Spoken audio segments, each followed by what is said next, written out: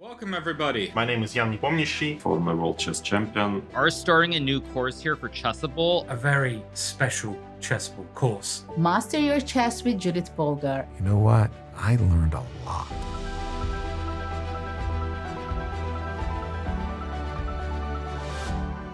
I'm ahead of the game.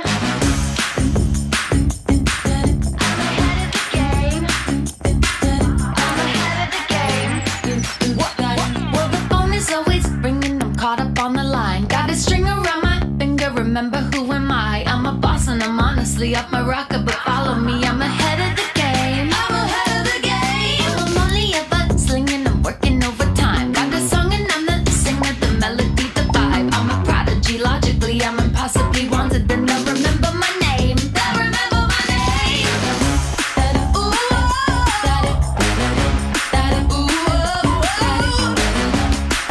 I'm ahead now. I'm ahead of the game.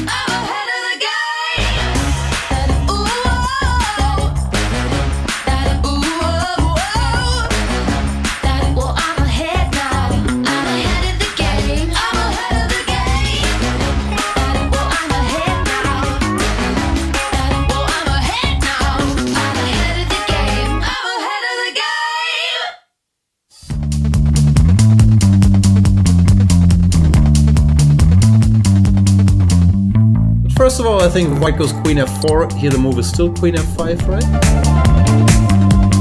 You are following my games, you will see I play a lot of games. Finally, guys, so much work for just one pawn. And so much happiness.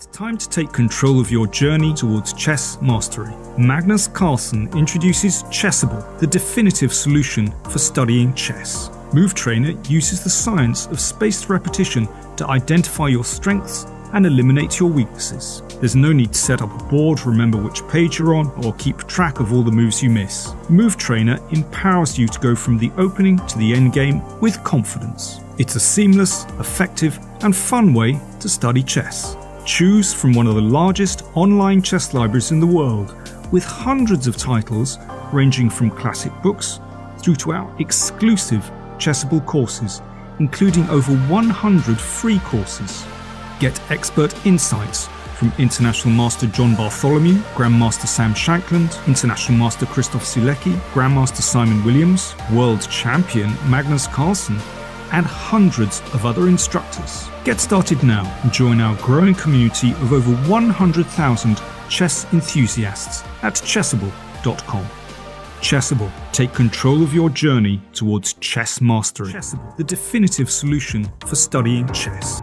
Choose from one of the largest online chess libraries in the world, with hundreds of titles ranging from classic books through to our exclusive Chessable courses.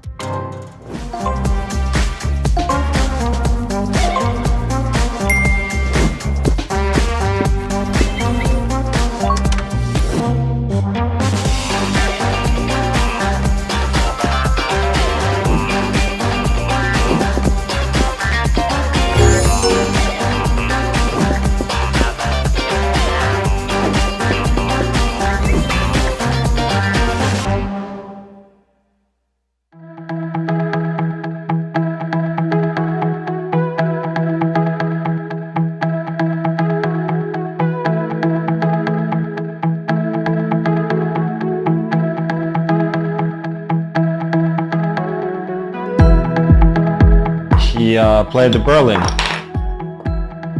which I sort of expected, but I didn't really know what to do against, because In reality, very few people do. When we are playing an even game against someone of similar strength to us, usually we need to give something in order to obtain the initiative. Just how shrewd and cunning Alireza can be, even with very little time. I want to show you a game just to prove that I play these lines that I played against former world #2 and a bit of a superstar, Gatakamsky.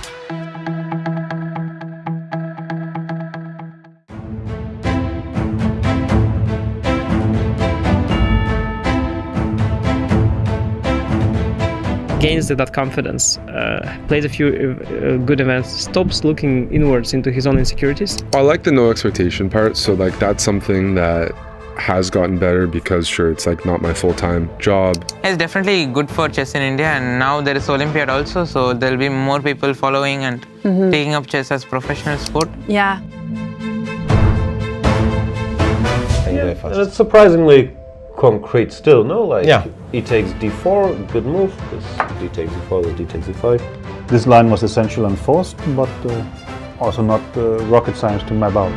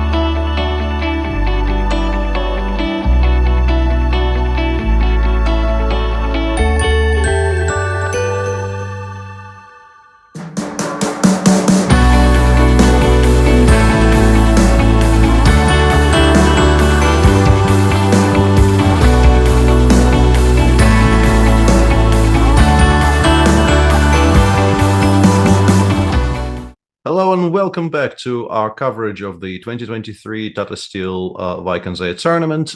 Today's round 5, and it is an away round, a tradition which has been introduced. I'm not entirely sure when, but it's been a while already, and it's been done in a lot of top-level tournaments these days. Stavanger also does this for some of the rounds, where the players are sort of carefully packed away and moved to a different location, and it's a very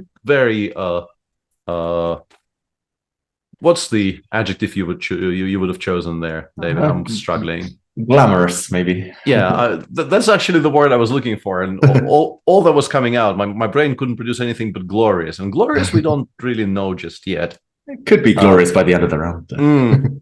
Yeah. They're playing at the Ajax Stadium, which I'm sure appeals to a lot of the participants who are massive football fans, soccer for all of our viewers across the pond. Yeah, learn the proper word, please. Yeah, including some of our players, it will be inspiring for them. I know they were playing football yesterday on the rest day. I don't think it was at Ajax Stadium. It was another top Dutch league team, but yeah, the football mood, will it inspire them? And we were talking beforehand, Peter, just before we went live, about the audience. It's really nice. It's really kind of refreshing to see such a packed crowd, adding to the atmosphere. I like the mood lighting as well, just setting the scene.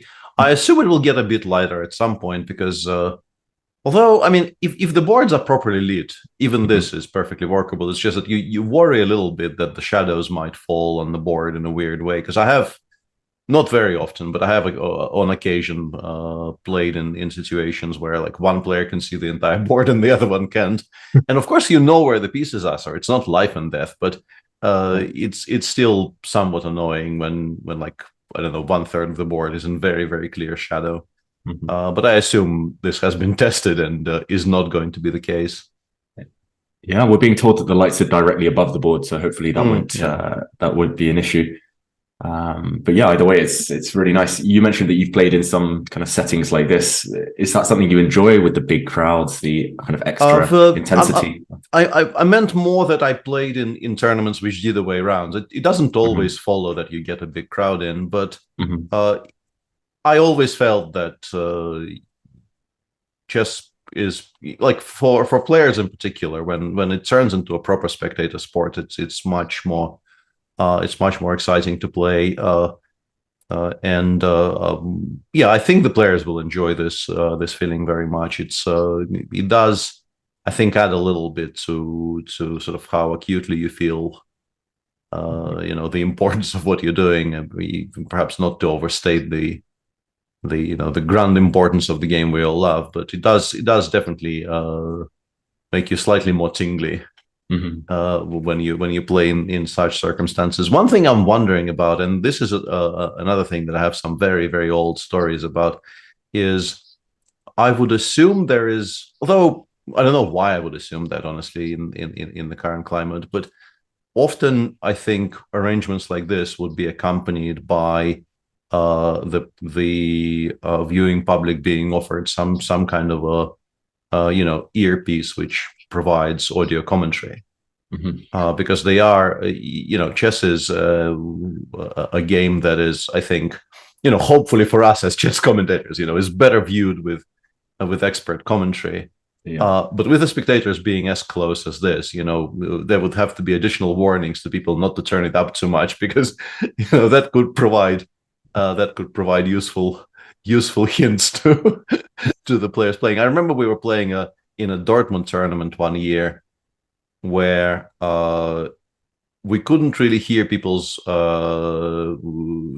headsets, but we could kind of distinctly hear the German commentators just speaking, because they were sat reasonably close to the arena. And I didn't speak German, so it wasn't of any help to me, but some people in the tournament did. And they were kind of mildly annoyed, because you really aren't supposed to know what the commentators are saying, but if it's being sort of beamed straight into your head, it's very difficult to avoid. If we see some of the spectators looking confused, then they might be listening to us. If we see them chuckling, they're probably listening to another stream. Yeah, that is fair. So it does look like the games have started. Yeah, there's a mention of snooker in chat. I meant cricket more than snooker, but yeah, they also do that in snooker. When you watch snooker in Eurosport, a lot of people in the audience are very clearly equipped with the sort of a headset that is provided at the venue, which I guess just gives them access to the official stream. And yeah, it's a very, very long-standing tradition to do that at cricket matches. So you get, I don't know, test match special or whatever, being is just in your ear as you watch the action unfold. Moves will start coming in. Let me check and uncheck the thing. Yeah, Still no moves on my screen, but I guess maybe some speeches are being made. And yeah, I think maybe, Peter, if we scroll down, the games should be there. Yeah, okay. So since I still am not really streaming this window, let me briefly, while we speak, do the thing, and then we should hang on a second. Yeah. This is alarming. While you do that, Peter, I'll just talk through some of the pairings. We do have Magnus Carlsen today with White against one of the joint leaders, Nodibek Abdusatorov. We'll see Pragnananda face the other leader, Anish Giri. I saw a really cool picture of Prag playing football yesterday, looking like a pro. Very impressive stuff. Caruana, so Arigaisi Dinglaren, Nevon Aronian against Vincent Keimer, Magzudlu against Van Forest, and Gukesh against Rapport. And meanwhile, it looks like you've managed to get the games up. Yeah, the games are up, and the one I've chosen to start with is the game between Magnus and Nodibek. And Magnus is switching around. He does play pretty much everything these days, and it's clearly geared towards asking the questions that Nodibek perhaps doesn't feel as comfortable with. Yeah. And this is just a very, very standard C4, C5, 4-knight English. And here there is plenty of choices for White. The two main moves are quite clearly D4 and G3, but the move E2, E3, which is what Magnus chooses here, is still a very, very well-established option, which is well known. And it does give Black an interesting choice. And I was wondering what Nodibek will go with. I am very happy with what he opts for here. I'm struggling with English to begin with today, sorry. Because E6, D4, D5, I think currently, my understanding is this should be okay. At least the high-profile games I covered personally in recent times have all gone, I think, fine for Black. But these positions are very dry, whereas the option Nodibek has chosen, which is E7, E5, could lead to absolute mayhem. It could also lead to total dryness, Peter, if they follow one of the main lines, D4, E4, D5. I'm very much hoping for knight E5 here. Yeah. My point was D5 has become arguably the more popular choice, and in this position after DC, BC, I think is BC, and there's even E3, E4 here. I think is one of the recent ideas that has been tried, and of course both GF and Queen takes F3 have been played over the years. I think Magnus had this against Hoi Fan one year. I have a weird feeling I've seen this by him as well. But the reason I was so excited is the existence of the move knight E5, after which, just to kind of point out the kinds of games you sometimes get here, you're not guaranteed to get it, but one of the main moves in this position is H7, H5. Yeah. And then things just kind of could very easily just spiral completely out of control. It gets very, very crazy. There are, of course, saner options here for Black. There is sort of the old school option of takes bishop b4, which perhaps doesn't entirely equalize as much as maybe some other moves, but it definitely is a very logical way to just try to castle quite quickly. Black can play G6, Black can play a number of things here. G6, G4 is also chaotic. Yeah, but specifically this position and the myriad of ways of this becoming an absolute slugfest by move 8 sometimes is what made me so excited. But Magnus is pausing here, which is curious. I wonder what he goes with eventually. Yeah, I saw a mention on Twitter. I don't know. I wasn't watching him very closely after he resigned in round 4 to Anish, but I saw a mention on Twitter, I think by my old friend Jonathan Tisdall, who generally follows him quite closely, and his opinions on Magnus generally are very, very much worth listening to. He said he hasn't seen Magnus as relaxed after losing a game of chess in quite some time, which would be surprising to me, honestly. I think it would have stung.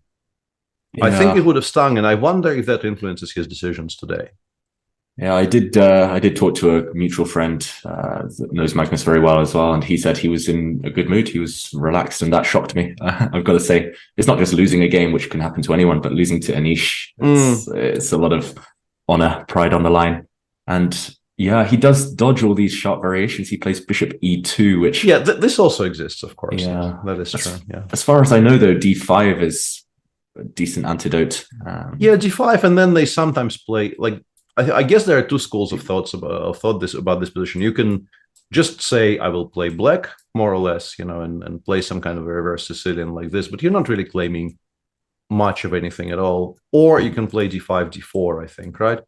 But these positions have been analyzed to, not to extinction, but like very lines like positions for black, if I remember. Lines like even this is not that bad, honestly, like knight c6, queen takes d1 followed by b takes c6. And yes, black breaks the queen side structure a little bit, but there will be piece activity, and generally, this one weakness on c6 is often not enough to for white to claim very much. So yeah, this is a bit of a letdown for in terms of potential excitement. This is a bit of a letdown.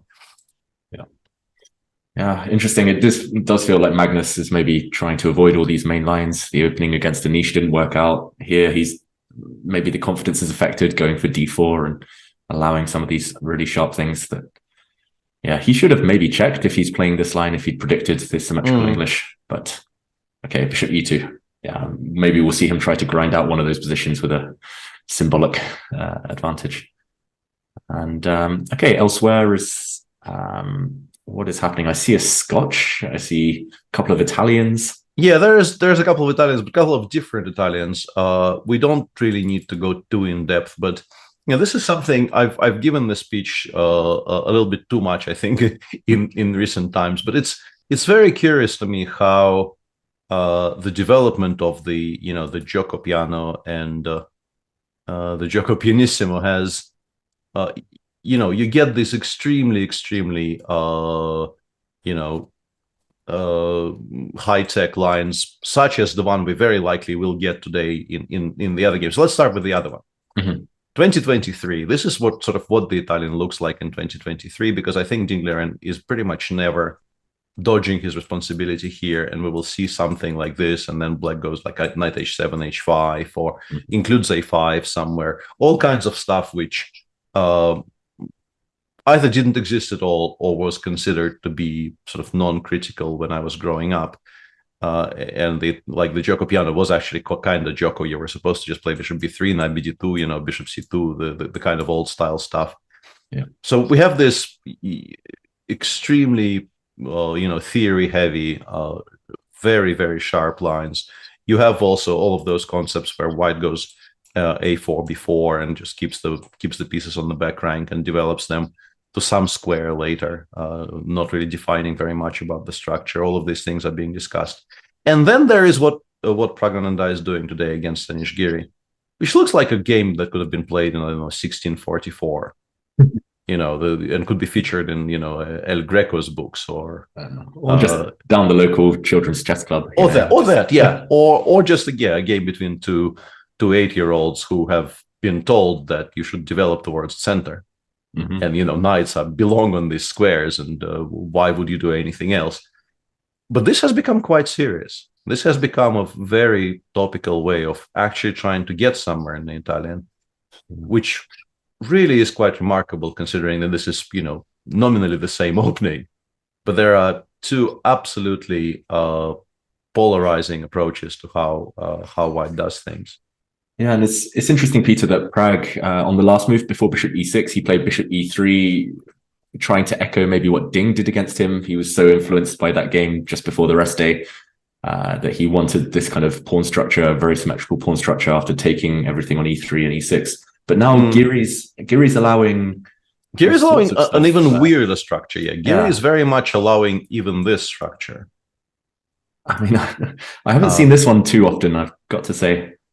No, but I guess it's not that surprising because you will struggle to get to those weaknesses, and the control these seemingly broken up pawns afford black in the center is quite significant. Like you're really fighting well against any possibility of a d3, d4 break in the future. If f4 happens, that unbreaks your center in a way because it will allow you to undouble the pawns.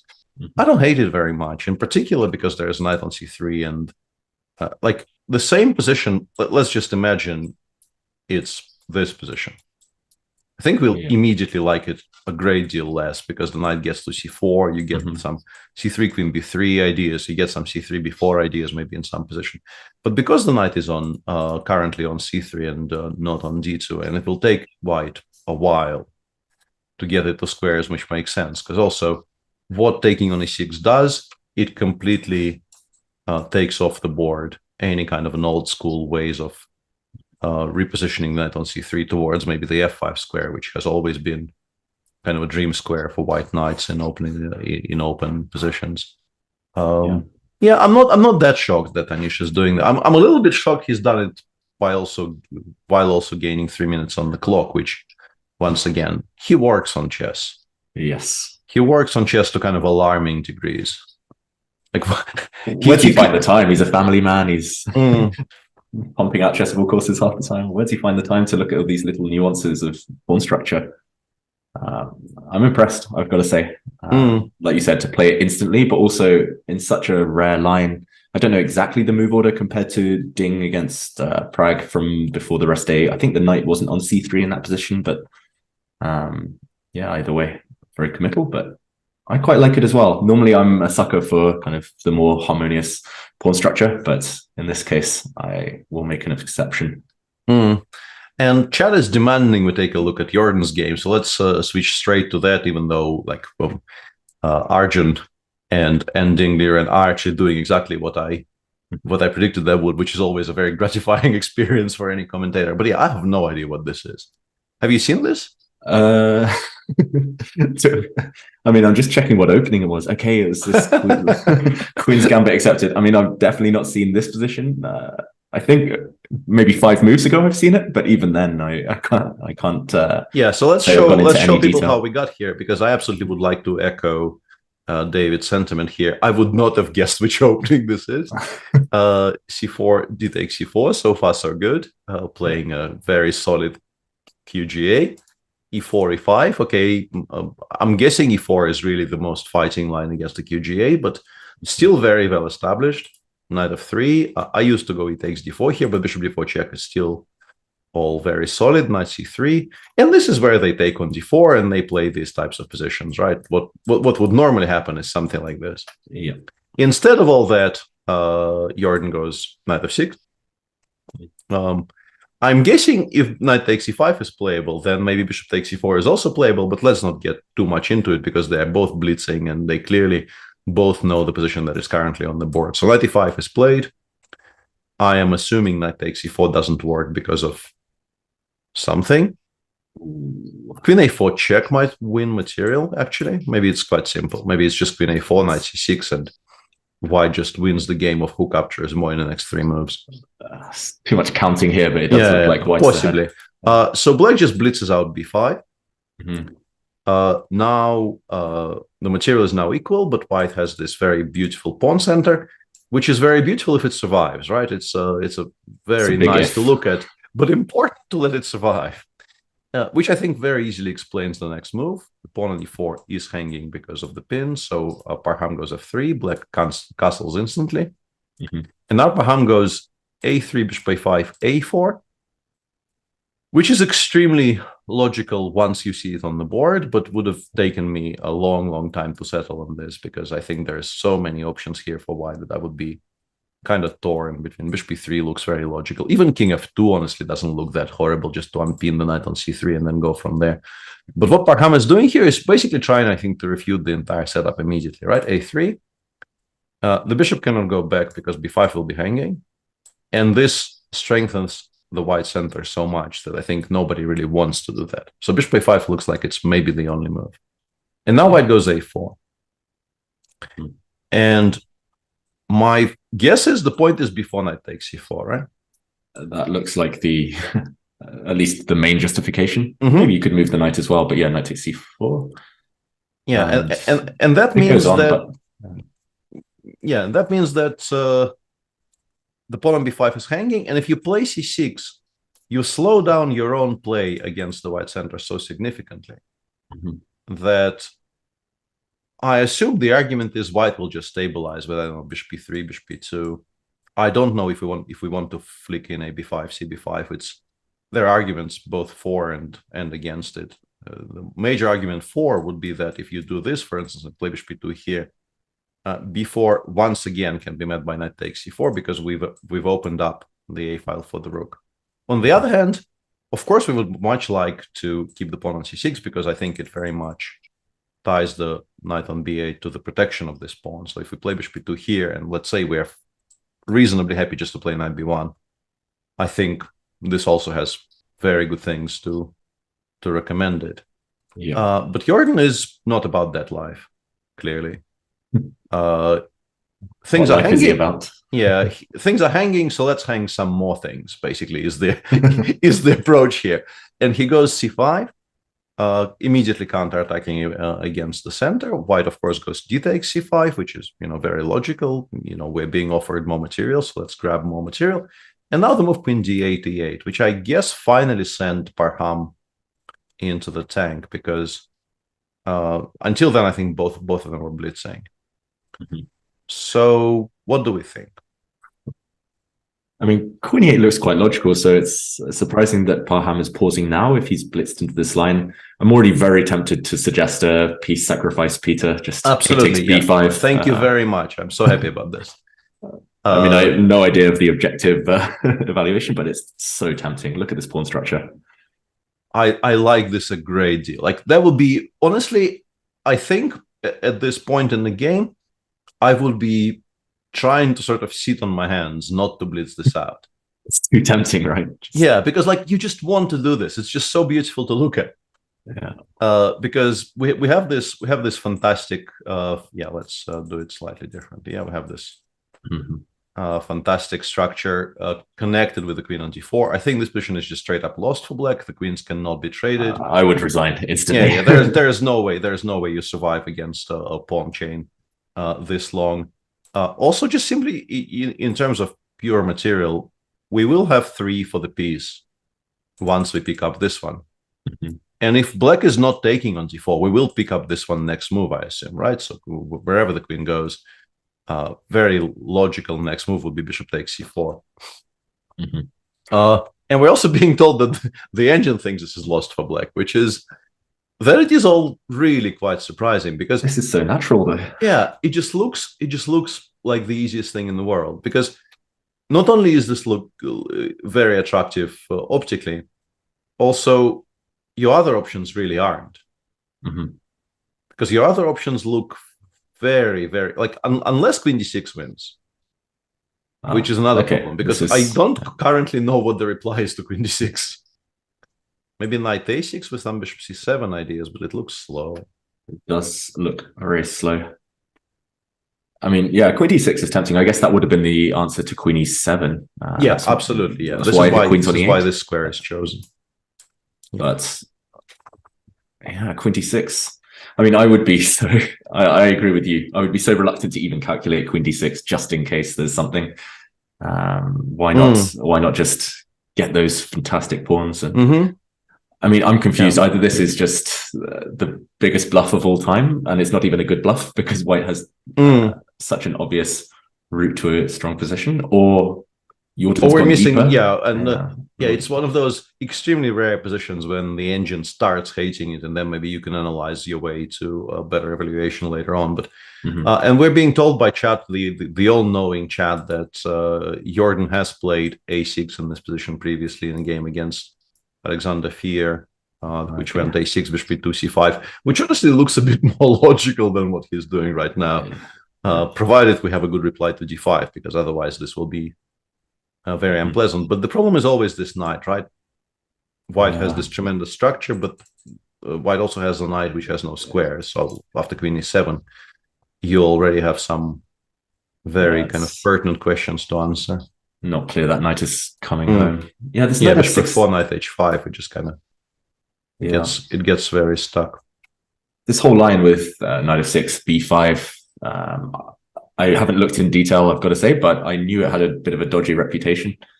Some strong players have been playing it though, so yeah. Asadiris tells us it's a bet line of Renier Dominguez, who also works on chess quite diligently. So yeah, I mean, the timing I think very clearly indicates that he hasn't forgotten or like misplayed anything. This is very, very clearly still prep. But the question you have to ask yourself is, provided this was both yours and mine, immediate instant reaction, the piece sack, and that the engine also hates it for black. Whenever you play this type of semi-bluffy lines, the two questions I think you have to answer for yourself before deciding whether it's playable or not. Question number one is, how bad is it if your opponent actually finds what the quote-unquote refutation is? And then a very important second question is how easy / likely it is that they play it. And yeah, it's the second half that is bothering me here, because you legit, like in Blitz, it would already have been played, I think. I want to play nothing else here. Like nothing else really feels like you should even consider it. I mean, aesthetically, it's so pleasing. Should we check that position after queen d4 if black doesn't exchange queens and in that? Oh no, there. Yeah. I'm guessing it goes to c7 to at least have access to some rook d8 ideas. But I mean, is there some concrete problem that doesn't quite let white consolidate? I don't see it. I mean, I'm tempted to take on c4 with. I'm guessing the bishop, right? right? Yeah, but there are other moves maybe. And then at least we have to drop the queen back, right? So maybe black achieved something. F2 or e3, which one do you prefer? Maybe f2, just to give the white bishop a few more squares. Yep, agreed. I mean, even this looks terrifying. Yeah, but for black, we do win some tempi here, right? We could go knight bd7, knight e5, attack first this and then this, or we could maybe start with bishop e6 and ask white. But honestly, generally speaking, I'm not very happy trading pieces here with white, but even this position, like knight bd7, bishop e3, it looks unbelievably risky for black. Yeah. Maybe you're not doing so poorly, but it looks just so queen risky. a2. Some queen a2, bishop d4, I don't know. It's 3 pawns as well, so white's not risking much at all. Yeah, bishop f4 is in response to rook d8. No, I don't. That was sort of my point. This is why I was asking about. Maybe we can be clever, not take with the bishop, so it's not hanging. Yeah. This is the problem with bishop f4. Otherwise, bishop f4 would have been winning. It's a good thing that you asked, Jalil, but by luring the bishop to c4 prior to playing rook d8, you make bishop f4 sort of unplayable. How about instead of bishop takes c4, bishop e3, with the idea that rook d8, bishop f4? Yeah, and we've kind of tricked them. I don't hate it at all. I actually quite like it. So black probably also plays some kind of a waiting move. Yeah, and then my bluff is perhaps not worked. No, another problem I have with the black position is, if I do something incredibly stupid and just play c6, does this knight ever come out in any other way rather than knight takes c6, b takes c6? You can play a6, but you can never take, because this is always going to be hanging. I just go bishop b2 here, I don't care. Yeah, I castle, I go queen c5 if the queen is attacked. Or queen b6 even, just... Or queen b6, yeah. So, I mean, this is clearly maybe offering black a way out that we should maybe not even give them. But even if that happens, let's say, and even if for some reason I cannot take on a7 here, I just go bishop e2. This is such an unpleasant position for black. These pieces against these two bishops are just very, very poor. It's just suffering. Unless the Black Knight gets around to d3 somehow, but it takes an age. It takes an age, and I think we should be able to work around it and not allow it. So yeah, it's an interesting bluff in that I don't quite see how it's supposed to work against a strong player. Like if you do this against somebody who is like clearly afraid of you, like if you do it against a player significantly lower rated than you are, who you suspect will be kind of shy of sacrificing pieces against you, then maybe. But and AB is and AB5 played, so we'll definitely be keeping a very close eye on this, because this is a very exciting high risk strategy by being shown by Jordan. In the meantime, as I mentioned, much of what we've described has come to pass in the game between Arjun Garcia and Dingliren. Dingliren is one of the, I think, better players of this type of positions. He has a lot of experience, like he knows exactly what to aim for, how to play them, and so on. I think maybe this is steel theory. I get the feeling that I've seen all of this, right? I've seen this from Ding, G5, knight G5, and so on. Like all of this exists. All of this might actually still be Ding games. Yeah. I mean, the question here is just kind of regarding the World Championship. How much is Ding revealing? I mean, well, this has been his repertoire for ages and ages. So I think today he can very confidently just show what he knows, because show what he's already showed, I guess. Yeah, because Team Nepo will know that this type of an Italian is something he goes for quite happily. And just briefly to round out the opening phases, we actually talked about this position, or at least this very position if Black plays bishop f5, when we were discussing the Black options in the game Carlsen won against Keimer in round 2. This is the 5 bishop g5 Grunfeld, and it is the absolute central line of this opening, where Black goes knight e4, knight c3, and here it doesn't play c6 as Magnus did very clearly in order to play for a win, but instead Richard goes for the very, very main line. And the two options here, I would guess, are bishop f5 and maybe b6, bishop b7, but White has a very nice, stable free roll, whichever one you choose. I remember bishop e6 being, I think, the move I wanted to play in this position as Black, but yeah, I think maybe you've actually gained something, because normally you get to very similar positions by playing knight c6, castles bishop f5, and after queen a4 you go queen a5 here, either immediately or with the inclusion of rook c8, rook c1, and then the bishop already is on f5. So in a way, what Richard is doing is quite clever, because he is at the very least given himself additional options, which is always quite useful. And yes, of course, you do generally like the idea of trying to plant something on c4 as early as possible, although I'm pretty sure White will have something to say about it. I'm wondering if these young Indian teenagers know something that I don't, because they're both going for it, right? Well, the first one was Winston. So sorry, it was just teenagers in general, not just teenagers in general. Yeah, teenagers in general have discovered something about this endgame. I think what they've discovered is that it gives you legitimate winning chances while also providing absolutely zero risk. Yeah. And they tend to like it. And who wouldn't, honestly? Like, very difficult to argue against that particular, school of thought. Attributes. Yeah. Yeah, it's refreshing to see them go for something like this rather than the chaos that we see from time to time these days. But there were a couple more games you were going to say, Peter. There's a 6d3 Spanish in a game between Levon Aronian and Vincent Keimer. Also, kind of interesting, specifically because Levon is playing this with White. Like, if this were a Keimer versus Aronian game, I would be surprised not at all. But Levon has been, I think, quite seriously trying to, make himself into a 1e4 player in recent years with decent success. In particular, I was very impressed and continue being impressed with how readily he goes for the absolute sharpest Najdorfs, and not even the very theoretical Najdorfs, which is, a way you can approach having to play the Najdorf for the first time in your life with White. You just go bishop g5 and you study all the theory. And you feel that, as long as you know everything up to move 25, positional understanding will not really enter into it very much.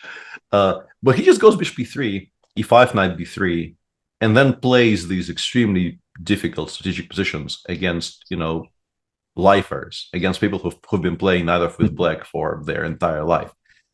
And doing quite well. Yeah. Like posing problems to MVL, posing problems to players like that. And it's quite impressive. Yeah, it's a nice evolution. I remember when he first started playing E4 consistently online a bit, he was suffering Levon, and then suddenly he started outplaying his opponents and picking things up along the way. And yeah, I agree. It's really nice to see him. I mean, this position, he must have had, I don't know, a few dozen times as black. Most But, likely, yeah. Most likely. It's nice to see him kind of take the other side and show off his experience. Yeah, and He's it just clearly played D4. Yeah, clearly wasn't as expected by Vincent, because he's been thinking quite a bit. And yeah, this is an interesting one. I have a feeling my course here suggests you go for this. Either, yeah, I think this is how you get this position. There's a very specific position here where, shockingly, this piece sacrifice provides. Maybe not even that shockingly, because this is hanging, and it's not that easy to figure out what to do about it. If you play knight b3, even a6, a5 here is an interesting option, just continuing to generate the counterplay on the queen. If I'm not mixing anything up, I don't think I am, but the course has been written and published some time ago, so my memory isn't all that great. But yeah, and what chat is asking, yeah, you can, and we also mentioned this, I think, in one of the previous shows, you can also just completely ignore it and allow bishop f3 gf, which is quite promising potentially for white. Yeah, this, I have a feeling, would be his intention if bishop g4 lands on the board. I don't know if you include h3, but yeah, knight f1. I think so. And from Vincent's side, you can play bishop g4 straight away, but it does give white at least an additional option of playing d4, d5, which wouldn't really be very attractive here because it allows knight d4. And then once again, unpinning is not that easy, and also you have to spend a tempo deciding what to do with the bishop on c2. Other options would be, I guess, just to say to yourself, I'm playing some kind of a weird, I don't know, Zaitsev / Smyslov / whatever, I don't know, just make a move like bishop d7 or g6 or something. And but then, weirdly, white, I don't know, this is... White's played d3, d4, so it's... Yeah, I was going to say the bishop went to c2 in one tempo, but in this particular line it hasn't, because this is d3, b5. In some lines after d3, d6, the bishop actually ends up going to c2, completely foregoing the b3 square. So everything equalizes basically to in some way that we've spent 2 moves on the move d2, d4, but compared to normal Spanish lines, the bishop went to c2 in one fewer tempo, but here it would be the same. Yeah, I quite like this. I think, in particular, as a somewhat surprise weapon against Vincent, this makes a lot of sense. We'll see. We'll see how this comes out, and we also have. I think there's one. Yeah, and there's the. There's the Scotch that you were mentioning. Yeah, maybe we can check this out in a second. I just want to say that Jordan hasn't moved immediately after a6 b5, which most gives likely some credence to the idea that he mixed something up, but like it's so difficult to believe. Everything was blitzed out. Like he spent 0 seconds on anything until that moment. Yeah. Wow, it's confusing, mystifying either way. Yeah, and this is an all-American fight here between Fabi and Wesley, in which I thought I knew exactly the line they were playing, but it's a bit different. This is a very classical Scotch with the 4th move, knight f6, the absolute main line of the knight f6 Scotch, where white picks up the gauntlet, goes for this position, c4, bishop a6 is by far the main line here, b3, g6. And what Fabi is doing here is basically trying to avoid a number of what I assume by this point are pretty well understood forced draws. If you play g3, I think, as far as I understand, there's really no way to avoid this endgame, which everybody castles short here, but I have a feeling you can even do it by castling long and still getting the same endgame. But with your king closer to where it's really supposed to be in this endgame, I think. This is maybe a bit of a life hack you could at least try, because very often, if you get the same endgame with the king on g8, it actually then proceeds to go to c7. because White's only real plan to play for anything here very much involves a rook leaf to the a4 square to try to put some pressure against the a7 pawn. So having the king on like the c7, b6 squares is often quite useful. But this endgame has been known to be very, very level for, by this point, maybe decades. Yeah. And there is also an option of playing f4 here, which used to be considered quite playable for a while. And then I think people started making forced draws after d7, d6. Yeah, there's some long forcing lines here, if I remember, but they are all just equal. Yeah, so Fabi instead does something which is an attempt clearly to avoid all of that. He goes bishop a3. I will mention in passing, it's not great, but it's a kind of a funny way to simplify here, which exists. Yeah. This does win the queen back, but the resulting endgames are about as dreamy for White as they get in these types of lines, because the e5 pawn now will be under no pressure, and the bishop on a6 is always not that great in positions like this. So bishop a3 sort of semi-forces knight g4. And now the bishop draws back, and you get very similar positions, but with the inclusion of like White gained an a2, a3 tempo, I guess is the way to describe it, yeah? I'm trying to think after bishop a3 what the move was. Was it there's some queen h4 or maybe queen g5 exists? Oh, queen g5. Yeah, I mean, knight b4 is not forced. There's definitely other tries as well, but knight b4 is quite logical because, like, if you don't know anything about this position, I think your initial reaction will be just survive. Yeah, no, what I meant is we've softened up the pawn on b3 while not really achieving very much. Like our one extra tempo to compare to the previous position is this move, which could very easily be counterproductive because looks like we're going to be castling long. And if we're castling long, I think having the structure in front of our king as solid as possible is going to be a pretty high priority. But Fabi clearly isn't doing this randomly. He has an idea. And it proceeded to, knight d2 castles, castles long, rook e8, rook e1.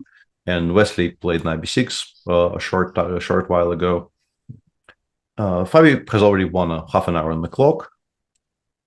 And the position could become very sharp.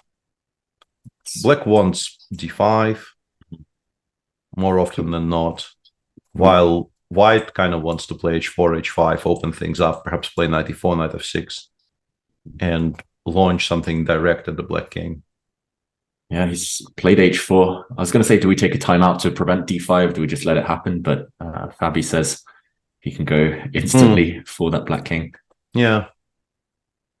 Yeah, it feels is it playable? Very scary, I've got to say. And it's also been blitzed out by Wesley. So the question, is it playable, has been instantly answered. And the reason I was asking is that for a second, I was very curious about e takes d6, because I think endgames like this are like universally understood to be a little bit better, at least for White. But I think the bishop takes b2. Yeah. Sorry, I'm losing my mind. I was about to say queen d7 is quite strong, but there is a much better way of doing the same thing. Yeah, because this is a check.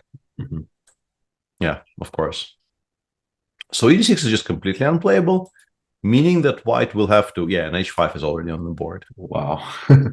Yeah, looks like people kind of are well rested for today, because we are seeing some incredibly sharp positions. Not on every single board, but we have some boards where incredibly exciting things potentially are going to happen. What is the plan after d takes c4 here? Yeah, the problem is c3 is a threat, right? Yeah. Because my initial reaction was, can we just ignore it? But I don't think we can. So knight e4, c3, for example, would be Black's idea? I would assume so, yeah. Yeah. And if this bishop is taken off the board, e5 will fall, and then Black will just win. So knight e4 feels straight up unplayable. Let's try to solve it. Yeah. Queen f3. Still... Oh no, c3 you just take with the queen. I want to take right? with the queen, and I want to pretend that everything is sort of under control. Which it might be. Which it might, I mean, to a degree. I don't know if everything is a claim I can support, but this bishop survived. The pawn on e5 looks like it survives. Those are the two things I care the most about. So what's the reaction? So c3. So what's the reaction? 94 and of course, we're move. using this very small tactic to justify our play here. Mm-hmm. Yeah, lucky queen c5, you can block that check with queen c3. I like queen f3. Yeah, rook a d8, knight e4, I guess is the. I mean, knight d4 is your next move. Yeah, I think regardless. The big question would be, do I want to include hg or not? And I suspect we can wait. I suspect we go knight e4 first. Although knight f6 is not a threat yet. Yeah. Because the rook on e1 will be hanging. So black still has a tempo to do something. At least one tempo, maybe even more.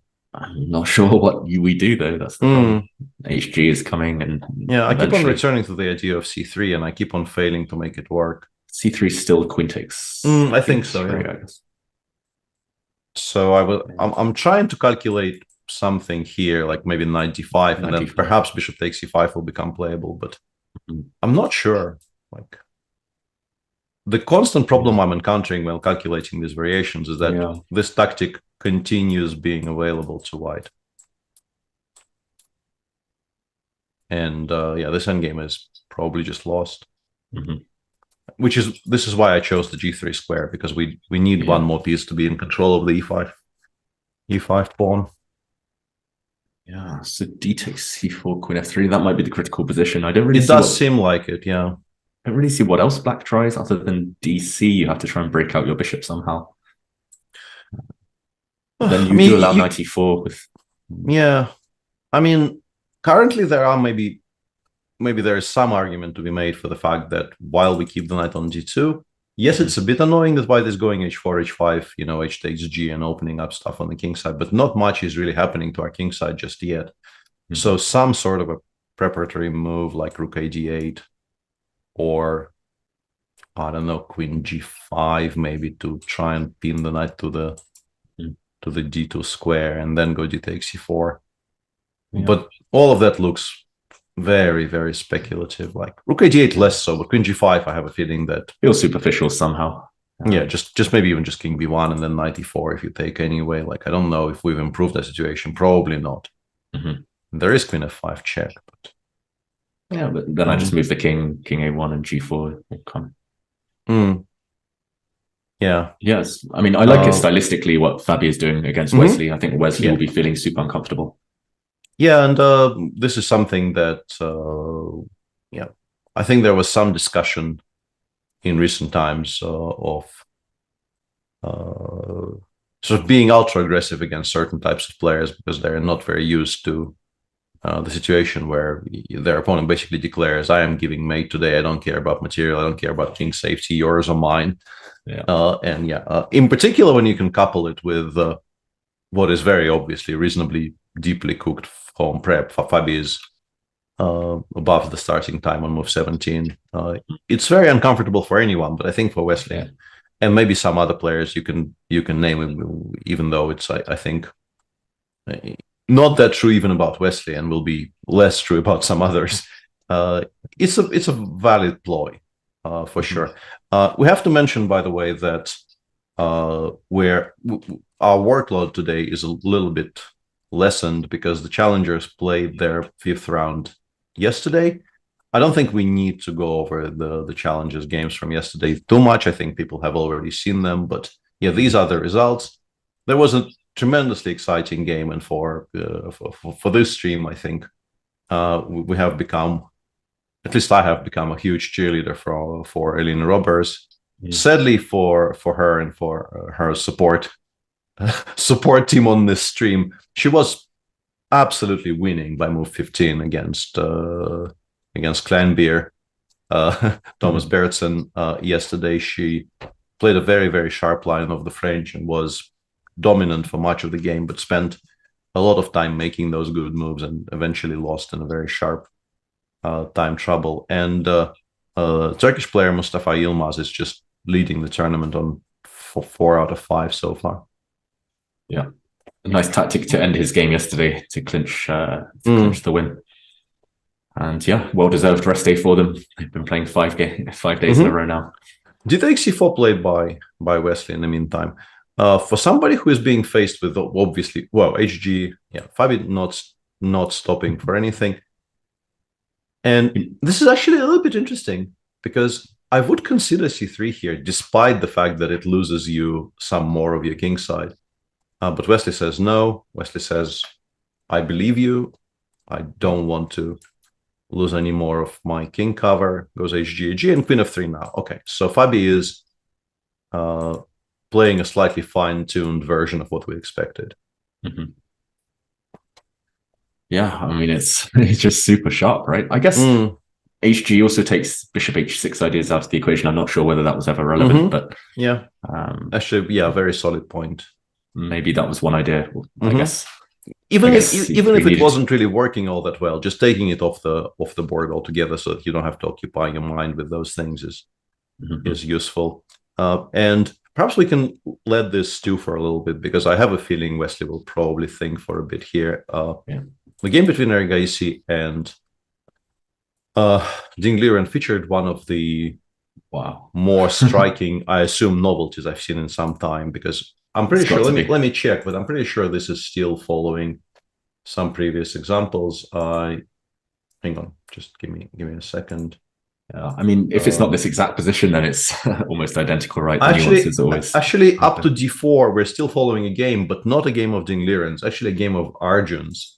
Against Lekman Liam from one of the online events. No, that was actually from still an online event, but not the one I assumed. And that was in a Generation Cup in Julius Bambert Generation Cup. I think I remember commentating on that a bit later. Yeah, and nice Lekman actually played this line that I mentioned. All of this was played in that game, and after bishop e2, queen f6, and knight c4, Arjun ended up winning quite comfortably. So g4 is an attempted improvement by Ding Liren. Knight h4, ed4, and Arjun blitzes out rook b1 here, which is such a cool move. Like, I don't know if it's very good or just playable, but this is just so cool. How many guesses do you think it would have taken you, Peter? I think it would have taken me 20 guesses. 15 maybe. Well, we can try and figure it out, right? My first 5 would have been c takes d4 first and foremost. Yep. Then I'm guessing, I think I'd choose king h1 over king h1, queen c1, queen c2, queen c2, knight maybe f5, bishop maybe d5. Knight f5 I don't like very much on general grounds, but it still comes very, very easily in the top 5, maybe top 7. So we've already named like 6 moves that definitely come. Knight g6 maybe, just throw it out. The thing about questions like this is, if somebody tells you to guess a move here, it immediately puts you on high alert that the move will be unusual, right? Yeah. So it actually improves your odds dramatically. The fact of the question improves you, because then you know it's not knight f5, it's not cd4, it's not any of those normal moves. But even if I know it's not any of those normal moves, I might say h3. I mean, it looks horrible. It can't be right, but I would be like, I would be still looking at this side of the board for my guess. And the point here, I guess, is that in case of all of the positions after cd4, bishop d4, it is probably useful for us not to have this hanging. It's not very important, but it's definitely better not to have it hanging than to have it hanging. And also, we are passing the move to black, and we're definitely improving our position if this happens. Yeah, because now the bishop on c8 is tied to the protection of the pawn on b7, and also perhaps we can have some ideas like rook b5, rook h5, and so on. So we are, I guess, arguably taking away the most natural next move from black, because I think black generally just takes on c3 without a second thought, just opening up the a7 bishop, just removing tension in the center. All of those things are extremely logical. And now after rook b1, it's much less comfortable to play that. And Ding ends up playing knight e5. Yeah, it just goes against everything I know about chess. Just, super sharp position, all the pieces on the board, one side has a weak king, and then you play a quiet move on the other side, passing the move back. It feels like that must be more productive than rook b1, but I mean, I like the idea. I like the kind of just the laissez-faire attitude to to Tempe. But as is, I remember I had this conversation with Jan that was maybe 20 It's been a while, but probably 2019 when he was still in the process of recording his, by this point, absolutely classic E45 course. Yeah. And I told him, so how is the work and like, are you enjoying this? And he said, generally it's quite okay. And he likes talking about openings and also knows a lot about openings. So he said that part is okay. But he said, I am by this point, and this is a massive, massive course. He said, I am running out of ways not to say I'm giving this line because it is the first line of Stockfish. So like he said, I'm really running out of ways to describe it figuratively. And we can talk about this position and why Rugby 1 is so brilliant for as long as we want. But the actual reason is it is probably the first line of Stockfish, or maybe the second. Maybe, yeah. Nowadays they go down, right? They go down the list, number 3, 4, 5, and it's still the same evaluation. Let's investigate. But yeah. I mean, that's why opening study. That's the one thing I don't miss about playing more regularly these days. Yeah, absolutely. Yeah, I've grown. I mean, I've never been the most diligent and work ethicy of opening theoreticians, but these days, it just involves so much. A lot of clicking and memorization. And also, it seems like most top players do appear to be basically studying the same positions with the same engines. So even your potential payoffs are not what they used to be. No, true.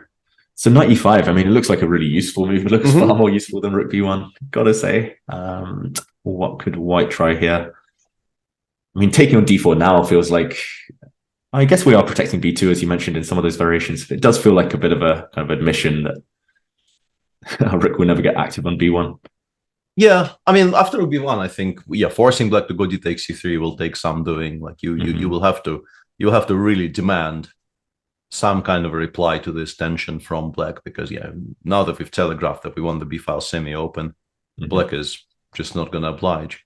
What do we do here is less clear to me. I really feel like this is an important bishop, so we shouldn't really be giving up on it so easily. But no good where squares. does it go? Can we afford to spend the full tempo on something like Bishop B3 here? Bishop B3, I'm scared I'll get hit by A4 at some point. Knight D3 becomes an issue sometimes, or just D3 itself. Yeah, Bishop B2, you can pretend this is a target, but what it actually does is just give Black an additional tempo to play G3. And then you go to F1 and you feel, I think, really, really silly about everything. Queen G5 might not be the best move, but that doesn't look right. Definitely start questioning our life choices with the Rook B1 after that. Yeah. I think if it goes anywhere, it probably does go to B3, because currently I can't really make this work. Yeah. So we're not that worried about at least the immediate A4. I was wondering about Bishop B3, Knight D3. And then Knight takes B2. Clever. I mean, I was scared I'd get and then A4. Okay. And I knew A4 would come in useful. And then A4, and then A3, and we just kind of support it from out of left field. Yeah. I mean, maybe White just sacrifices 2 or 3 pawns. It could be. Do both. It could be. Just made Black. But another somewhat interesting thing to me is that Arjun is thinking now. And I would have assumed that 95 is very high on the list of things you investigate here. Yeah, that's strange. I do notice this a little bit with some of these younger players, that they obviously do the clicking, but they forget to investigate some rather straightforward replies by the opponent, or very natural. It's possible, yeah. But here, in particular, like if you take it a little bit further down that path, this is a game that he himself played not 5 months ago against a line which Dingleren is, I think, I instantly said something like this will be on the board. I named all of the like A5 and Knight H7. Basically, this is what Ding does against Bishop G5. Yeah, if you see this position, it's Ding, or he's had games there. So you can predict this might happen with a degree of probability that is rare, I think, in top level chess, because this is somebody who is very consistent in his approach to these Giocopiano positions. And you still you're still repeating your own stuff. So you know that your opponent will also be checking this. So this looks very random, But for this particular game between Arjun and Ding, there is a much higher than normal likelihood of this appearing. And then if we look at, Black's options here, you still check d takes c3 because, the move exists and it's logical to just, nail down your pawn up advantage. But apart from d takes c3, I guess queen f6 would be one of the more logical ideas here, just kind of a decent square, support fighting against e4, e5, additional support for whatever ends up appearing on the d4 square. Perhaps in some future we might want to play bishop b6 and take with the queen so as not to lose the pawn on g4 and so on. King h8 maybe, just a kind of or king g7 sometimes they play in these types of positions, not really fearing knight f5 check. Yeah. And honestly, pretty much my next choice here would be a move like knight e5. Because it's a move that does something, it attacks one of our pieces. It also blocks the e4, e5 break, which is very often a thing that white wants to do quite desperately, just to open more avenues of attack for their pieces. Like the rook becomes active, the knight suddenly has a very useful e4 square to look forward to. So I think you would assume you check this out. It's not a very outlandish suggestion. Yeah. Maybe white will just take on d4 and then knight f5 or something like that. There's a lot to calculate. Right? We can try. c4, bishop d4 does come to mind now that this is slightly more vulnerable. Yeah. I kind of wanted to play knight f5 so that knight takes c4. There's always queen g4 you have to worry about. But I guess I'm attacking g4. Maybe you just play h5 though, and it's hard to believe. Yeah, if we have time for it, I'm definitely playing h5. H5, knight e4 maybe. Yeah, but it starts getting a little bit iffy, right? Because this is hanging and we're gaining time. But in the meantime, Arjun actually has played bishop b3, and he played it, I think, still quickly enough that maybe he is just not entirely convinced what the file says, but still more remembering than working things out. Okay. I think we'll leave this be for a bit because it's a position where, if this was our only game of the day, we would be extremely happy because you never run out of things to say. But we still have 6 others, and they're progressing apace as well. So Jordan finally did what we expected him to do. After what is that, half an hour? It took him a long the last few moves. Actually, yeah. After a takes b5, he certainly spent a long time. Yeah, pretty much an entire half an hour to play bishop takes c3, which appears to be the only real legal move in the position. And the engine just absolutely hates it after bishop takes c4 or bishop e2. Okay, so the two moves, we talked about bishop e3, but bishop e2 is definitely also very, very sensible. Yeah, just not committing to taking this pawn off the board just yet. Definitely preparing to meet rook d8 with bishop f4, and just wanting to castle short, which will always be a useful thing to do, just to get the king away from center. Looks like white is just much better.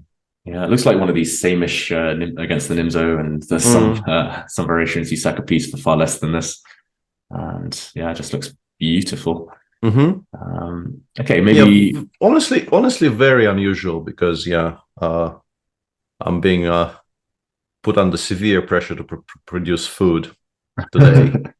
You can't see it because the green screen kind of filters him out very, very. Like he is sort of exactly the wrong color to be picked up by the virtual background, but he is being very, very demanding today. Poor choice. I think he deserves a treat. Yeah. No, I've already given him some, but he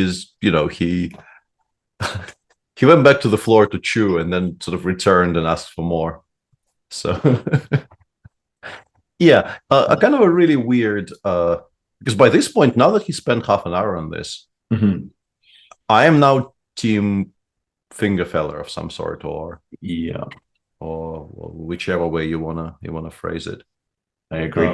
C6 chosen by Parham, which the engine still, just as we described, the engine still likes it. The engine still thinks white is much better, but the other two moves were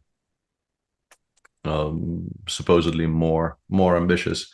And yes, black will have to take on c6, and probably sooner rather than later. But you could, I guess, the point in particular about bishop e2 is that you can finesse it for a little bit. You can continue asking the same questions, provoking moves that black maybe doesn't want to make so much. Unless he's afraid of the knight coming out now, maybe knight bd7. But yeah, I don't think it's too scary. you will enjoy this all that much. Like, I don't mean you in particular. I know you don't like this for black, but like some position like this, and the queen will have a very, very very safe square on c5. Nice home. Yeah. Like if we continue a couple moves down the line, just to illustrate, I really want to play rook takes a7 at some point as well. Yeah. Or if you want to do it slow, just rook a2, rook f8, and eventually something will crack. There's no way this survives so very long, I guess. Yeah, that's true. So it is slightly surprising that he rushed with c6, but it shouldn't spoil too much. Yeah, and in particular, if you consider the fact that he was surprised in the opening, but he is now actually ahead on the clock. So why not invest some more time into searching for the best options? Yeah. Meanwhile, action elsewhere as Jordan continues to suffer. Yeah. In Magnus's maybe game, the Magnus game. Yeah. Which one did you want? Oh, I was going to say the Magnus game as well. At least it's changed significantly since we were last here. Bishop e2, d5 did happen, cd5, knight d5 castles. As I said, a kind of an approach where we're more or less playing something with colors reversed, bishop b7, and in particular now that we play bishop b5 and 2 tempi. This is just a straight up direct transposition. Not exactly.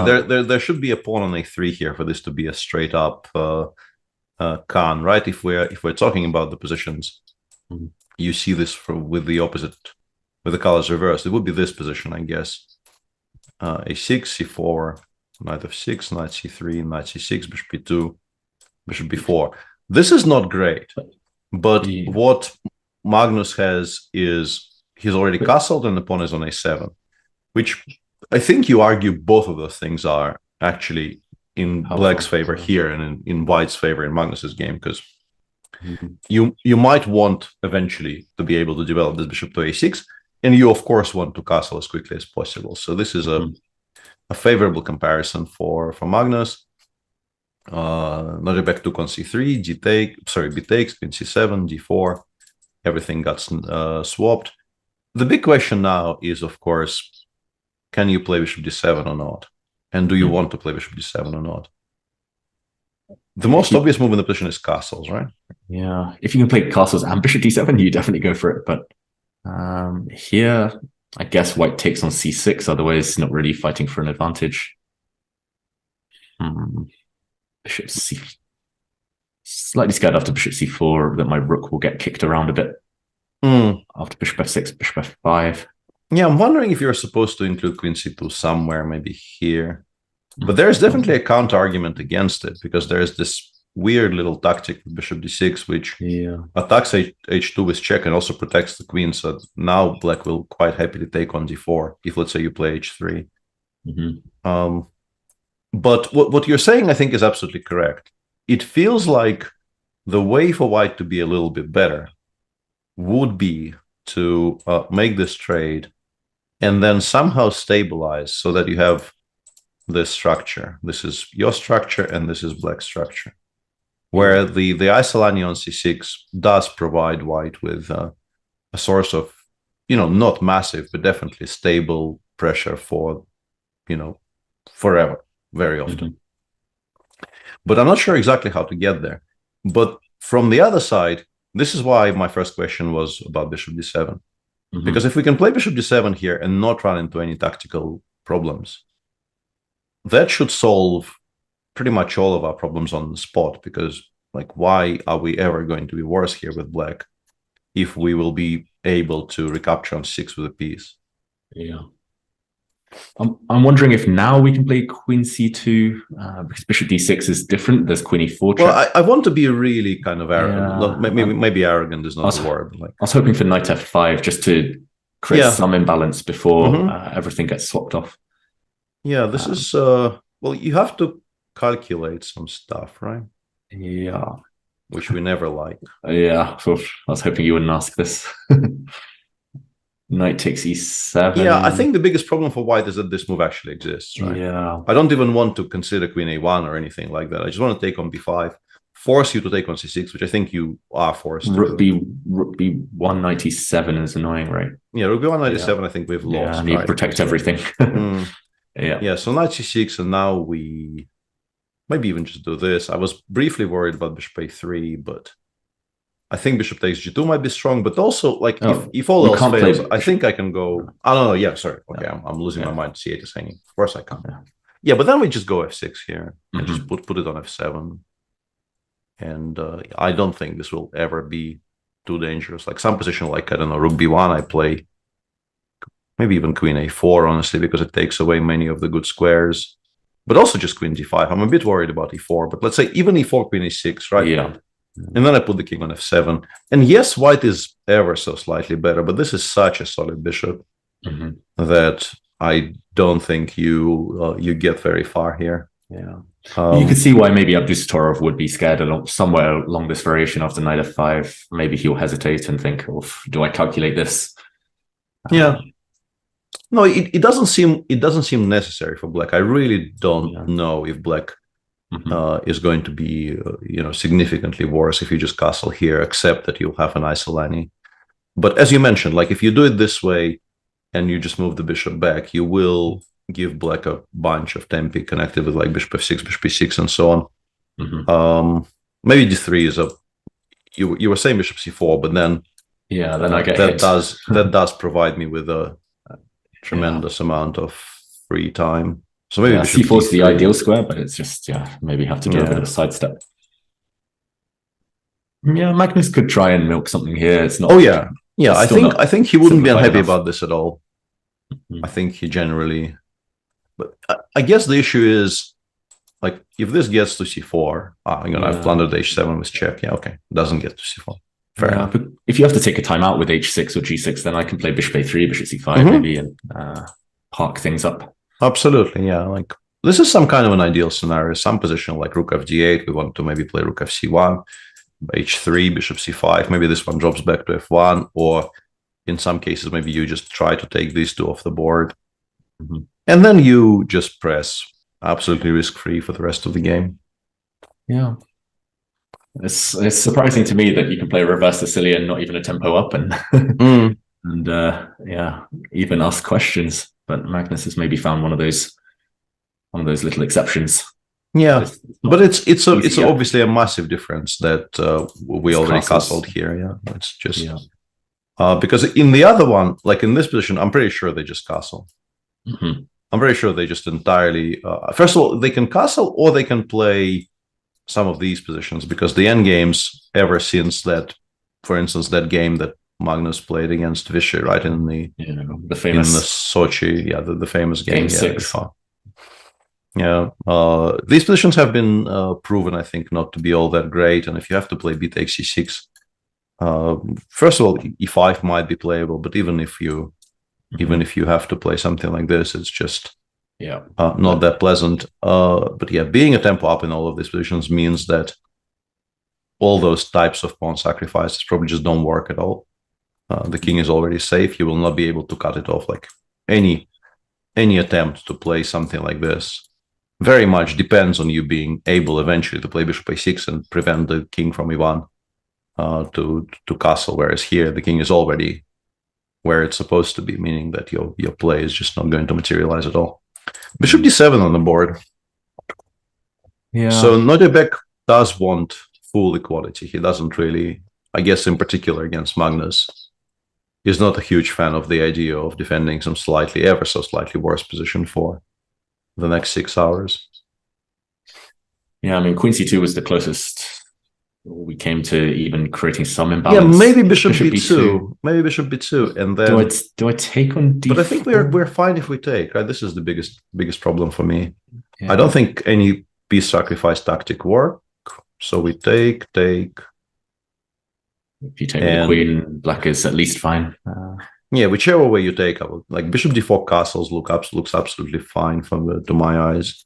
Yeah. I guess the queen on d7, like queen b3, rook fd1, but Do we believe No, winning chances? no, not really. Worst comes to worst, it'll end up in like a 4 versus 3 endgame for Black. Yeah, should be and if you horrible. take with the queen, it's maybe even less promising because I can perhaps try to not even castle and put it on like d7, e6 squares, which is where it will. I mean, it's a bit different though. Like, sorry, not different, difficult. Like f6, rook ac1, maybe we're one tempo short, or not. Honestly, like bishop e6, king e7, rook hc8. Yeah, it looks like a semi-Tarash or Grunfeld. Yeah, yeah, and not the kind you win very often. You know, like bishop c5 maybe. Bishop takes a7. But bishop a7, but that might also be a draw. Yeah, but just king e7. Mm-hmm. Oh, bishop c5 there. No, that one I actually don't like very much. That one, even this, you know, Even with this, rook b5, rook b5, rook fb1, g4, h4. Yeah, this is a very nice free roll for white. So you probably have to play cleaner, like you probably have to swallow your pride a little bit to play castles here. Yeah, but it really isn't very much. Really isn't. I was originally I thought maybe we need to check something like this out, but the problem is queen e5 always exists, and it just makes me a non-believer. There might be other ways, but queen e5 in particular just feels like it just. And you're still not worried about knight takes e7, just queen takes. Yeah, I think queen b3, bishop a3, right? Maybe like if I'm one tempo short here, I might have to revise my opinions. Maybe queen b3. I have queen g5 though. Yeah, I can always cast. Okay. Yeah. Yeah. Tactics work out. Immediately completely fine for black, yeah. Yep. All right, we'll see what Magnus does. It's a bit of a slow kind of a slow burn start to the game, but maybe we will be over the course of the next 5 hours we will be taught how to extract things from positions like these. Magnus needs to show the fans on site at the stadium something at least. Bishop d7. The more I look at it, the more I like it for Busatorov. Why not try and solve things tactically? So you don't have to suffer. Chat says you are actually still a bit better here, like bishop d4, castles just a4. I mean, if anyone is better, it's white. I think both of us are just claiming that you just don't win these very often, like queen e6, bishop f6. Yeah. Get the bishops off the board. And yes, your absolute dream is 4 against 3, and you're still not winning that. And it's very unclear if you get it. Yeah, I'm skeptical it can be anything to write home about. Yeah, let's briefly update our viewers on the two somewhat slower, actually 3, our sort of Gioco Pianissimo, or perhaps Gioco Piano. I keep on mixing them up. This is the piano, and C3, D3 is the Pianissimo, right? I think so.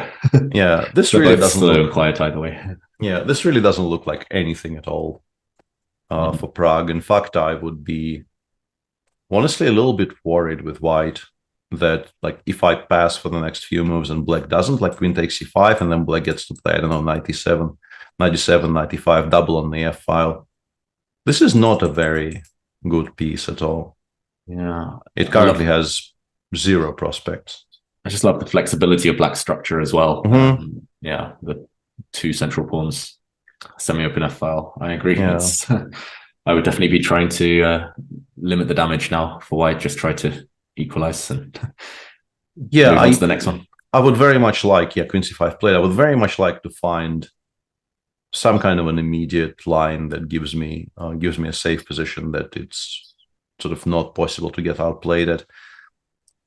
I don't know, king h1 followed by f4 maybe, because I really feel like I should be fighting against the knight appearing on this square. King h1, knight g4. I'm blundering knight g4.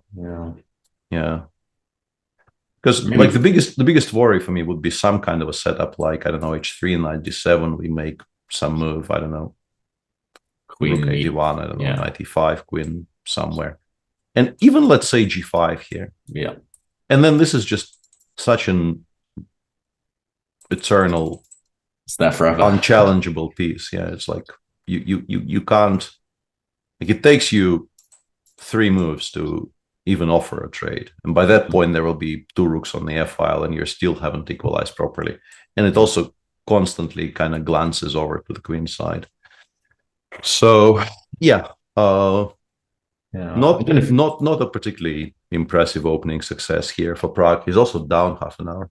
Yeah, I don't even know if getting the queens off helps that much. Maybe rook a1, queen d4, and just try to hope you can survive this. It's still, not great, but this is, I think, like even G5, this, even this, you definitely pick black.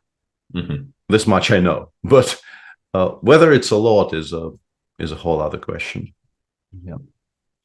Maybe the other quiet game, because there's action happening in Caruana against So, for example. This endgame is this is an improvement to sort of the theory we were discussing when Vincent was trying to get this against Magnus, because the bishop is already on d5, which is a much superior square to the normal f5 square, because you can, if you want, you can get the knights off via the b3 square, and just generally it's a good outpost. This should be okay for black. I don't really foresee too many problems, at least immediately, for Richard here. And this, I think, is just a pure Zaitsev now. If we just compare this, I will once again waste our viewers' time a little bit to explain what I mean.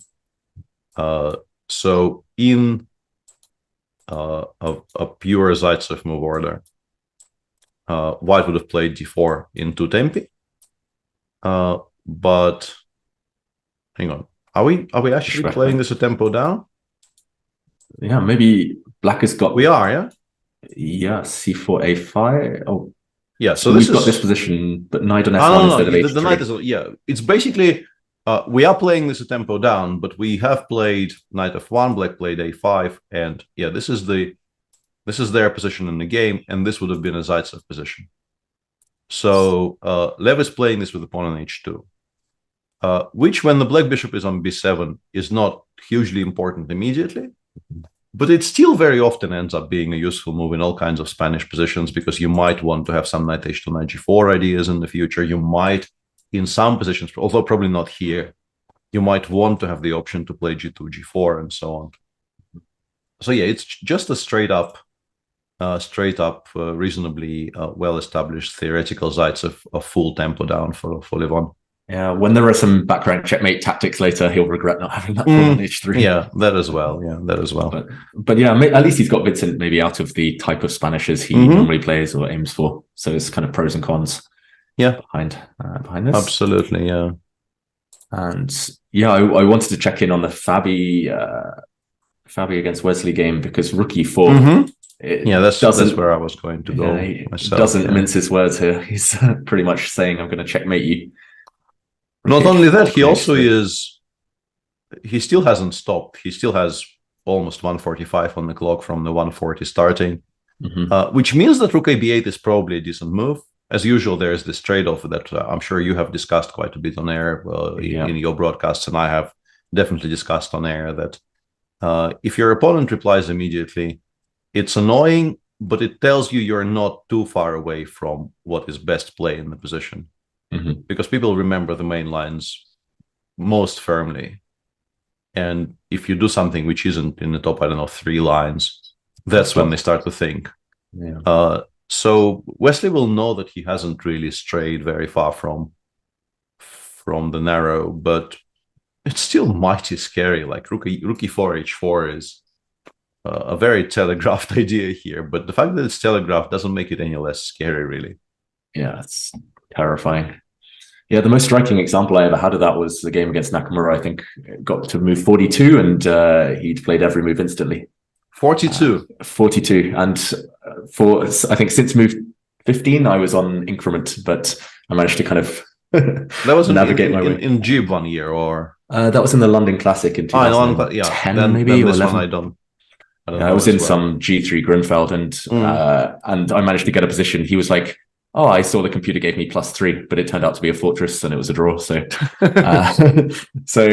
was one case where he'd just done all the clicking and he said he remembered everything. I was freestyling, kind of struggling. It was scary as hell, but I managed to survive. It can't possibly be very much fun for Wesley here, even if he probably still feels he shouldn't be doing that poorly. How do we approach this with black? That's the question, because I guess we start by calculating there must have been an idea behind rook ab8. I don't see it. c3 we still take with the queen. I'm not sure why that square was chosen. Maybe some knight a4 ideas. Mhm. Could that have been the point? But against what? Like, which move would allow knight a4? So after rook a b8. Yeah, like rook a b8, maybe knight e4, knight a4. Maybe this is the point. Because ba, I want to go rook a2, and now I've suddenly, everything suddenly clicks into place. Yeah. Mm-hmm. But the problem is, knight e4, as we are seeing in the game, is not at all obligatory. Fabi is very much declaring that he can, generate a massive, massive attack. And knight a4 steal back. Knight a4 doesn't work here, I guess, is just take it. And well, I think I can take, right? Because if you're taking on e5 with the bishop and not the queen, your attack is like severely diminished. Yeah, we go this way, king c2 and run. Yeah. I think we go this way, and we want to take on c4 and then just run towards. I wanted to say relative safety, but it's not even relative. I think on e2 it will be entirely safe if it ever needs to get there. Bishop c8 shows. Yeah, wow. I guess he's stopping queen h3 in a lot of lines, which could be very important. Mm-hmm. Yeah, because rook h4 still doesn't create actual mating threats. It's only when we establish the entire Alekhine gun on the h file that black needs to start really being very scared. I'd be curious what happens if rook h4 anyway, but I guess that's the way we start calculating. I'm slightly worried about knight a4, just like you said earlier. Let's try this again. Because now my rook doesn't defend e5, it's very different. But where's the mate? Who gives mate to who here? I guess we... Maybe rook takes... is this a move? That's definitely a move. That appears to be a move, yeah? That's a very strong move. I think hang on, knight d3 check. King d2. King somewhere, yeah. No, I think not so. I think maybe specifically d2. But maybe I could possibly take on d3 as well and run, but... Yeah, but I didn't really want to calculate. I'm too lazy, yeah. I like the idea of just stopping all the checks and... Yeah. I mean, after c3, I assume I will have some way of avoiding checks. I don't know. I mean, you assume that king... Can we do a clever king c2, king c3? I'm slightly afraid because I want to get the bishop to c4 to block. Oh yeah, that is very good. Yeah, just force your knight out the way. Yeah. Anyway, this is move 27. We're currently on move 20, so let's not overdo things. But so forced. Yeah, rook h4 does make a very decent amount of sense. Yeah. I mean, there's threats of knight e4 there, queen f6 sometimes. Yeah, exactly. Like maybe we're not threatening it yet, but even the immediate queen f6 is something that you at least have to keep an eye on. We can get our bishop out of the way of f1, maybe some ideas. Yeah. Knight a4, knight e4. Wow. I mean, beyond my little mind to even calculate that one. This was our current line. Is there a way for us to... But if this bishop gets traded away, like our attack almost immediately dissipates because also the pawn on e5 will probably fall, right? So there's pretty much never any time to play something like bishop takes c4 unless it creates a mating threat. Is there any way we can convince ourselves this is playable? Whoa. What's the count? Well, we're down some material, but we have a knight d3 on f7. Bishop f5. The problem is knight d3 bishop f5 and everything gets covered very adequately, yeah. And it looks that way. I'm still not sure. It feels like white should have a draw at some point somewhere in this line at least. I mean, in that position, queen f6 check and then some g4 somewhere. Knight takes c4 played. So this is and this is played once again quickly enough to, I think, indicate that Fabi knew that rook b8 bishop c8 existed, and it's an admission that maybe the immediate onslaught has been prevented. Yeah, because without those ideas, we're giving mate much slower. Knight c4 was the only move, says chat. Yeah, I mean, Fabi still clearly knows. very, very clearly. Fabi is still showing what he knows. I think we need a helping hand from chat or an engine. What was happening there after rook e4? Because to me, it was just a big mess. I'm sure black has some adequate way, but how difficult was it to defend the mating threats? Yeah, rook e4, knight a4 seems like the main line. And actually, this line we were just discussing, bishop c4, bishop f7, is best play. Probably makes a draw, but it is definitely white who making it. Who is making it? Yeah. So, wow. Okay. We actually got pretty close to that's always what constitutes the quote unquote truth. It's always reaffirming in this position. Yeah. Knight takes c4. Yeah, you're right. It just feels so counterintuitive to swap pieces. I guess Fabi, it helps knowing the top computer move. But knight takes c4 does. Yeah, it's definitely not ideal. Yeah, rook b8 was really clever, I've got to say, from Wesley, just to create all these knight a4 threats to calculate it. Yeah, really extremely impressive by Wesley as well. Unless he is, it's not actually impossible that he's looked at this just not specifically today, because 107.37 here on the clock for black. I mean, Wesley is good enough to have actually figured it out. But then it's unbelievably impressive. Or it is possible that he at some point looked at this and he did spend some time kind of refamiliarizing himself with what the best lines are. Yeah, otherwise we'd expect him to have 20 minutes left or 30 minutes left. Yeah, he definitely is capable of making all these moves, but he's made them, like, if he actually was doing it on his own, then he is even more of a god than we kind of knew he was. Yeah, and bishop f5 played instantly. I think you might be right, Peter. I think we might have, I might have underestimated his level of preparation here. I thought it was such a kind of rare line, such an unexpected.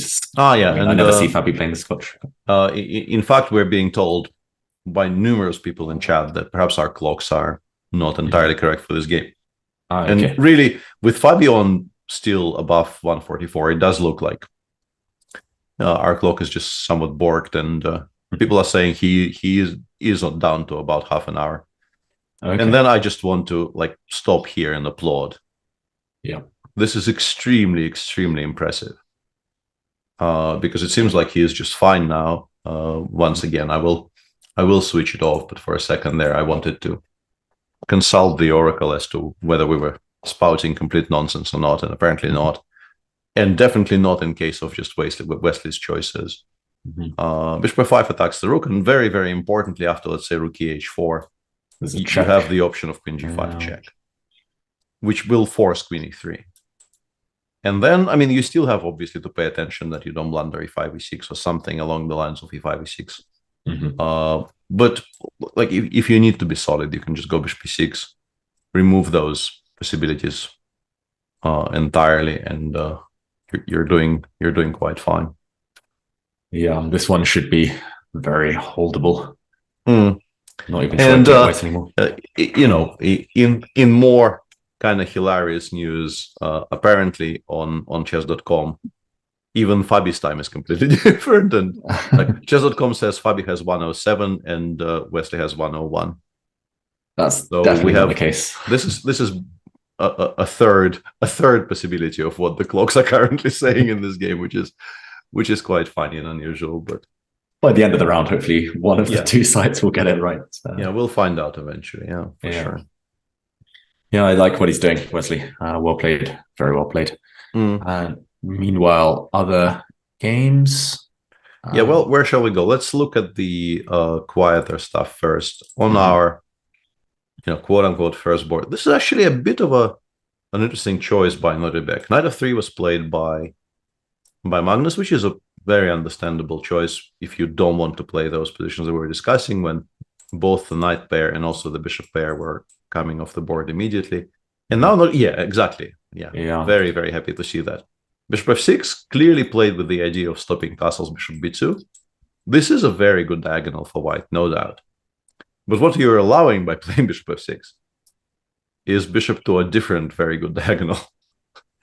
And I wanted to say this is a very committal choice by the young man, because it's not obvious you're getting mated here, not by a long stretch, but it's possible. It's possible that you are long term. What makes it less obvious than normal is that black is already very, very prepared, if need be, to go queenside. But it's not going to be very safe on c8, b8 either. Yeah. You just need to figure out how to approach things here. Like, first thing we have to answer is, how big of a threat is queen a5? I guess we could always play queen b2 if we really need to. Queen b2, right? To defend both bishops. Because I would like to play either rook d1 or rook c1 here. I think those would be my first two options. Because it does feel like we should be preparing for the king to go in that specific direction, and we need to either have the option of playing bishop d6 or perhaps the immediate pin along the c file. Yeah, I agree. But I was worried about queen a5. But yeah, you're absolutely right. Queen b2 is a good square. Then, in a slightly different vein, is it ever king f7 if we have no threats? In particular, let's say if we go rook c1, are they ever playing king f7? Super risky. Knight d4 followed by bishop c4. Yeah. The immediate bishop c4 I wasn't that worried about, because it felt like, yes, I am doing slightly weird things with my king. Even this, honestly. I mean, I'd still be terrified, I've got to say. Yeah, even this. Like, now that you see how strong of a threat queen b3 check is. Yeah, you're not going to... Yeah, king f7 is just not on. So, having established that king f7 is not really a particularly threatening idea for black. I do wonder, Peter, is f6 necessary? Do we castle immediately, just bite the bullet and say to white, if you take on g7, at least there'll be counterplay on g2? I don't know if one tempo kind of matters here, but it's, yeah, this would be I what just I'm felt inclined that towards. If I have an additional pawn for the exchange here, my kind of long-term compensation is going to be, like, even endgames very often will be kind of okay, but what you're saying about counterplay along the g file is maybe extremely relevant. I mean, for example, queen takes f7, there's already bishop rook takes g2, and yeah, just as one example. But yeah, I mean, I would still be terrified with black having the king there. Even if white doesn't take g7 yet, maybe you just save it for later, maybe rook c1 still, and somewhere still. And maybe now I'd be more inclined to take on g7 at least. Now I think we're interested, right? Because we will have g3, like, worst comes to worst, bishop f1. Yeah, queen f6, or even back to b2, and then eventually. Yeah, rook g6 is maybe. Yeah, rook g6 is a bit annoying, but yeah, let's just go back to b2 straight away, and yeah, bishop h3 can be off. Well, first of all, you have to be sure that this is not just winning, because it is currently maybe only one check. I guess black. But even bishop c6, queen c6, that was still playable. Yeah, that is very beautiful, very pretty. That is very, very pretty. But yeah, g3 and who's attacking who is very unclear. Yeah, I think I'd take white, possibly, if I'm not. I think so. Yeah, I think I'm taking white here. Bishops are very strong. This feels like a bit of an empty gesture. I don't think I'm getting mated on the king side, and we continue having very solid pressure on the other flank. We'll wait for Notibek to stew here, but he's already committed. He may have played. I mean, if we want to look for options, there is maybe a slight argument to be made for queen a5 here, provoking queen b3, I assume, because I don't think we want to take on c6. I think that would be weird. So we go queen b3, and now I take on a1, and nothing is hanging on g7. But on the other hand, this is a very good square, so I don't know how happy I am absolutely forcing white to occupy it, and also misplacing my own queen. I agree. This feels clumsy for black somehow, convoluted. Yeah, I don't like it. And not taking the exchange at all is kind of unthinkable. I don't really. Then you don't play bishop f6 because you have. You won't be able to castle kingside for free anymore, so you might as well have some material advantage for it. Like it's a very simple equation. Bishop e7, white doesn't even take. We just go back to b2 and we've gained a tempo. Yeah. Or alternatively, you can take, and after knight e7, just I don't know, gain a bunch of tempi and claim that you're actually better now, which it could very well be true. Yeah, I mean, you don't play bishop f6 just to backtrack like this. No, I mean he must have expected bishop a3. So the fans it's a very natural reply. The fans will be happy. This one is really livening up and totally unclear. I don't know what the computer says, but I mean, in practical terms, you could toss a coin. Chat is saying he has a perpetual with bishop e6 after queen b3. So this is interesting. So queen a5, queen b3, bishop e6. How is this a perpetual exactly? Wow. I don't really understand the word perpetual in this context, because my assumption is this is the reply, right? Yeah. Rook c8, maybe? Feels. Yeah, maybe white just doesn't have a good move here. I was hoping. I was hoping for knight d4 or something, but just queen b6, I guess. There, knight d4, queen b6 is, although. Yeah, queen b6 is just generally but then rook b1 solid idea. Hang on. Yeah, I'm not sure. Even this, I'm not sure how happy I am with black, right? Unless there's something better than queen b6. Rook c7, is that the perpetual? Maybe this is what they were referring to in repetition. Chat. Yeah, that is. If that indeed is the line, then we're even more than usual impressed with the. But then even with the level of our viewers. Are we sure queen b8, queen d6?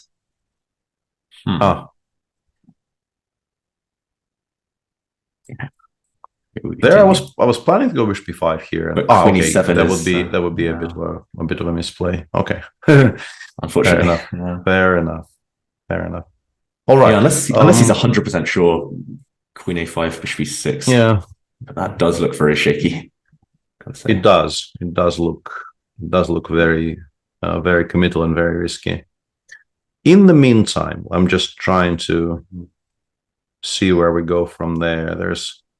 Our Scotch is quietening down quite a bit. We did get the position we expected to get. I assume Wesley takes on e3. Very hard for me to imagine queen takes g2 is even a move he would spend 3 seconds on. Like it looks like you're just trying to get mated by force. Pretty much guaranteed there'll be a mate, right? Yeah, it's just if you win a rook with this move, maybe you consider it. But like for one pawn, you never ever do this. Already queen e3 is on the board. And the question here is bishop e6 is solid, but maybe there is something that is cleaner. Is e6 a threat? I'm not sure. If we play it sort of is, yeah. a5 or bd8 or something. Yeah, I think I go e6. You have to take. You have to take again. But the problem is you cannot take with the rook because this one gets lost. And if you have to play fe, rook h7, then even very simply check and take on c7. You never really. And the immediate rook h7 was also potentially very, very playable. I don't think it's great. Yeah, bishop e6 looks. I mean, at least in blitz or rapid, you play it instantly, and then you think you kind of worry about later. My mind is kind of drawn to the idea of the sacrifice, but I don't think it's great because you sort of run out of squares here. I was wondering about this too. Yeah. Also, you're in a pin. You're in a pin forever as black after rook takes e5. You can never move the rook. Yeah, and just to illustrate, if you try taking this idea back, you get the very famous X-ray made on the h8 square where white sort of mates through the bishop on g7. Hence the name. And bishop e6 played by West.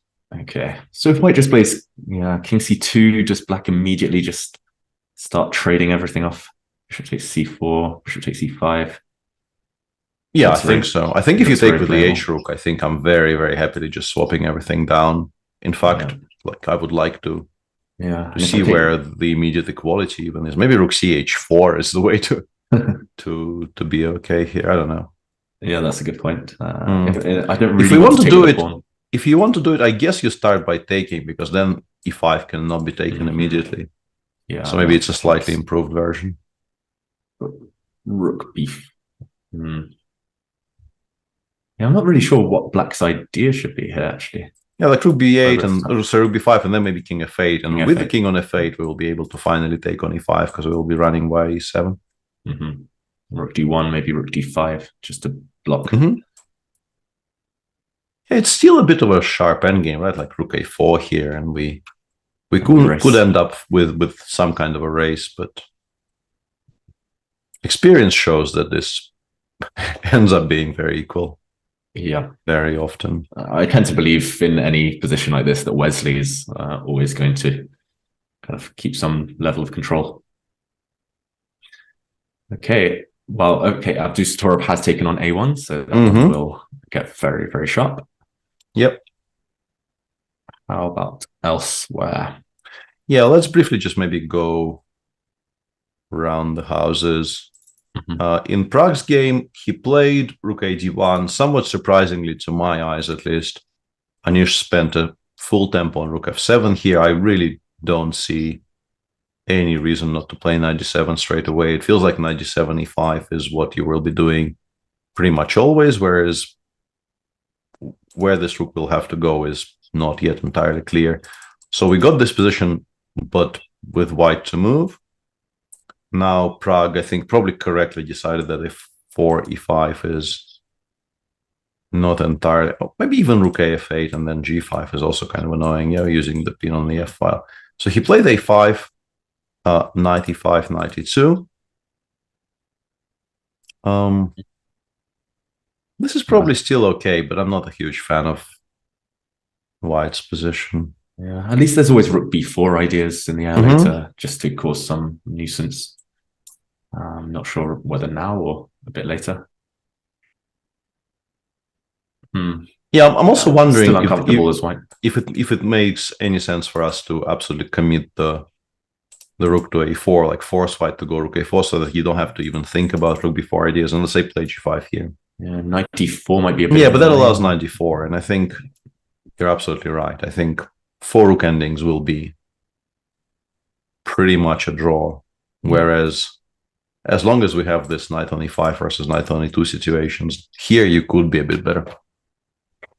I'm a fan of g5. Just sit on it. Yeah. For now, I think it's a very logical move. Yeah, ideally later you get your rook in, maybe centralize the king. It's still, unless white has a forcing way to. There it is. There it is. In the kind of a very slow moving game between Arjun and Ding Liren, something is weird with the clocks today, right? There's no way these clocks are. We're 2 hours into the game, and this is not 2 hours.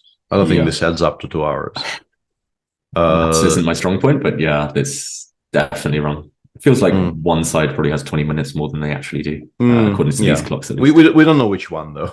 Yeah, it does feel like this is wrong, but we just don't know.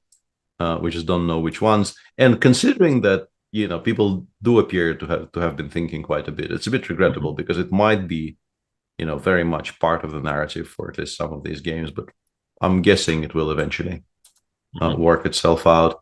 So after knight e5, white played bishop b3, and here Ding thought for a while and said, okay, now that the b file is back to being sort of closed off for the rook on b1, I can safely just cash in my chips. And also spend a tempo on h6, h5, which isn't very obvious to me, but I guess makes sense just to like a general prophylaxis more than anything else, because I don't think we are going to be threatening h5, h4 anytime soon. I don't think this is being done, let's say, to play h4 after knight f5, because first off, then g4 will be hanging again, and secondly, I don't think white is ever intending to play knight f5.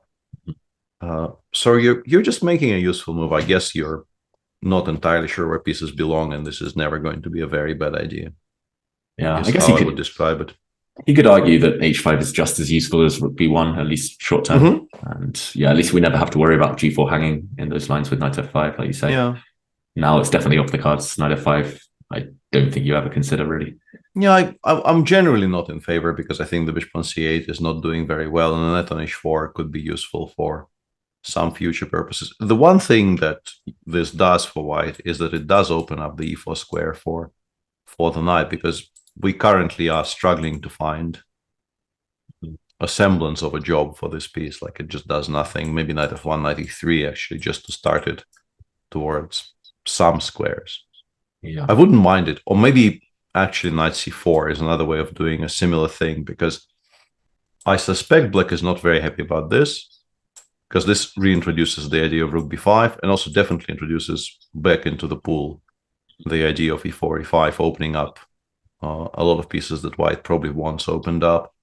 So knight c4, I assume, is going to be met by something like queen f6. At least that was my initial reaction to this idea. And now we can go knight e3 and probably provoke bishop takes e3. Yeah, because I think those are annoying threats. Yeah, I was going to say, suddenly the rook on b1 makes a lot of sense. Bishop e6 there wasn't possible because the b pawn would have been hanging instead of taking on e3. Yeah, but my problem is I don't think I mind as black in general the fact that this was traded away. It wasn't really doing that much, and that knight, stopping that knight from reaching with squares, I think is very much worth a bishop. Yeah, and now play will probably revolve around white trying to make a 4 into an actual threat, and black trying to prevent that from happening. Yeah, I mean, for example, f4 here, in a position like that, I don't know whether it's who it helps. And maybe g takes. Yeah, I was also leaning g takes. King h1, and it's at some point f3, f4. Yeah, I don't know. It's a very, very unclear position. Yeah, knight on h7 is a bit weird. Hard to say which king is weaker. Probably the black one, but the white one is also, like, after king h8, you're who is attacking who is not, I think, a completely rhetorical question. Yeah, there's still options there. Totally unclear. Yeah, for both sides. Yeah, we're very interesting position, and also I think incredibly difficult to play in practical terms for both of them, assuming that they're both now on their own, which I think is a safe assumption, even though we don't actually know what the clock says. Yeah, I did check, and it looked like Arjun was down to around 40 minutes. I'm not sure if that's correct, at least in other sources. You can actually see on the screen, or I can see on another on Chess24 on the app. I don't know. The app, we like absolutely no shots fired at anyone. I think something is slightly off with the digital transmission, so I don't know if we can trust. Yeah, I mean, the way to find out would be if we could actually zoom in on the video feed that we currently have and just kind of look at the physical clocks that they have in front of them. But my eyes definitely aren't good enough for that, and I was wondering. Yeah, let's just assume they're not in trouble yet. Yeah, at least. Exactly. In the meantime, the Zaitsev is progressing quite slowly. White is now that the pawn is on h3, you can definitely just, assign black an extra tempo. But these types of very close Zaitsevs where white gets this structure with the d5 followed by b3 and c4, they become much less crucial. Play is generally just a very, of a very slow maneuvering nature. There's not very much emphasis being paid to tactical calculations. White is always a little bit better, right? Yeah. Would you say that your Levon can make anything out of this? I mean, for example, if black just sits, I don't know, puts the queen on a5, just to stop rook a1, get off the c file. Actually, I'm not sure about, maybe. I don't think b4 is anything to worry about. I would like to play b4 somewhere. I'm not sure if I'm going to be doing it straight away or slightly later, but my idea would be, like, some kind of an ideal scenario here would be getting a position which involves me getting the pawn to b4 and then somehow forcing you to reply to c takes b5 with c takes b5. Yeah. And then I have a very, very obvious and actually a very serious target on b5, which is the pieces that black has in these types of positions are just extremely ill-suited to the, like, let me just put this on the board so that our viewers can understand what I'm talking about. Like some kind of a structure like this, you put the bishop on d3, and suddenly protection of this pawn becomes very, very difficult, to the extent that many of these positions are borderline winning for white, because it's almost impossible for black to generate any kind of counterplay. And for white, you have even very, very slow plans like these. And once you actually start properly attacking the pawn on b5, black very often just runs out of pieces to defend it with. I'm having flashbacks, Peter, to my childhood, losing lots of games like this as black before realizing that you had to be a bit more active. Yeah, queen a5 has been played. But the issue for Levon here is obviously that, like, if you try doing it right now, black always replies with c takes d5. And you're actually in trouble because everything suddenly revives. Knight on f6 will have squares. Bishop on b7 will have the whole diagonal at its disposal. And you don't particularly want to go d takes c6 because that as well makes black's life a lot easier, because this is a much better piece than it used to be behind the pawn wall.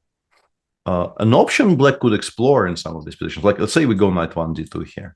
Mm-hmm. Something you could definitely explore as an option is the move b5 b4. Yeah.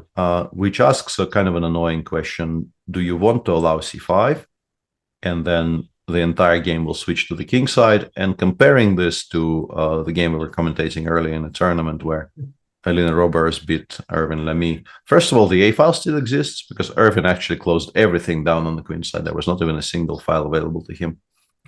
And secondly, white pieces are also very far away from the king side. So you will have to switch to some kind of a mate giving on the king side here. But your stuff is also very far away. Like you have a queen on b2, rook on c1. It'll take you a long, long time here to relocate those pieces to good squares. And if you take on c6, preventing the full closure, this type of a setup is not bad at all. Yeah. Also black in this position, but also in these variations. I mean, the idea of bishop b7, bishop d8, bishop d6 could be very quick, very relevant. If those dark square bishops ever come off, black is much happier. Much happier about things. Yeah, absolutely. That's a very good point. So I think this is still sort of that dreaded dynamic equality evaluation, which doesn't really make much sense, but people still use those words because they don't know what else to say. Yeah. Feels like it a little bit. We'll keep an eye on it. In the meantime, I said white never ever plays knight f5, to which Arjun immediately replied by playing knight f5, and Ding instantly replied by not taking on f5 either. So we are being made to look very foolish. That's not to say that the player's moves are correct, but yeah, I kind of understand knight g6 at least. H4 is seriously a threat now, or not? Maybe not right now. Queen takes g4. Yeah. Queen g5 then next move. And then h4. I think queen g5 definitely is something that he wants to play. I saw that people in chat were saying that Ding missed bishop takes f5, which is kind of a weird thing to say about the most natural and the most obvious move in the position. I guess he just disagreed with the evaluation of what I assume is the computer evaluation of this position. But knight 6 does look logical, just dropping it back, reintroducing, as you said, reintroducing the eventual idea of h5, h4. Do we ever actually fight sort of fire with fire? h3. Yeah, like h3 or h4 here. I mean, that's a very good question. h3, the question is, if black can't take, if queen g5, maybe then you go h4. Yeah, then I go h4 and you don't have the en passant anymore. Yeah. But you just drop it back to f6, and what have I achieved is very unclear. True. I mean, both sides have such weird pieces. That 9h7 just looks super weird, but white's not really creating any threats now.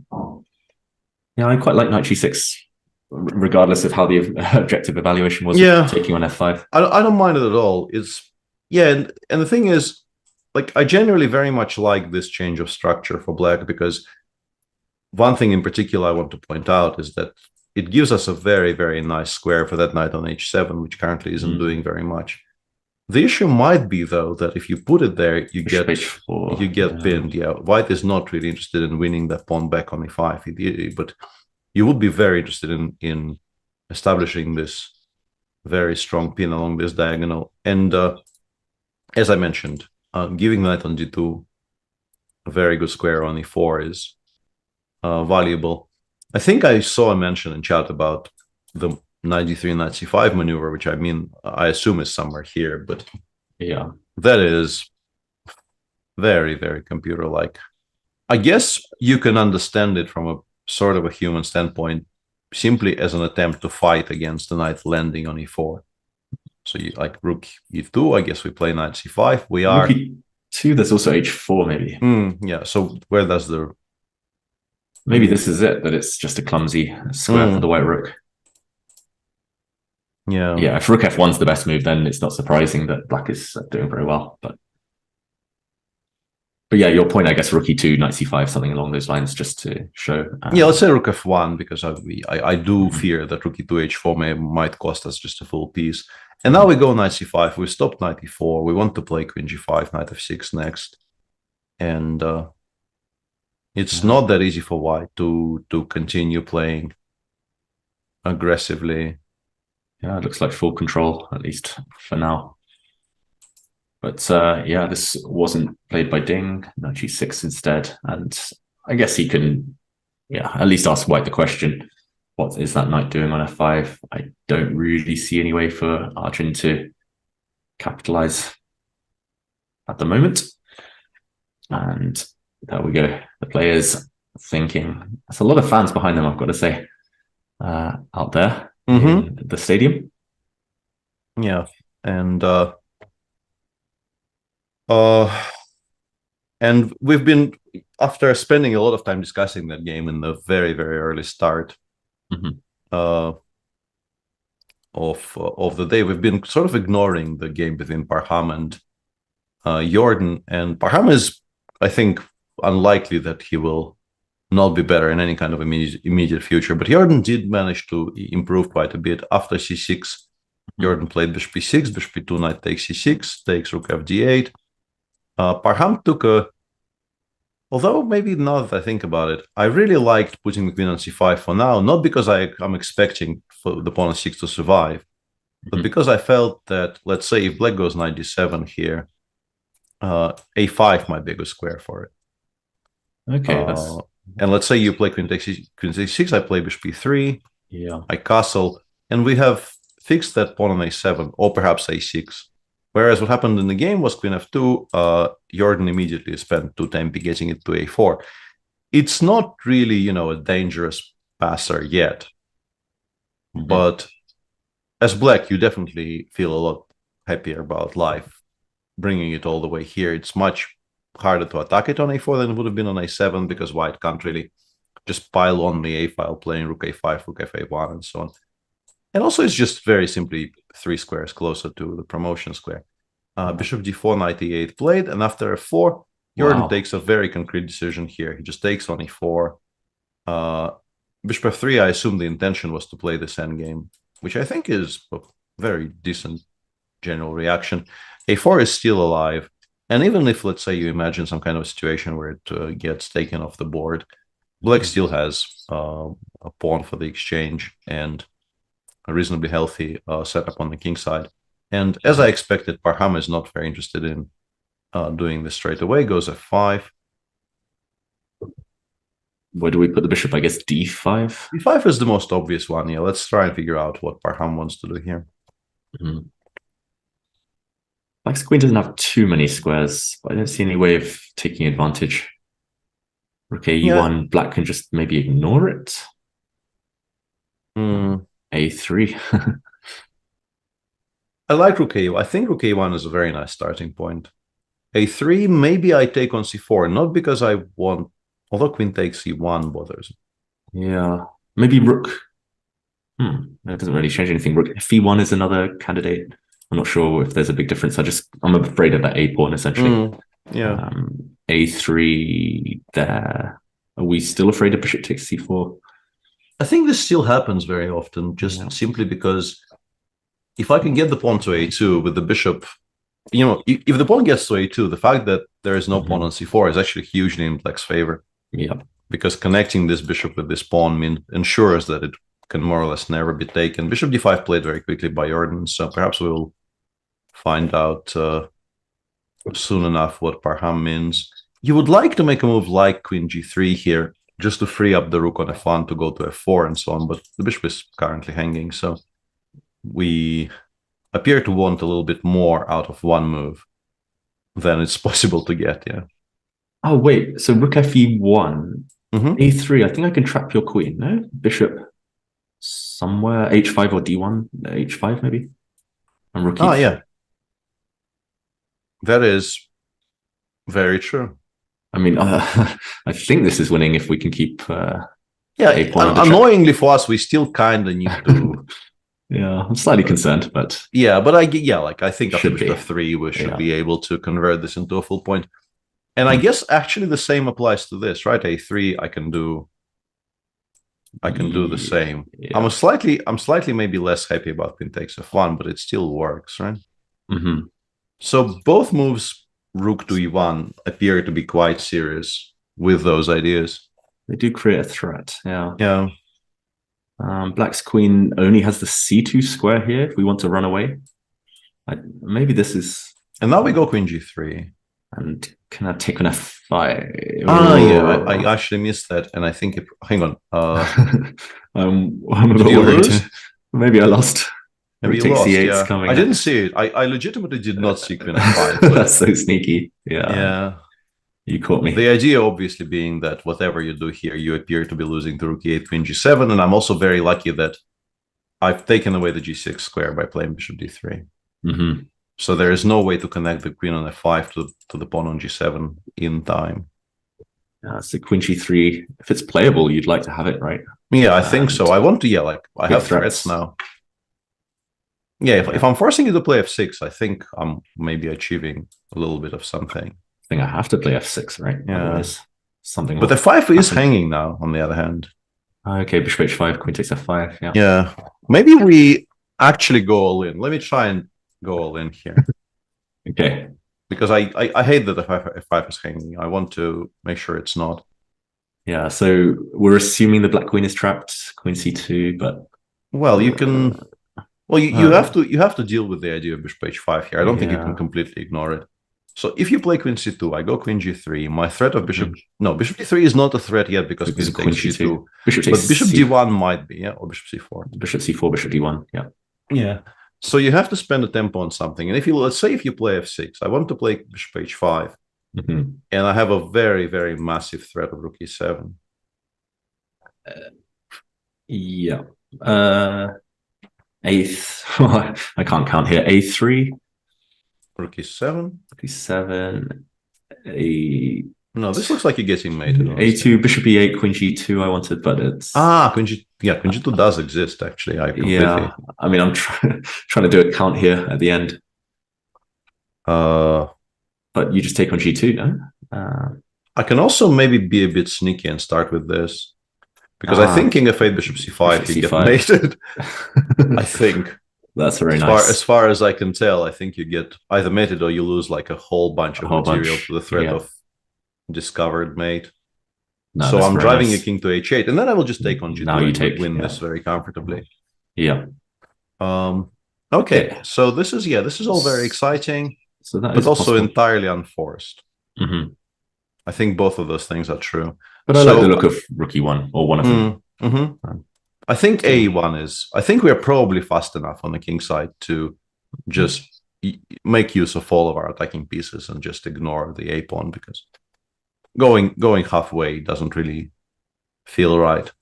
I think this would be maybe a good time to take a bit of a short break. We're 2 hours in. There's a lot of very exciting positions on the board, so we'll take a bit of a break and be back in 5-7 minutes with the run up to the first time control. Looks like a very, very good round, honestly. Plenty of fantastic positions to talk about. I'm excited, Peter. Yeah, see everyone soon. Bye-bye.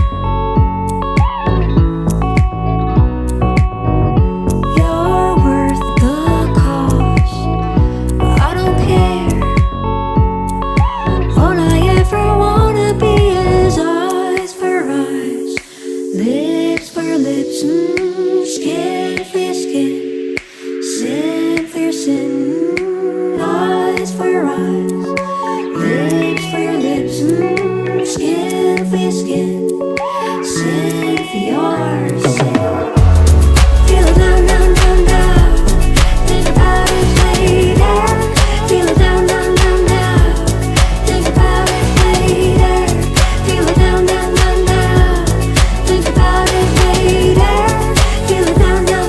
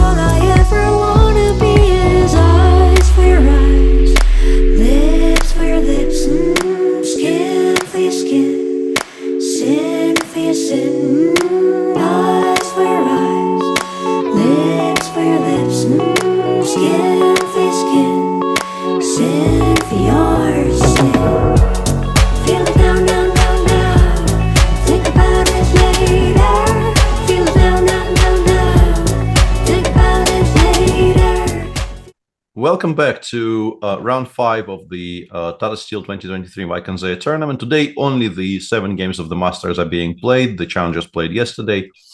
Perhaps if there is a lull in action, we could take a look at some of the games of that. But so far, lull in action is not what we're watching. There are some games which are somewhat dry, but they're in I think, significant minority. So far, the position you see on your screen, well, so far you're watching Magnus on your screen, which is always good. But if you look at the position he is staring at, yeah, this is not boring. This is not boring at all, and we're very glad for it. And he just played the move which I think I also would have played very confidently, and which the engines disagree with quite strongly, apparently. He played Queen B2, which we thought was very, very logical, like Bishop H3, G3 we thought was completely fine. But instead of Bishop H3, Bishop G4 seems to be very, very annoying for White for some reason in this position. Okay. The tactical justification, I guess, is that tactic that you pointed out earlier. So that would be one level. But on a sort of slightly more advanced level, I guess if you play Knight D2, you have to care a great deal about Queen E5. Yeah, that's very sneaky. I'm not sure.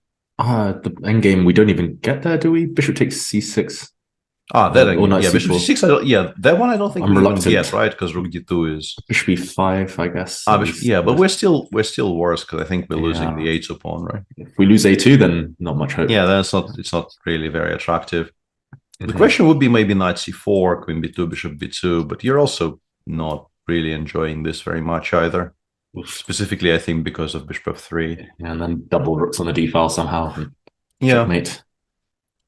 Okay, what should Magnus have played instead? Because Queen B2 looks so natural. the move the engine was insisting has to be played is just kind of difficult to play in real life, because Queen H7 looks like, all the same things will still be very much relevant. Bishop G4 remains a very problematic thing to deal with, and I think what it wanted White to do was to actually go for some position like this and just allow the infiltration.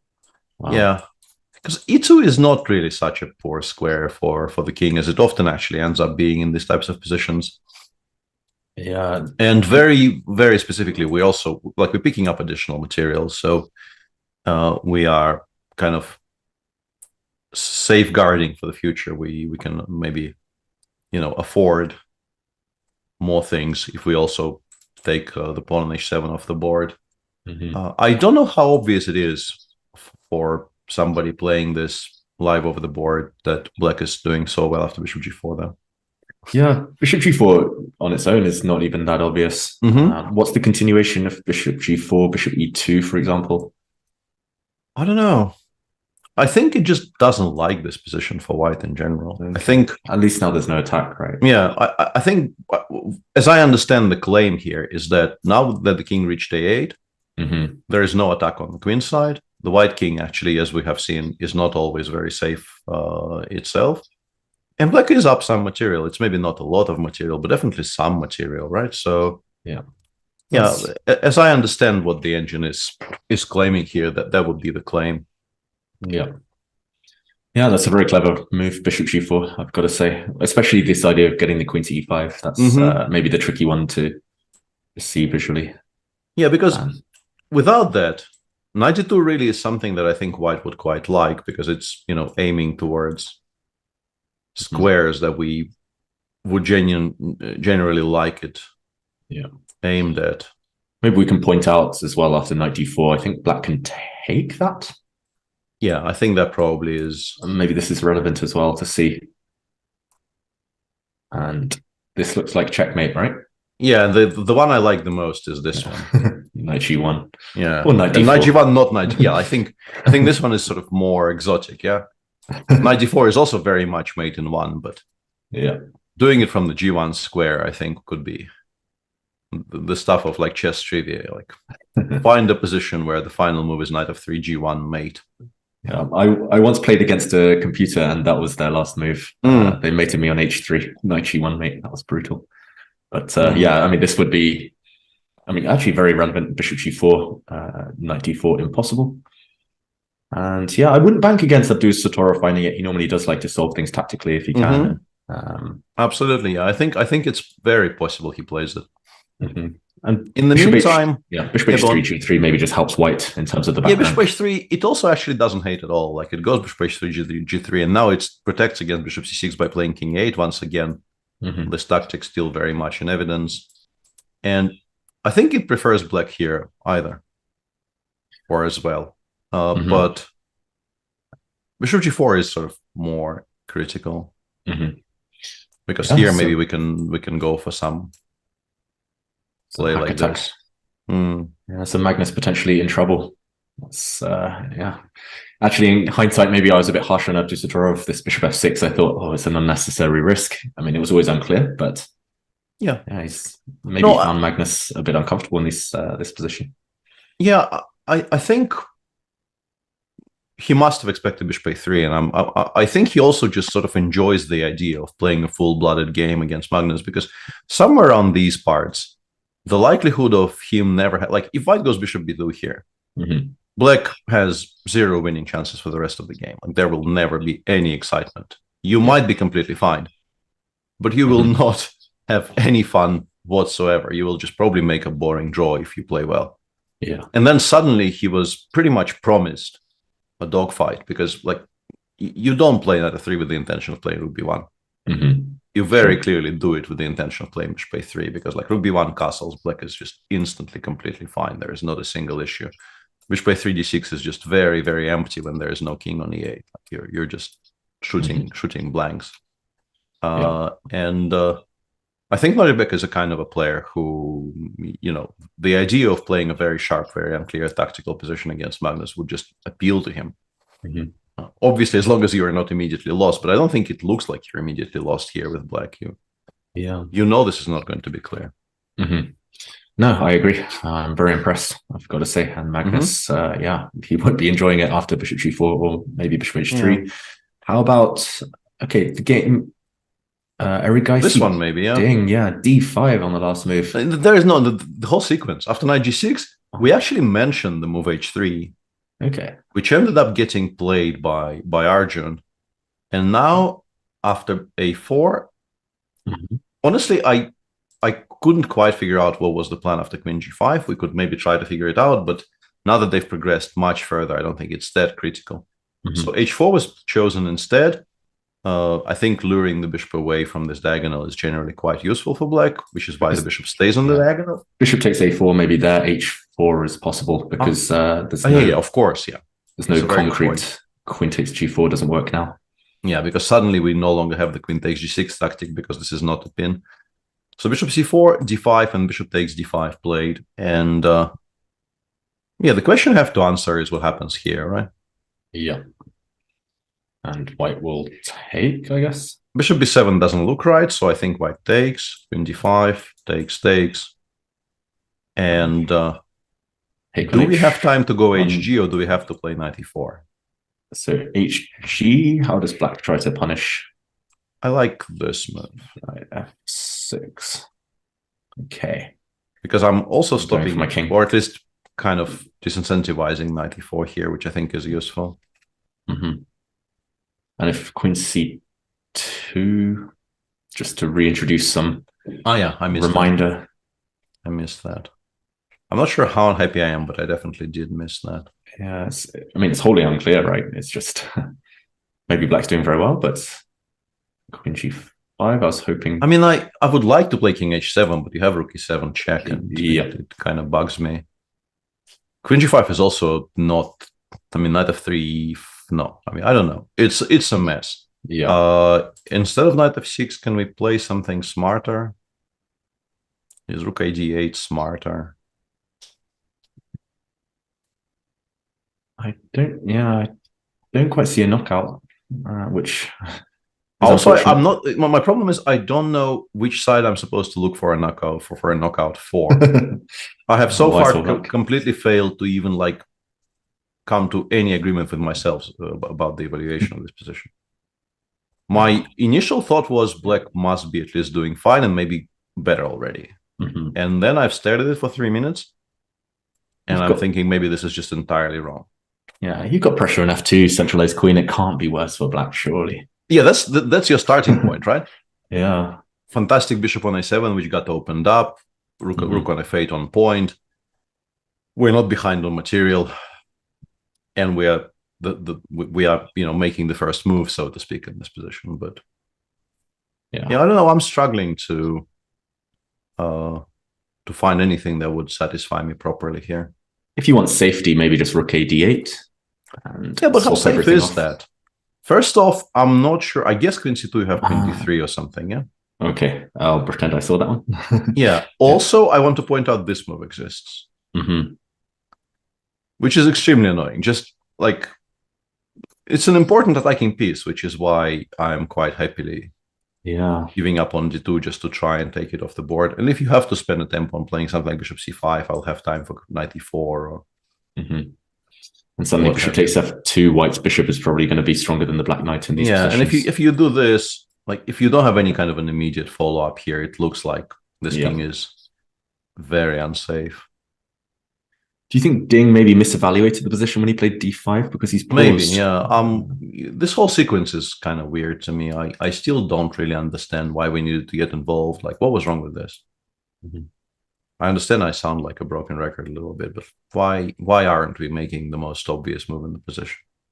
It must be h4 because black's threatening h4 Okay, but just, Yeah, and then what? Good question. Yeah, I understand h4 exists, but I don't really understand what the follow-up is. Now I think I'm very happily taking on f5 twice next move if it's available. I guess I have to play something like queen c2 to protect it, and it's just very tense, right? It's I agree. I think this is much more attractive than what we could be about to get in the game. Unless he's seen something found, by the way, by Abdusatorov on the top board. Let's just briefly, perhaps for the viewers who weren't there, lots of excitement, by the way. Perhaps one of the least exciting games of the round. There is still something to talk about here because we left it somewhere here. Anish did play g5. Pragg very correctly is aiming to challenge the knight on e5. And Anish just offers a draw here. Wow. And Pragg says no. And Pragg says no. And it's all of these things are, extremely, extremely curious to me. Yeah. I don't think white is better. So what we're seeing here is sort of the young man he genuinely, I think, feels that every game needs to be played to its conclusion. He doesn't really like the idea of leaving anything on the board in terms of, playability. Maybe he is even, now that they've traded the knights as well on d3. The b7 pawn is a bit of a target. Yeah, like if we're in time to play like f3, rook fc1, rook b4, we will have some pressure with white. So maybe his evaluation is also on point, more on point than mine anyway. Yeah. Also, maybe he just senses the momentum. Anish, we see him there, not looking too happy, and it's bizarre to offer to repeat moves when just 5-6 moves ago we thought he had a very safe, stable advantage as black. Yeah, it really does feel like either we just horribly misunderstood something about the position, or he maybe didn't play it as precisely as all that. But I do somewhere in between, maybe. Yeah, it feels a bit. Yeah, I refuse to believe this is not very pleasant for black, to be honest. I agree. Knight d7 or knight g4 and just tempo up. And... Here, I can definitely imagine this becoming quite nice because. One somewhat critical thing here to discuss is the move g5, g4. Yep. Just trying to at least create something that white pieces could be tied down to. But first of all, like even this solves the issue reasonably well, but also you have to calculate e5. I guess black would play h5 here and change maybe pawn this structure. Is not so bad, yeah. Maybe this is not so bad. It's unclear. Black's pawns are very weak. Maybe just d6 and rook c1, open file. Yeah, put the rook on e4, the other one on c2. Yeah. And eventually we can start like digging out with g3, king g2, h3, and so on. This looks very level, honestly.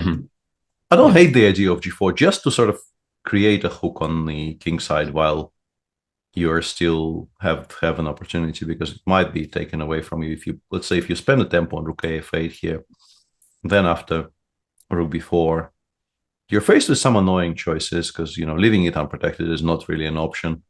And if you're forced to play c5, it's going to be a very strong piece on b6. Maybe you play c6. I guess c6 and d5 later is always the way, but yeah, it feels like black should be fine, especially if you get the king over later, exactly, to c7. But no, I'm glad the game's going on as well. I really like this attitude of all of these youngsters of playing for the win, and or at least keeping the game going. Absolutely, yeah. It's very nice to watch. In the meantime, we'll return to the really sharp games at some point, absolutely. But one thing I wanted to... actually, let's take a look at this, because this is just very, very interesting to me. Wow. It's either a large blunder, which I think is what the engine appears to be suggesting, or some kind of a genius concept, because as we've established, a move like bishop h5 here wins material on the spot. Because queen d3, rook e3 captures the queen. Is he intending to just play a2 and put a bishop on b1? No, but that actually, I think, is completely lost, because now you can't attack this rook at all. Yeah. So white has an absolute free reign to, I don't know, give mate on the king side or what have you. I think this one you never hold. Like, your chances to hold these types of positions have to be connected with getting the rook over to b1 somehow. Oh, okay. Maybe rook b8 on the last move is still possible, right? Yeah, this I could believe in. Or at least, let's say, this being the idea, I could believe in. I don't know if it works. I suspect it shouldn't, but this being the idea he's playing for, I can definitely get behind. Yeah, this is annoying. It's a big threat. I guess worst comes to worst, we can play queen takes a2 here and not lose. Yeah, but f5 gets, like, we're not worse, but we're also not going to win. Yeah. At least there's a safety net. Bishop b6. That could be important, though. Yeah, it could be. We might have to give it up, but we are winning the a2 pawn, and then but black has decent saving chances here. Knight goes to f6, and you have very, very active rooks on the b file. This is not lost. It's worse, but it's not lost. Unless I can quickly attack f7 before you get organized somehow. We still have to secure the back rank, right? So I was hoping maybe queen f4 or queen somewhere first, just to give my king some breathing space, and then rook a6. You can still defend rook a7. Even bishop d5 is not bad, yeah. Or even maybe rook b7, get one pair off the board. Yeah, I'm not sure.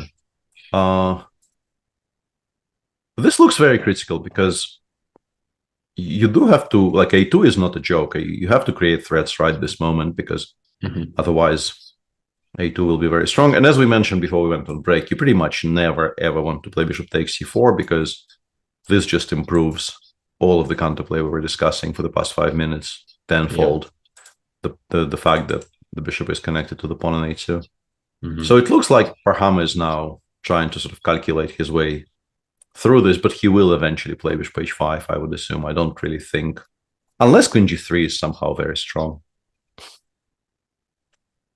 And a2? A2, bishop... Queen takes c1, I guess, will be played next. Yeah, this is the issue. Like bishop f3, you go queen e1, rook e1, a1, and I'm pinned, I pin you. And therefore not in time to give mate with rook e8 and queen g7. Yeah, and this is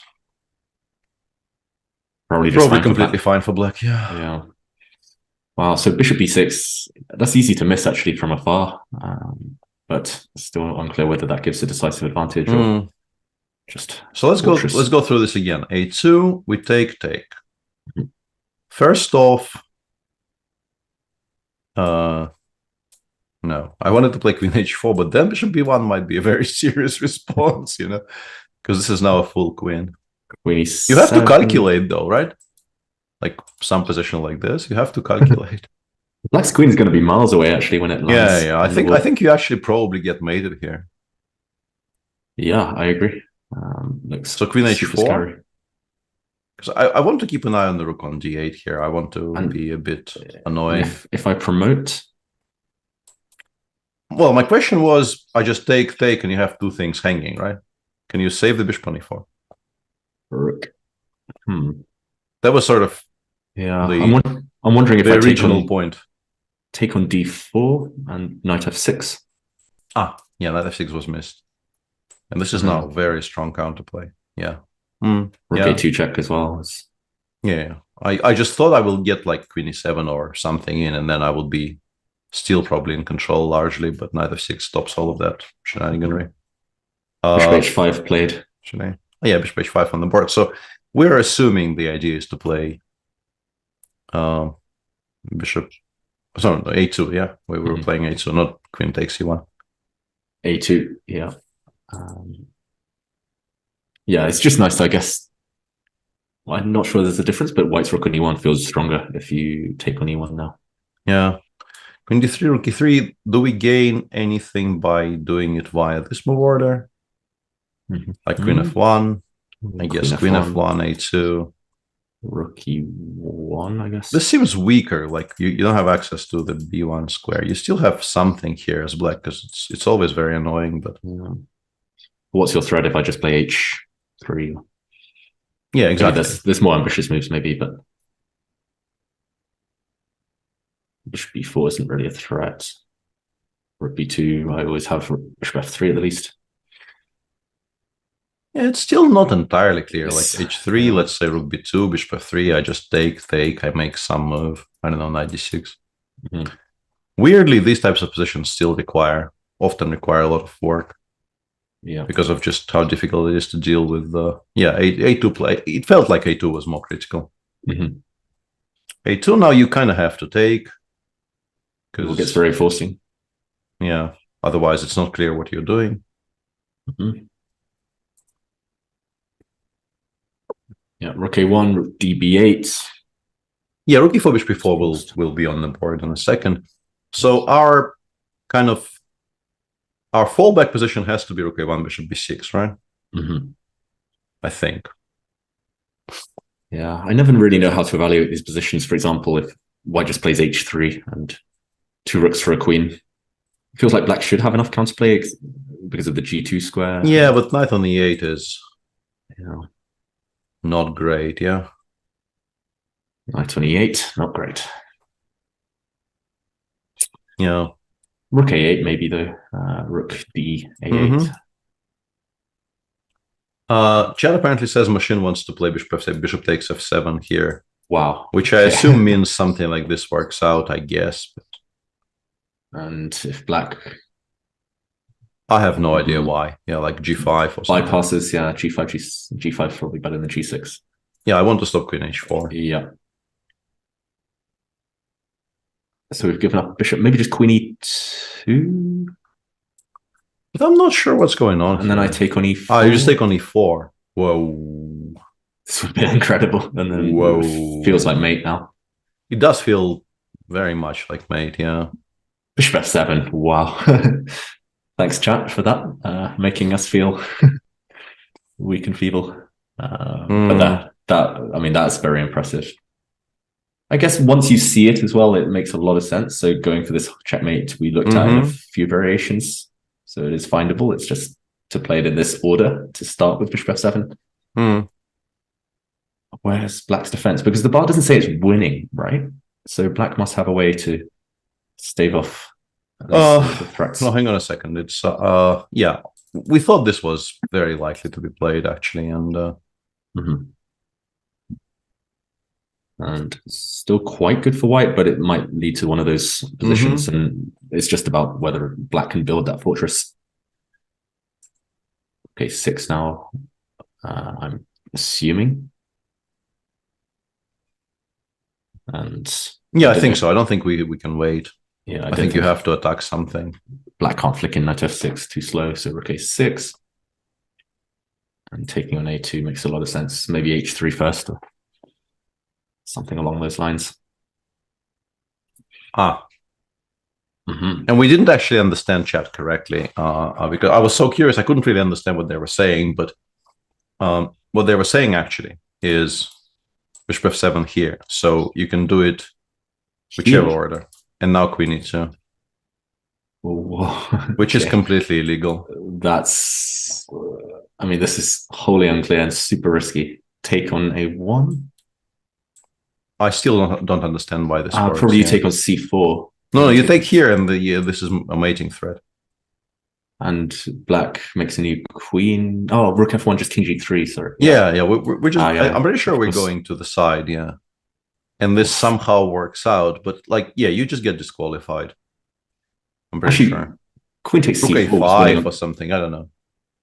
Queen c4. Queen c4 was just mate. Yeah, I think so, because of queen e6 and bishop. Yeah. It was just. Yeah, sorry. Why didn't I believe you from the first? Yeah. Although, knight c7. I still don't know. Yeah. Feels like it's mate, or maybe we played the wrong order, but yeah, I don't think very many people even look in that direction. To be honest, for sure. Yeah, there's some weird king chases now after queen g8, queen g7, and black starts running. Yeah. Wow, this would have been another level of excitement, but also, beyond human. Yeah, weirdly, like the engine just goes bishop takes f5 here, and this position you probably lose. Mm-hmm. So I'm guessing this was a winning tactic, but yeah, I think very, very few people even consider bishop f7, queen e2 here, because it just like you don't have very many attackers. Like for you to just like continue calculating past one of these points, you have to have a very strong belief in things working out here for white, and I wouldn't have it. Mm-hmm. And was there a difference bishop takes f7 and starting with queen e2? I mean, now we've seen the idea. You mean here? Rook a1, rook db8, and maybe queen e2. Is there a difference that black's king doesn't have to take on f7? Maybe. Maybe it gives black an additional option of playing king h8. Mm-hmm. And then rook f1 check and rook a1. Yeah, so much finesse. That like if you actually see that in a live game, I think it's a very, very easy contender for game of the year. Yeah, game of the year. Yeah, the kind of a tactic like that. Yeah, instead of all that, we have what we sort of expected to have, where, as I mentioned, like, of course, white has an extra queen. White is always going to be at least a little bit better, but you are not guaranteed to win this by any stretch. Yeah, and one of the variations in the other line you mentioned, we could have something similar, but with the f pawns off, and that's a huge difference. It means the fortress is so much less likely for black. Mm-hmm. And also, I guess we got to spend a tempo or two now, just getting the king safe. Yeah. h3, I think, very importantly, black needs to... no, he doesn't. Yeah, I thought knight f6 was blundering queen b6, but a8 is actually controlled by the bishop, so we don't have to even give this check just yet. Honestly, feels like this is probably closer to a draw than it is to a white victory. Yeah. Because f5, like, with that pawn back on f2, I think we take white very confidently, but with the pawn on f5, your king is always going to provide sources of counterplay, and my evaluation at least would be that it's more often a draw than it isn't. Yeah. h3 played, and even let's say if we discuss a kind of a hypothetical scenario where these bishops come off and you win the pawn on d3, let's say some position like this, I feel even a position like this would be extremely difficult to win for white. Like the knight goes to f6, we put the rook on c4, maybe play h6, h5 if allowed, so that we don't have to worry about this storm ever happening, and then we chill forever. Yeah, it'll be difficult for white to get one set of rooks off without dropping the c3. Of course, if one pair of rooks comes off, you win, but not clear how easy it would be to force. We've been more or less completely ignoring this Grunfeld, but it's just, honestly, and I say this as a Grunfeld aficionado, this is not a very exciting Grunfeld. I think Richard is doing quite well. You just have to make sure you don't lose the control over the c file, but there has to be. I mean, first of all, I think you can go rook c6, right? Rook c6, rook a8. I don't really see much wrong with it. Yeah, knight d2, knight a5 in that line. Yeah, d5, rook d5 is possible, but once again, I like rook ac8 is probably playable. I can probably also just go rook a g8 and start. The question is swapping down. Yeah, I guess there's no need to risk taking on h4 in these lines as black. Yeah, I'd be very reluctant. Not now. Here it loses the piece, but in that last position, in that last line. Sorry. Honestly, I would I would probably not even look in that direction, because like rook d7 followed by knight d6. If you allow something like that, you suddenly find yourself in a situation where regretting the greed. Maybe. Yeah, I think we're playing to lose here rather than playing to win. So yeah, I want some material off. I want at least one pair of. Although honestly, it takes rook d3. I missed rook d3. Maybe this is not that easy. Although now you take on h4 maybe, or is it so dangerous? Yeah, because this is no longer a threat. So just go a6 to b5 or a5 or whatever. Yeah, that is true. Yeah, now it's actually very relevant that it's hanging. Yeah, you're right. Yeah, one set of rooks off and black is safe. I like rook c6 a lot. Maybe also a6 b5 if you really just want to play it safe in the game position. Yeah, I'm expecting Kokesh at some point to pull the break, and it should be a draw. Probably. And before we return to the more fancy positions, the structure got changed quite significantly in the game between Levon and Vincent. Vincent played queen a5, knight g3 was played instead of knight 1 d2, and Vincent played b5 before here, knight e1, but not with the intention of closing everything down, but with the intention to keeping the structure semi-open. And then he played c takes d5, allowing e takes d5. And this is a weird one, because I think optically it's very, very easy to be fooled into thinking this has to be very good for black.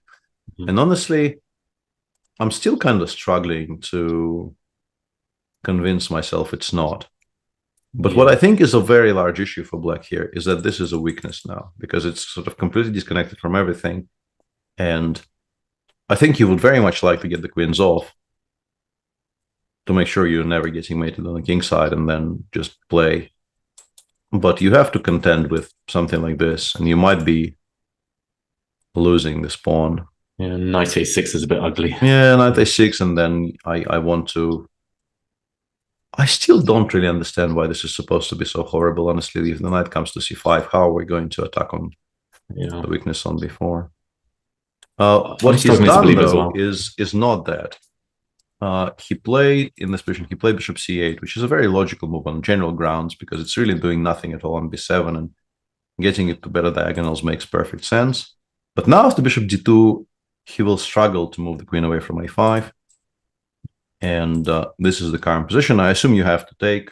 It's a bit too late to do anything else. And the fact that he played bishop e7 on a couple of moves ago means he's going to play bishop d8 here, surely after knight d3 and taking those pieces off. If he gets his bishop to c5, it's strategically. Then he is doing really, really well. But let's see what happens if he just goes bishop d8 here. I'm a bit afraid of getting attacked somehow, but I don't queen see c1 or something. Yeah. Queen c1, at some point I might have queen a3. I don't know. Maybe queen a3 is playable.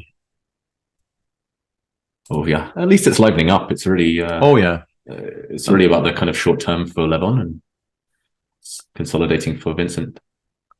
Yeah. This is definitely not the kind of a position I expected to have by move 30 in this game, where I thought it would either be entirely closed or the weight of the game would be sort of on one side, whereas here, even ideas of playing f2, f4 are not entirely out of the question, because I think white will be trying to combine, reminding black about the a-pawn constantly with an attempt to create something on the king side. Very interesting round, all in all. Even the positions which are, somewhat dry are not all that dry, frankly. Yeah. Okay, so where do we go? I think, are we about to see a draw in Caruana against Wesley? Yeah, looks like. I mean, this looks like okay. He repeated a couple of times. So we left it somewhere here. King c2, rook b5. We had on the board actually. Fabi played bishop d4 and a4, and black finished setting up and finally played king f8, creating the threat of taking on e5. Fabi gave a check. Wesley repeated once, and then actually went to e8. Okay, wow. And now e5 is hanging, legitimately hanging. Yeah, I was a bit afraid of e4, but I wonder if this is what he yeah, means. I think you're right. Just giving up the exchange and Because yeah, like first of all, these are all very weak, and also the rooks, which were committed to attacking the king on g8. Now there is no king on g8. There's definitely no attack with the bishop on g7 surviving. Yeah, we're going to have 2 for the exchange. Very, very strong bishop eventually on the e5 square. I think black is never worse. I don't think black is necessarily already better, but very difficult for me to imagine black ever having a single problem. I agree. I love this decision. It feels a bit risky at the onset, but yeah, the more you look at it, the more black's bishop just looks fantastic. It also might be forced to a degree because like rook d7 is actually mate. Yeah. So if you want to not sacrifice this exchange, you have to go all the way back to d8, which feels like rook h7, bishop b5, rook. Although you're not actually losing very much here, right? White might have an immediate draw though. Like rook h1 creates such a threat of rook h8 that maybe there is nothing strong. Bishop d6 exists. Yeah, bishop d6 exists. Okay, we'll see. We'll see. But Wesley definitely had an immediate draw on the previous move, and chose not to do it. Yeah, very enterprising. That's happened a few times in some of these games. Players turning down the option to bail out, which is nice. All of the moves we were discussing have appeared on the board in the game between Arjun and Ding Liren, and White is apparently a little bit better. I think that's a similar conclusion that we came to, right? Or at least it's easier to play with white. You've got queen c2, sometimes queen takes a4. I don't really see what black does. Yeah. And since this apparently has become public knowledge, I think to me, maybe slightly later than to even our chat, who monitors everything much more diligently than we do while we're live on air. There's some long-awaited news on the topic of the World Championship match. The venue has been announced, and also the dates, I think, have been announced for the World Championship match between Jan Nepomniachtchi and Ding Liren. And the match will be held in Astana, Kazakhstan, from, I believe, the 7th of April until the 1st of May, were the numbers I saw on my screen. Which is actually a departure from what we were led to believe, because the only venue that was publicly, somewhat leaked as a possibility was supposed to be Mexico City, as far as I knew until today. But it's a kind of I understand it probably played exactly zero part in the decision being taken, but it's a kind of a nice geographical midway point, right, for the players. Yeah, they both share a border. It's it makes a lot of sense. And I mean, it came out of the left wing for me as well. But I know that Kazakhstan, they're pumping a lot of money into chess these days, and clearly they were inspired by some home successes during the World Rapid and Blitz. It makes sense. I do wonder why it's taken this long. I haven't read up too much on what the delay has been on all these failed bids or the confusion there. It's what, 2.5 months now? I found over the years that very diligently not following FIDE politics as much as I can does fantastic things for my mental health. Yeah, life expectancy probably higher, just not stressing about these. So I also just make sure I get them when they get publicly announced. Like, not being involved at any point in the process is just a very, very sound plan for me personally. So Kazakhstan is clearly becoming more and more interested in chess on the state level, and as you mentioned, they had some very, very good results during the World Rapid and Blitz recently. In particular, you have to be very, very impressed, and I feel kind of ashamed because I gave almost no attention to that particular storyline while I was myself covering the World Rapid and Blitz, that Bibisara was actually defending her title in the Blitz, and she did successfully defend it.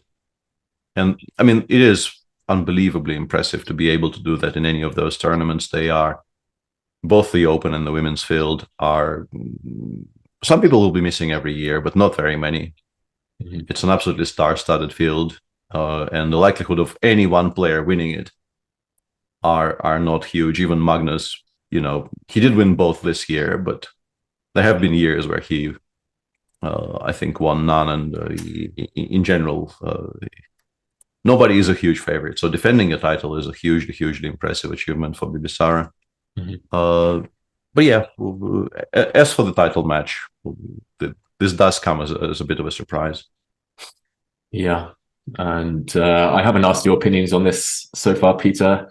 We're watching Ding now, but who do you hold as the favorite for the match? Yeah, it's difficult because I think they're fairly evenly matched as players. I think Jan has made tremendous improvements in recent years. I think you could definitely, like the 2019, everybody says specifically 2019 Ding Liren probably beats the 2019 Jan Nepomniachtchi. But these are neither of those two players.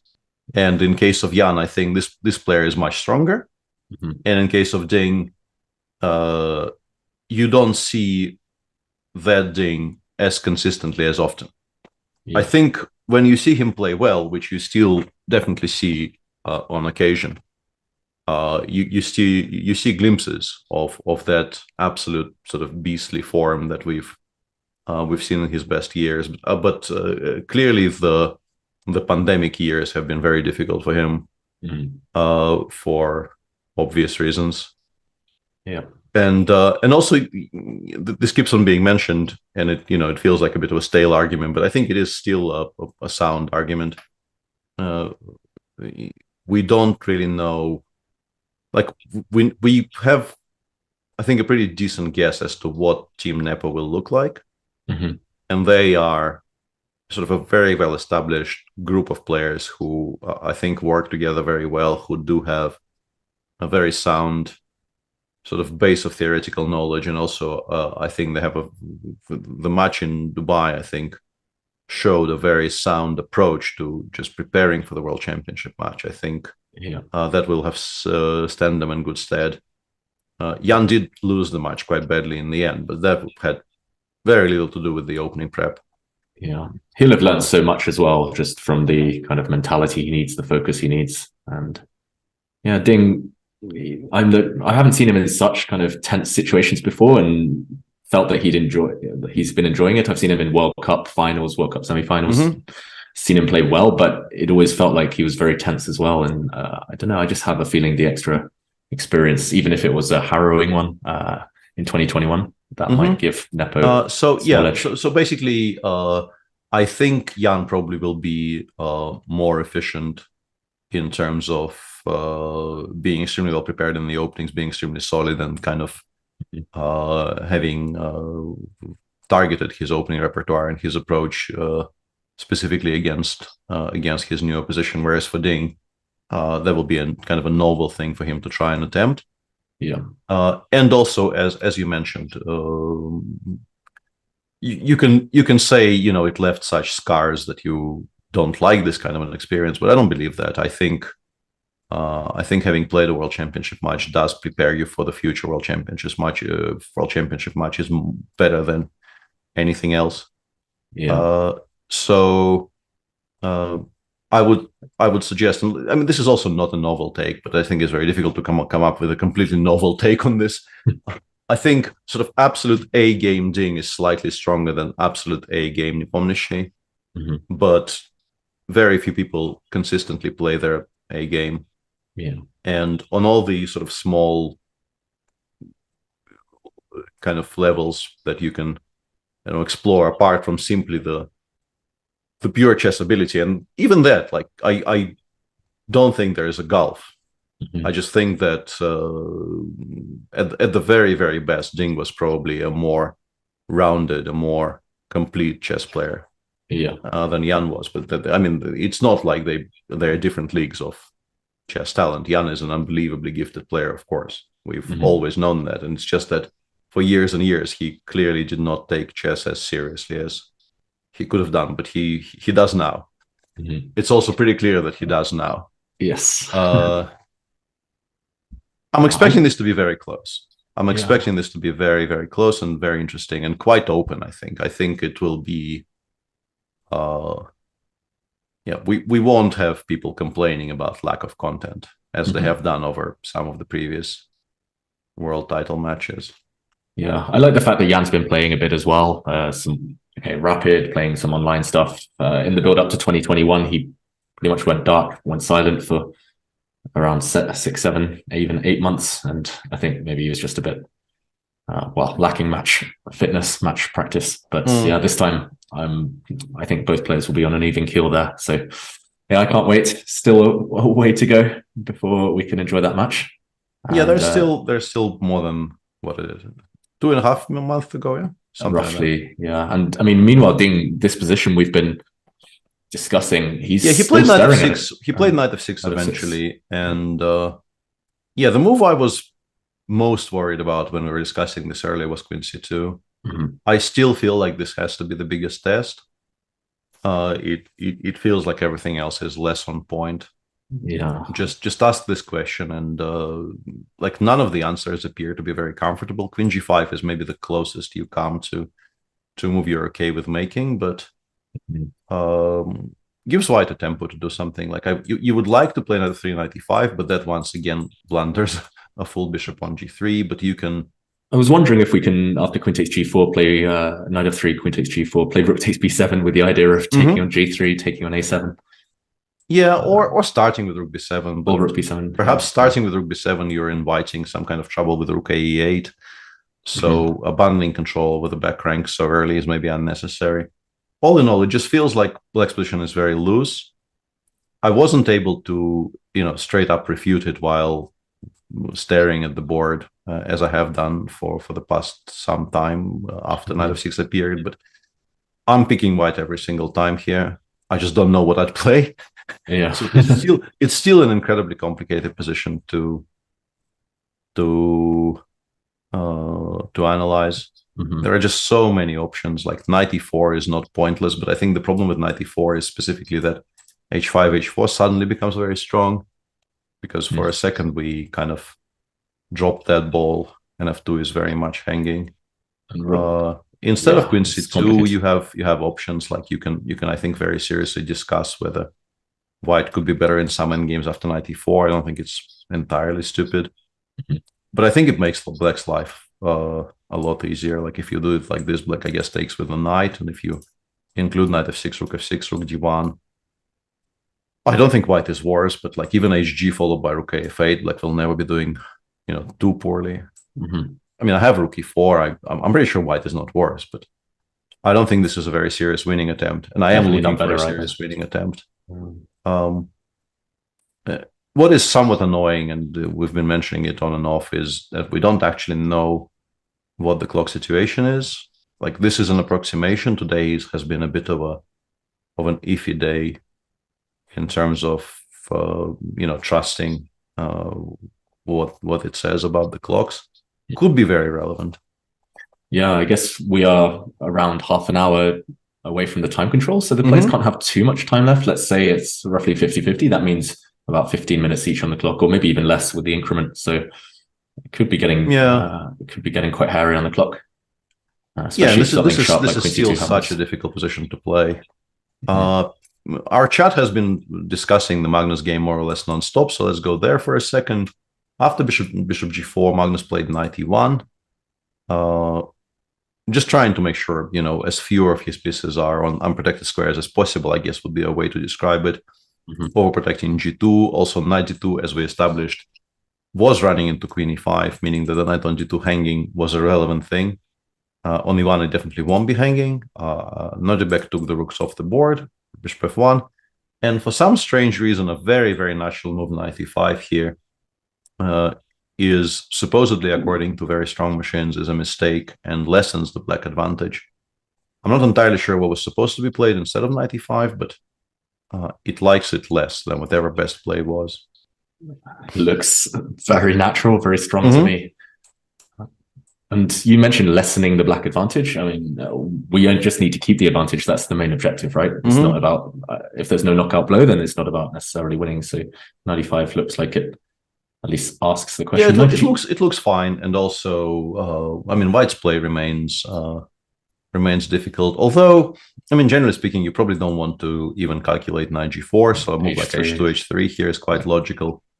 And yeah, I was wondering, because I actually do very much like the idea of just putting the king on a8 and giving White the move and going from there. And this was indeed the engine suggestion. And the person who put it in chat put a smiley face to that, because it really isn't as absurd as some of the quiet moves we've seen, let's say, in the Abdusadorov Maksudlu endgame yesterday, where you really weren't, I don't think you were supposed to guess them. Yeah. Here, I think it's a very makeable decision.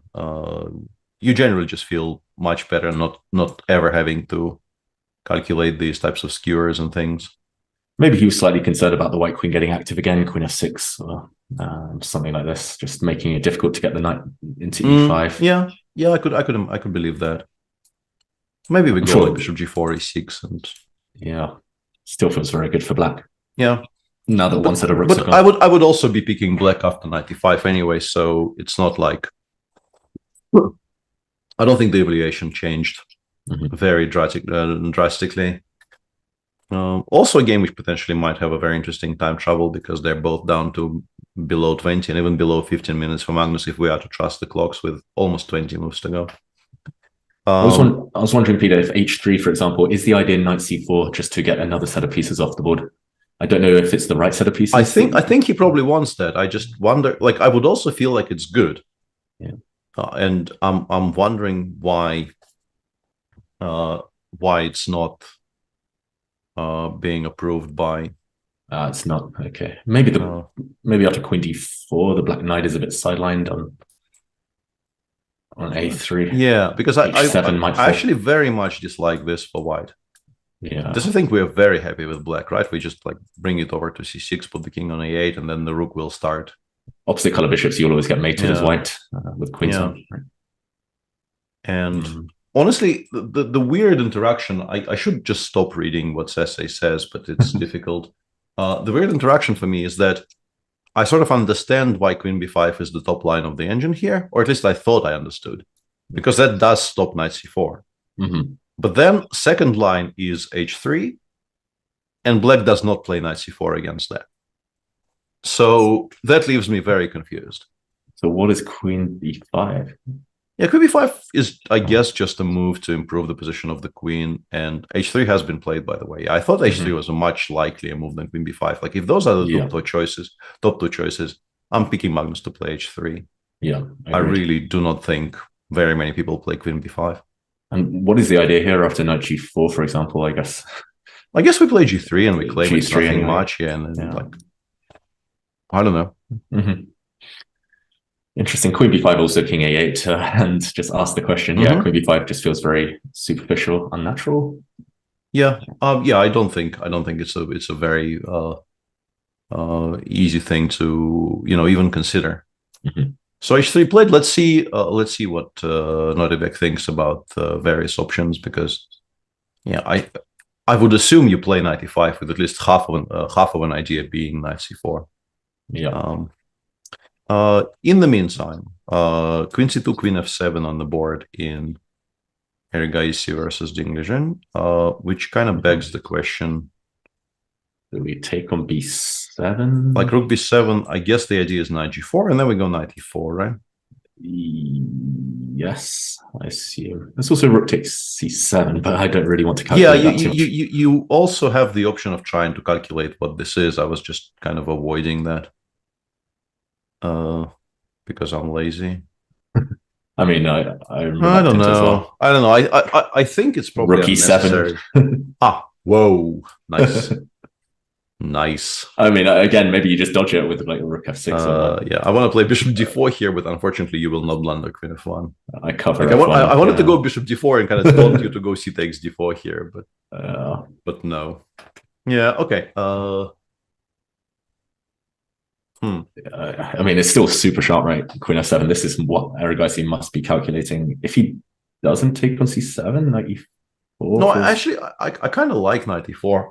The point being that now, although, no, but you don't have rook e8 because rook f8 looks weird, and rook a8 drops the bishop. So So I thought you maybe play bishop b6, yeah? Yeah, time. And then my idea was to at least try to calculate rook b6 and f3, and claim that your position is so full of holes that I will. Unfortunately, I blundered knight h6. I thought knight f6, knight g5. Yeah. Basically, I got here and I became very happy about my chances. Yeah. But knight h6 keeps control because these are very important squares for the knight d6 still looks terrifying, but that is not as clear. Maybe a draw with bishop e5, queen e6, bishop g3, and yeah, we also have the g5 square. Like, I still don't think white is supposed to be worse here, but it's very, very unclear. Yeah. Other options would be the immediate knight e4 question mark, but I don't know what that changes because, like, what are we playing after knight takes g4? Are we really not playing bishop rook takes b7 here? Feels knight g5, queen f5. Yeah, we have to take on b. Feels unlikely that we're going to do without rook b7, so that's very similar. So it makes sense to start with rook b7 and give yourself an extra option. Can we? But really, there's not very much else, right? Because gh knight h5 just speeds everything up for black like tenfold. Yeah. g5. Maybe, but feels wrong somehow to not get that white rook and b1 active. Yeah, I mean, there's definitely a point to, not losing the g pawn and just getting into g5 to have some control over the f6 square. Rook a8. Yeah, but a8 now. Yeah, it feels like you're allowing so much more extra counterplay here that, like, do we lose after rook b7? Weirdly, I don't see what the continuation is. I thought I would find some way to sacrifice something on f2. Bishop takes f2. Yeah, but what do you, like, eventually, what do you take with? I always have knight f6 check. Yeah, I'm trying to give up my queen to mate you, but yeah, but unfortunately, we're always taking with the queen. I meant knight takes f2, knight f6, queen takes f6, but I don't think okay, I didn't see that. So knight f2, knight f6, queen f6. But they just go gf, right? This is not. Yeah. I mean, this is not quite work. This is not protected anymore. Not quite. Yeah, so I guess g5 exists and could be considered, but would be rook b7 knight g4 on the board. Yeah, I thought so. And now there is a very serious debate to be had about whether we can get absolutely obliged to protect on f2 or not. Yeah. So let's try this again. Rook c7. I assume bishop f2 has to be the main move. Might as well flick it in. King h1. So the squares for the queen are basically f6 and f5. You also have the moves which don't even attempt to protect the queen, like rook a8 maybe as well. Hang on. This I didn't see. Rook a. Yeah. This is very important. Maybe just like in the other game with some back ranks. This is very important. And if rook f1. I mean, we even have queen e6 now suddenly. Okay. We just gave ourselves a hugely important new square which wasn't available at all. And suddenly I can't see anything for white. This is can't attack anything. Then black is just mating or doing the business. Yeah, it's just maybe there's no immediate mating threats on the on that side. Okay, so rook c7 then maybe just overly risky. Yeah, feels knight f3. That's interesting. He chose this square, which is a kind of a safer square than all the other options because you're also like keeping an eye on h5, h4. But now we lose all the options of playing f3 ourselves. Bishop b6, and how do we disentangle with white? Because black wants to go queen f5, black wants to go rook e8. Do we have time for like c4, c5? Feels very, very slow. Oh, actually, I think queen f5 probably would be my, at least my initial reaction would be this. That does kill my fun somewhat. I have so many back rank problems. I was thinking queen takes f5, rook e6, but you just play rook d8 and probably just ignore. Although king f1. Yeah. King f1, maybe I'm running away. It's... Well, this is still a huge mess, of course. Yeah, so it's a little mess. Just briefly, because I think there's still plenty of options for both of them. So c4 is one move. Can we figure out what other options would be? Queen e4 just makes rook e8 even stronger. I don't think we played knight f3 with the intention of actually giving up on f2 next move. That seems counterintuitive. Rook e2 looks wrong. I'm struggling to suggest anything. Is it ever knight e5, actually? Knight I said it e5. was counterintuitive, but specifically attacking the knight on g4, maybe you can make an argument for. Okay, say I take you. Oh, okay, this one. Yeah, my idea was that here you cannot take with the rook, and knight f2, both rook c7 and knight g6, and all of these things look very nice for white. Yeah, I meant to take on take on e5, maybe not take c5. Where? Yeah. I think this is the right reply. It takes rook e8, e8, yeah. And it's just I'm worried about that rook on b7. It's maybe they're just never it's coming not home. great. It's really not great. Yeah, there was a discussion in chat, and I thought I maybe would mention it, but then I thought I don't know the answer, and if I stay silent for long enough, somebody in chat will know the answer. And the question was, because Magnus, I mean, he's not really doing all that poorly anymore, but he definitely at some point today was running a very significant risk of losing a second classical game in a row. And somebody mentioned that they didn't remember a single instance of him losing 2 classical games in a row since 2014, when that person started playing chess. And somebody apparently said that he lost 2 in a row to Caruana and Rajabov in 2014. That would be, I have no idea where though. Like Shamkir? Shamkir must be if those two are playing. Yeah. Shamkir, or maybe no, it probably was one of those really disastrous Stavangers.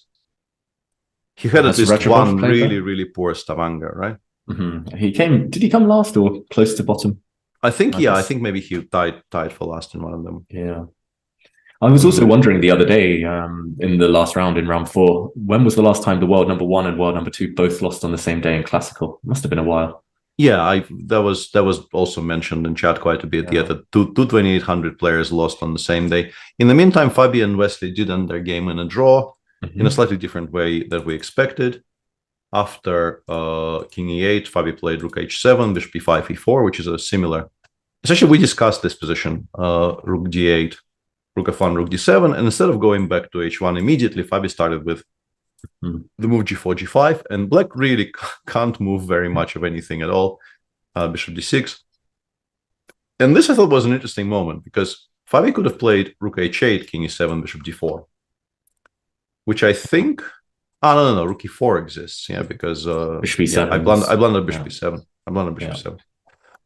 So he went bishop d4 first, and I guess if you play bishop f8, you might regret it, but because you might not be able to defend against bishop g7 properly in this position. So after some thought, they just repeated this. This is a draw. And quite a logical draw, very well played draw, yeah, we've got to say. Yeah. I think it's and in particular, since now it does seem with the slightly updated timings that Wesley was probably on his own from somewhere around here, you have to commend him immensely for handling this situation as well as he has. Yeah, because it must have been a very, very difficult bunch of calculations to do, sort of move after move after move. Yeah, well navigated. Yeah. In the meantime, after h3, Noribek played bishop f3, which was apparently, and chat was very excited there for a second, a reasonably large mistake due to the existence of the move queen b1, and specifically queen b1, because the h7 pawn is hanging, and I guess the point is if you move it away, I will play queen h7, and the attack on that rook coupled with the fact that the bishop on f3 is still hanging, so you can't leave the g file, would have made the position quite difficult to coordinate for black. So the variation actually dropped to zeros after queen b1, but queen b1 wasn't spotted. Instead, Magnus played queen d4, queen h4, and so he's got a similar idea. attacking f3 and h7. But for some reason, I guess this is just kind of slower. And what it results in is he will win the pawn on h7, but he will probably lose the a2 pawn to bishop d5 and queen a5 ideas. It's going to be a bit of a mess, but I guess it's still better for black. I mean, you take the black rook every time, right? But I kind of understand what Magnus has done. He's forced the black rook away from the g file. It did feel like there was some tactics lurking in the air there somewhere on g2. So, yeah, I approve despite the computer's what he's done is very logical, yeah. But the heartless machine says that, you know, something along these lines still gives black an edge. But you can also very easily imagine, like, I don't know, bishop b2, bishop a2, h4. Obviously, black will have something to say about it. Like, imagine this pawn gets to h6. Yeah. This becomes very much a 3-result game suddenly. Yeah, I think it already is. It has been for a while, the 3 results. Yeah, queen h4. Yeah, it's so hard to evaluate this one. On the topic of games we haven't seen in a while, Prague is now playing this kind of a very slow 4-rook ending in which, I guess with the rook on b6 as active as it is, it's impossible for white not to be at least a little bit better, but you assume black somehow survives this, right? Yeah.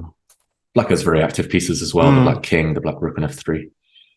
I very much like the fact that after rook c1, d1, this rook on f3 actually has nowhere to go further on the third, so it's not as easy to develop counterplay here as it may have seemed also to me originally. I thought, okay, g3, rook f3, I will now plant it on d3, distract one of your pieces, start pushing for some kind of e6, e5 breaks, maybe with king f5.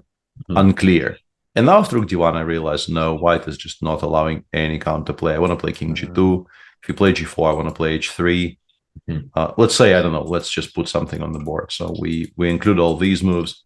And now there's sort of an additional H file here for us to try and exploit, plus the idea of rook e1, rook e5 check, rook takes d5 using the pin on the 6th when the king has to drop back.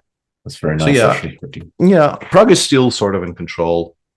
The quiet Grunfeld is not as quiet, less quiet. Yeah. Suddenly that white has achieved quite a bit, yeah. How did that pawn get there? It looks like an AlphaZero game now with the pawn on h6. Richard played a6, white went h5, b5, h6, king f8, takes. So both sides achieved quite significant progress here. Getting this pawn to h6 improves many of your future endgames, and also the one you're currently playing. But black managed to generate a passer on the b file, and ideas like rook a3 already feel very relevant. Knight c5 played here by Gukesh, trying to disconnect the bishop from the pawn. And Richie replied with knight b6, kind of a clever move, intending to play knight d5, take f4. And if you allow this trade, white will have a very funny pawn structure, which nobody ever allows. So e4, and now rook d8. And this is now very concrete, because black is using the fact that this is a pin to seemingly blunder bishop c7, because bishop takes c5 actually wins material. It doesn't lose material, it wins material. Yeah. And I don't know what you're supposed to do after rook d8. Yeah, how do we keep it together suddenly? Yeah, I mean, knight d3 probably is fine-ish, because I have to rook d4, bishop b3. I'm pretty sure I'm not going to be in any trouble. I actually quite like knight d3, because I thought rook a3 was playable, but rook a3 is like, maybe it's playable, but it's a genuine sacrifice of quite a lot of material. And maybe just knight c4 after knight d3? Well, I was kind of under the impression I can take. Oh, wait, I can't use b8. Well, you have e5. 5. This is still a mess. Like, you do have e5 here.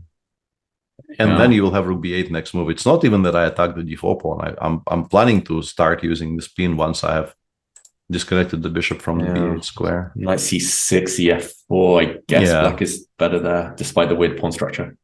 Yeah, white's who knows take too long who to knows get what going. this is? Yeah, I don't think black is better. Well, black shouldn't be. Maybe you still have to even worry a little bit.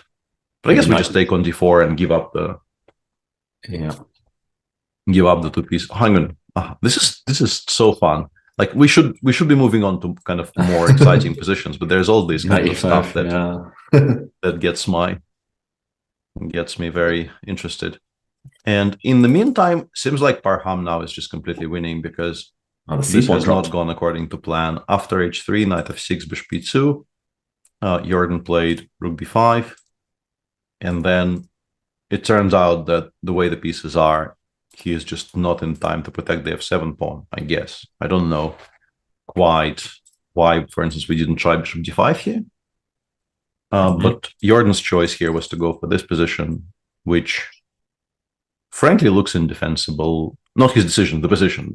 I'm sure his decision had basis in fact, but the position does look indefensible because your king on h7 is so weak. I think I can just start running up to like the d4 square here. Yeah, it's nice there's not even a check on a2 to calculate. Yeah, like we just go forward. And without the f7 pawn, I just don't see how black fails to lose this. Maybe the only way that you can hope to draw is eventually giving up a piece for white's c and g pawns, putting a rook on f6, somehow getting all the pieces off the board.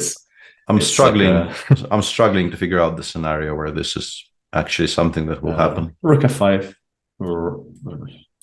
I was planning to just go forward. Yeah, forward and then more forward. Well, sideways a little bit. I was maybe thinking of trying to get the pawns off like h4 and yeah, and somewhere here you just suddenly get mated.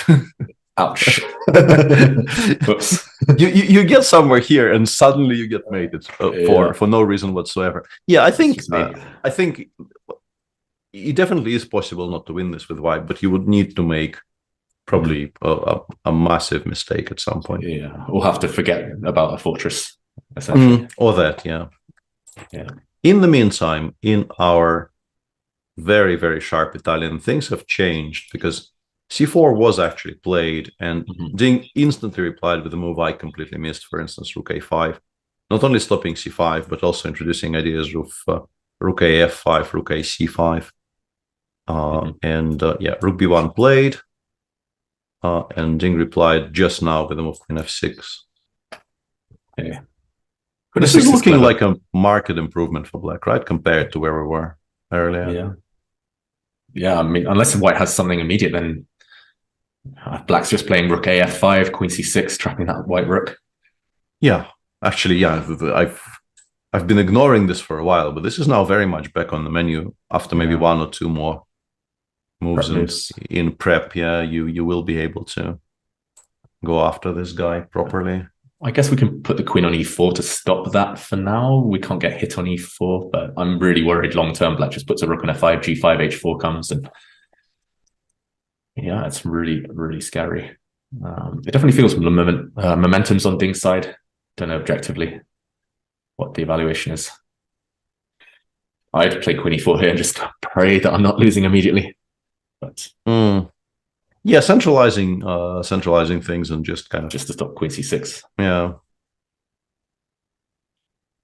still 3 results though. Still, if black loses control, there's a chance his king isn't so safe.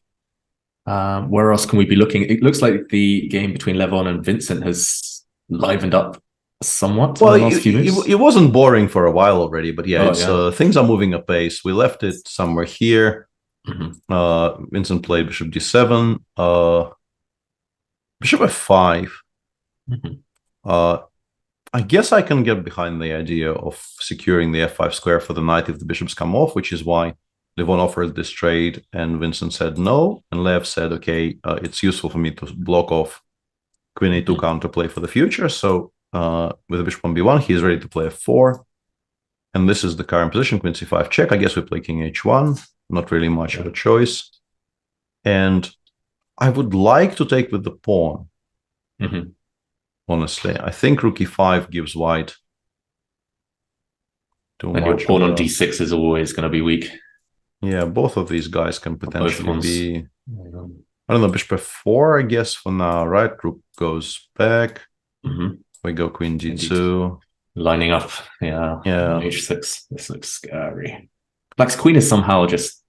Yeah, it looks like it's on a good square, but it's really cut off from the actual good squares and the side of the board where things are likely to be happening for the future. This looks very, very dangerous. Yeah. So what happens if you take with the pawn? I wonder if queen c1 type of ideas are threatening here at all. I don't know if I want to take on h6 or just bishop e3 just to kick the black queen away. Yeah, I think we kind of, that would be my hope for black, like play e5 before and somehow not lose that pawn. Because then maybe I can play for some bishop c7s or... But this looks very, very sus. Bishop e3 maybe, just to gain the tempo. Yeah, bishop e3, I don't even know which squares I like. Yeah, bishop f4. Maybe I do that. But honestly, like the second part of my sentence there, yeah, not losing the pawn on e4, it might be difficult. Hey, Boyo. Boyo had his walk a bit earlier than normal, and he is now full of energy now. Checking that everybody is where they're supposed to be. Yeah, you're right. I can't see a way to save. I mean, we can play queen c4, but it looks like, you know, eventually it gets picked up, right? I don't exactly know how, but it does look like we're not going to be able to keep it forever. Okay, queen d4. I mean, even if the queens, maybe simply. Yeah, exactly. Even if the queens come off. Yeah, like we still have no pieces that connect to this. Like I take it next move, and before is still hanging in every single position. So even if you don't take e4, just put a knight on e3. Yeah, it looks like struggling. He's played king h2. I wasn't so sure about this square just because it's on a bit of a vulnerable diagonal. Yeah, this surprises me a little bit, but I guess he does not really envisage a scenario where black can... Even, let's say, when we play e5 before, the bishop just gets to f4 so quickly in all of these variations, the bishop c7 never actually happens. Yeah. So... That's true. Yeah, I'm still surprised because I'm trying to understand like what he wouldn't like about it being on h1. What kind of an additional tactic that would provide for black is my question.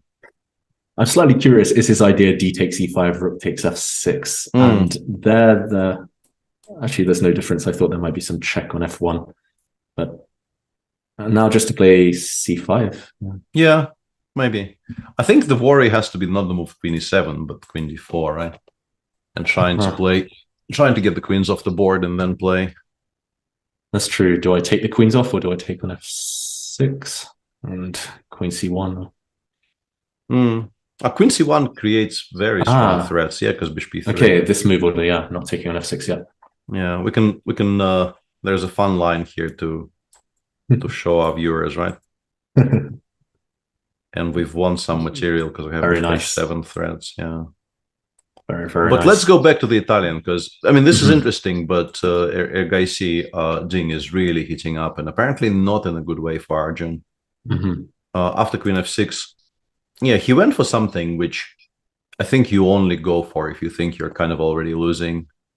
Yeah. Because the c7 pawn doesn't look, you know, remotely as relevant as the f2 pawn when the rook is already on f5 and you don't have the... Like, if you had 2 heavy pieces on the 7th, then maybe. This just looks unbelievably risky. I mean, massive threat on the board, rook takes f3, so we have to defend the knight maybe. Queen e4 again, queen e2, queen somewhere. Frankly, don't see anything else. Yeah. I'm really worried that taking on f3 will happen anyway at some point. I don't know how. Yeah, I think queen e4 does look like it's maybe the only real move you can make. Has to be his intention. Yeah, that's what he played. Okay, I'm slightly worried black can move the bishop and knight f2 is coming in, but bishop c5, bishop g3 is maybe. Yeah. Well, you can make all of these moves, including weirdly even bishop d4, because rook f1 in the end is more important than the piece. And I think white responds to each and every one of them with bishop g3. Yeah. Yeah, bishop d4. I don't know. Visually, it just looks too difficult. that will happen. But bishop c5, bishop g3, bishop d6. Yeah, you have to wonder about all of these things. Like, how are you supposed to keep all of your stuff intact? Bishop h4, queen h4 is promising. I don't know if it's actually winning, but it definitely is very promising. got to be calculated, right? Yeah. This must be. I mean, it's still only one rook on the 7th. We control the c5 square. We still have some kind of an attack against the king, maybe even. Yeah, takes a bit of work, I guess, in this type of position. So this is move 31. If we are to believe the clocks, this is going to be kind of a tight situation on clockwise, but not as bad as I would have suspected. Yeah. It does feel like Bing should have a breakthrough here. He's played queen e4. And as correctly pointed out to me, the idiot, rook f1 here is a bit stronger than knight f2 check. Thank you, chat. We saw some back ranks earlier, but that was this one was a step too far. I appreciate you, chat. Yeah. I'm a bit ashamed I didn't see that one either. I thought queen h4 was just too clever for the reasons. Wow, the Magnus game has changed a bit. Yeah, that there were a lot of changes here because after queen h7, Nordebjerg did not take on a2. He also did not play the move knight g6, which I think the engine liked as a kind of a preliminary because a2 is really not running away anywhere. Instead, he did something which I think very many, carbon-based players would actually do here and got rid of the bishop pair. But now Magnus has 4 against 1 on the king side, so everything sort of depends on him not kind of losing outright, and he will always have counterplay. And I guess king h2, king g3 is such a safe haven for the king that you never even entertain any ideas of rook d1, queen f1. That never does anything. Yeah. So you just take on a2 here. And start pushing those pawns. Yeah. And then it becomes a race. And it's a kind of a weird one because in these particular positions, like the bishop on the long diagonal is not much weaker than a rook. Yeah, it bishop f6 does a very similar job. Where do you go with the black rook? I guess you don't really want to stay passive on the 8th rank, even if it looks safer. Rook d1 check. King yeah, h2, maybe rook d1 and e6. e5 simply, and we go. Yeah. Yeah, let's go. White pushes the h pawn. Possibly, I don't know about now or a bit later. h4 maybe. Yeah, f2 is hanging, but I'm not sure. Like even queen f2, queen f7, like it looks like black is getting closer to the white king, but there is no threat. But maybe we pick up both e3 is hanging. Yeah, maybe we just say that we're not really creating threats. We just want to have more pawns. Yeah, it's a valid argument. Yeah, I like centralizing. How about instead of queen takes f7, just queen e4? How are you stopping my h pawn? Yeah. Good point, well made. It's actually very quick. White's pieces are kind of perfectly placed. Perfectly aligned to just start pushing. Yeah, it's a very good point. Yeah, I mean, I wouldn't like to be either of these players right now. To be honest, it's just a really nerve-wracking position. Yeah. We've gotten to queen a2, bishop f6 in the meantime. Very logically played by, I think, both of them. Yeah. I kind of want to kick away that white bishop from f6. So maybe rook d1, king h2, and we can play queen e6. Yeah, we can play queen e6. c7 is still a perfectly safe square for the king. If slightly worried I'm blundering some big attack though. King c7, knight e4. Yeah, this has to be at least a bit worrying because suddenly like knight d4, e4, we break connection between the rook and the king, and then bishop e5 starts happening while the h pawn is still quite pushable. Yeah, this is now very unclear. Yeah, very, very unclear. Okay. Meanwhile, in Arjun against Ding, queen e4 was. Oh yeah, actually, queen e4 was played, and that was the last move. Ding is still thinking. Yeah, he has to choose between all of those squares. What else is exciting as we build up to the time control? Looks like Gukesh against Rapport might disappear because I think, they've already repeated. Not enough to claim. He could have claimed, no? One, two, 3. 3. So he didn't claim? So Rapport was the one who didn't claim, right? Either he didn't claim or he called an arbiter and then he was asked to make the move on the board for some reason. Because there's absolutely, like, you have 0 winning chances. I think you should actually claim here. Yeah, we can see on the camera he's just kind of looking into the distance, waiting for... Or maybe he doesn't believe he's in any danger and he's passing the unpleasant decision to end the game to his opponent. Because knight b7 is logical, but what else do you even play? Like black, if you give black a tempo, black will play king e8, I suppose, and continue kind of slowly improving the position of his pieces, and eventually maybe the c5 pawn will start hanging if you move the king away from a fade. Whereas for white, things are on just about the perfect positions. Like everything is where it's supposed to be, and you can't really improve very much. Yeah, it's a bit loose. Do you think it's a psychological power play, just making his younger opponent do the claiming of the draw? I know a lot of players are reluctant to kind of call the arbiter. Whoa, what is this? Rook takes f3, but I thought queen takes... Yeah, what's the plan? Let's try to figure out what he even means here, because currently I'm blanking. How about queen h4, queen h3, and bishop e1? Whoa. Next question then. Why isn't this winning? Oh, rook b8. Okay. Oh, wait, knight f2. Knight f2. Sorry. Okay. Does it help? I will re-ask my question. Why isn't this winning then? Does it help if white had earlier flicked in queen d5 check? Is that... because he's paused after rook takes f3. You only pause if you're wondering about this.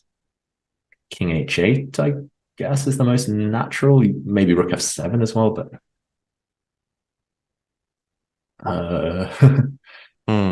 Yeah, queen d5 apparently is very important. I'm still kind of struggling to figure out like why in all of these positions it has to be this important. Because I'm like, I can make all of these moves, like rook f7, you have to cut. Rook f7, maybe you would play bishop d8 or something. Whoa. Whoa. And then maybe we win because there's no... queen f4. This is still very confusing because queen f7 doesn't actually save material. Queen f4, bishop c7, by repeat. I am so confused. Just bishop c7 back, yeah? Bishop c7. If this turns out to be what it is in this position, I am just going to be left sort of speechless. And rook f7. And if king h8, we go queen f3, queen h4, queen h3, bishop e1, we go bishop e5 check. But I still don't understand why we're not losing here. Rook b8. But we're down material now. Yeah, we're down material. Like maybe it's okay because the c pawn runs, but like this is not obvious. Queen takes h4 and c5. And... Yeah, amazing. And rook f7 played. I will actually hang on a second because I feel like we're slightly cheating our viewers if we're... Yeah, it actually does go for that endgame and says it's zeros. Amazing. For this endgame? Amazing. Yeah. It goes for this endgame, plays rook b8 in it. And says we have enough. Not to worry, everything is fine. You know, cheer up, you all sod. Yeah, we can't blame Ding for kind of misevaluating this. And he's gone rook f7, and yeah, Arjun just blitzes out bishop d8, and this will now be a draw after queen f4, bishop c7. And there's no way for black to play on. Because there's... But also, like, what's good for Arjun here is that, like, everything else allows mate in 3. So, once again, very difficult for him to make a mistake here. And queen f4 creates a threat strong enough that you can't really go much wrong. And he hasn't played it yet. Well, I'm wondering, but he will, because what else? Yeah, the problem is he has no legal moves other than bishop c7. And if bishop c7, knight e5, or knight...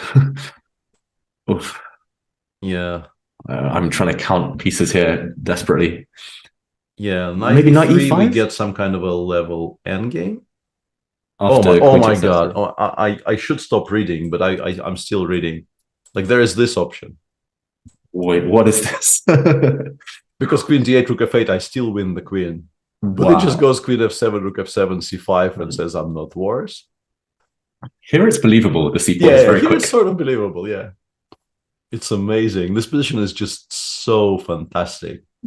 And what's the answer? Today has been like a round and a half. Yeah, it's just fantastic. And if knight e5, I think the point. No, but if all else fails, I guess maybe I can even go for this position. But no, now, bishop g3. Yeah, bishop g3. Yeah, but my first instinct was I can probably go gf, but because I now have the f1 square. And here I'm not sure you have an easy draw with black. Wow. Because I think you're right. Your attackers like and variations like this kind of come to mind, right? Like it's just. Well, I can tell you're enjoying this, Peter. This is I am, yeah. Crazy tactics. I genuinely am very much enjoying this. This is incredible. This is amazing. This is just amazing. And Ding is probably sitting there thinking, okay, what the hell is this? I'm a piece up. It's my move. And I appear to be giving mate on the king side. Why can't I find a win here?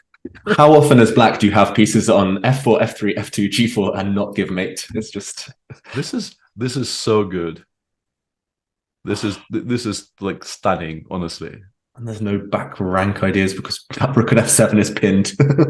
It's just amazing. Wow. Well spotted by Arjun, I've got to say. To hold this one, queen d5 check especially. Yeah, realizing this option even exists is just I think if we assume and these clocks now look very, very realistic. Yeah, I think on 2 minutes you don't even fool around with knight e3. I think you just have to get out of here. I think like you just shrug and think, if I get to my room and it says -5, so be it. I don't see it. Let's play queen f6. Yeah, we'll see. Yeah, it's incredible. All white's pieces defend each other, so there's no queen f5 or anything. It's no way to play on. Is knight e3 the only other move other than queen f6? Otherwise, maybe white is winning. Wow. Yeah, I mean, stuff is hanging. Like f3 is a full rook that is hanging. If we've protected against all the other threats, gf is a very, very large threat. Yeah, knight e5 gf. Whoa. Yeah, I don't know, but maybe. Yeah, that's my best guess. I think actually check knight e5. No, I think you're right. I can't see. But I think it runs to f1, and then your problem is that the rook on f7 is pinned, so you have actually fewer attackers than it looks optically. Yeah. While we're waiting for Ding to accept this new, really strange reality, let's check in with Magnus, who is not enjoying this very much. Yeah, he's going to have to defend a very, very poor. Oh wait, rook takes d4. Yeah. I was looking at queen f6, which was doing a similar thing but worse. And now, just bishop d4, knight d4. You'll have to take, and then black takes this one and this one, and.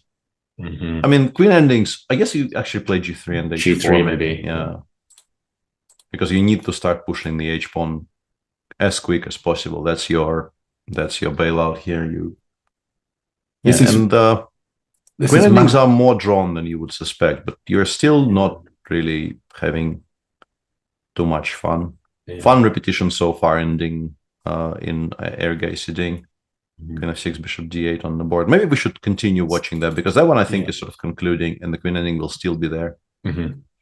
Yeah, that queen ending is shades of their game from the World Rapid Championship in 2021 in Warsaw, where it was also, if I remember correctly, an A pawn against an H pawn, and Abdusatorov managed to win that one. But this the repetition looks like it's about to happen. Ding acquiescing, probably to his own disbelief, to that draw.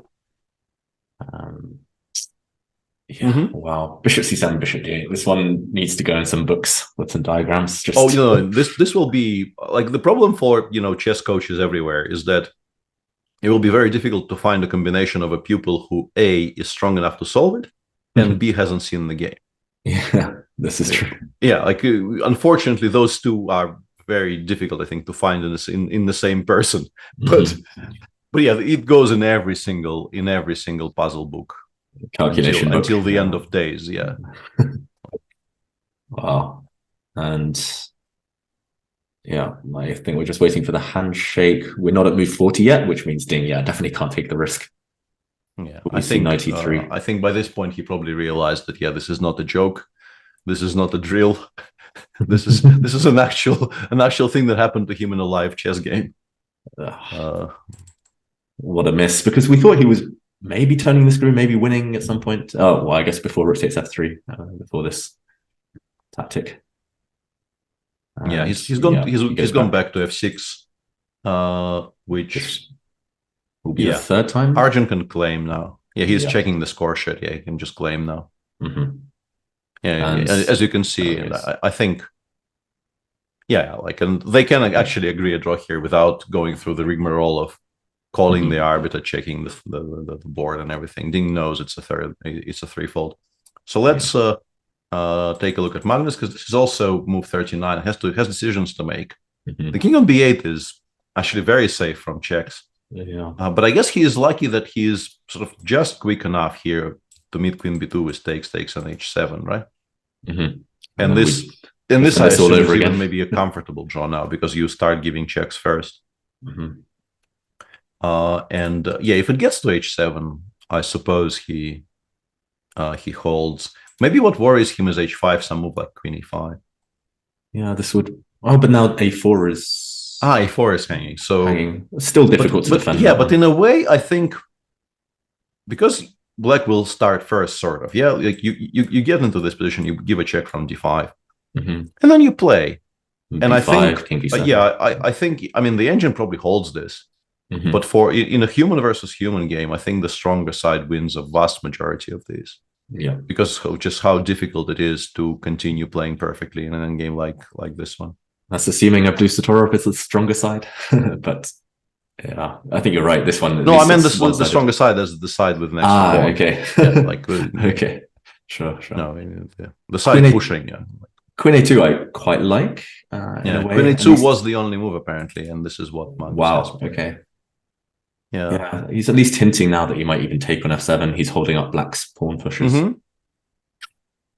Okay. How does black try and put some pressure on? I wonder about f5. I don't know if pushing f4 ever helps to open up white's king. I don't hate this idea at all. You're trying to sort of soften up. Hang on a second. There have been some demands as well. So come on, Joyce. While we're waiting for a decision here, leave us until move 40, Joyce. Yeah, not perfectly timed, but streets in action. The black cloud reappears. Yeah, clouds on the horizon. Okay, sure. He doesn't actually speak this much English. Oh, yeah. How do you? I guess you talk to him in Russian. Just the basics. He like some of the commands, simply because they're shorter in English than they would be in Russian, are in English. But generally, they. Good boy. Yeah. Okay. Please. And so what do we do after queen a2? He's pondering its move 39. I think he has a couple minutes.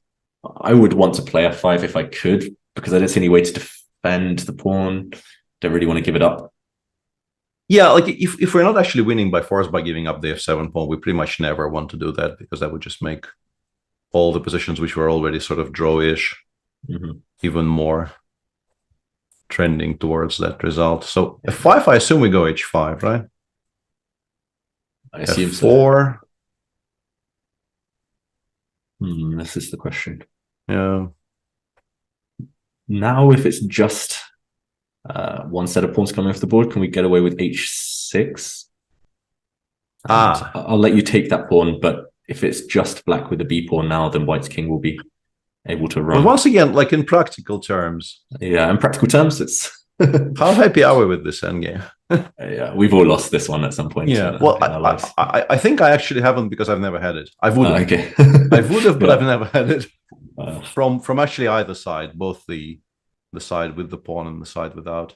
I don't think I've ever had the experience, but yeah. f5 played, by the way. Let's see what Magnus feels about it. Yeah. I think you have to play h5. You don't really want to allow... No, I think the choice will come on move 41, which is lucky for Magnus, because you don't want this choice on move 40. You very much prefer to have it on move 41 when you can pause and give it the attention it deserves.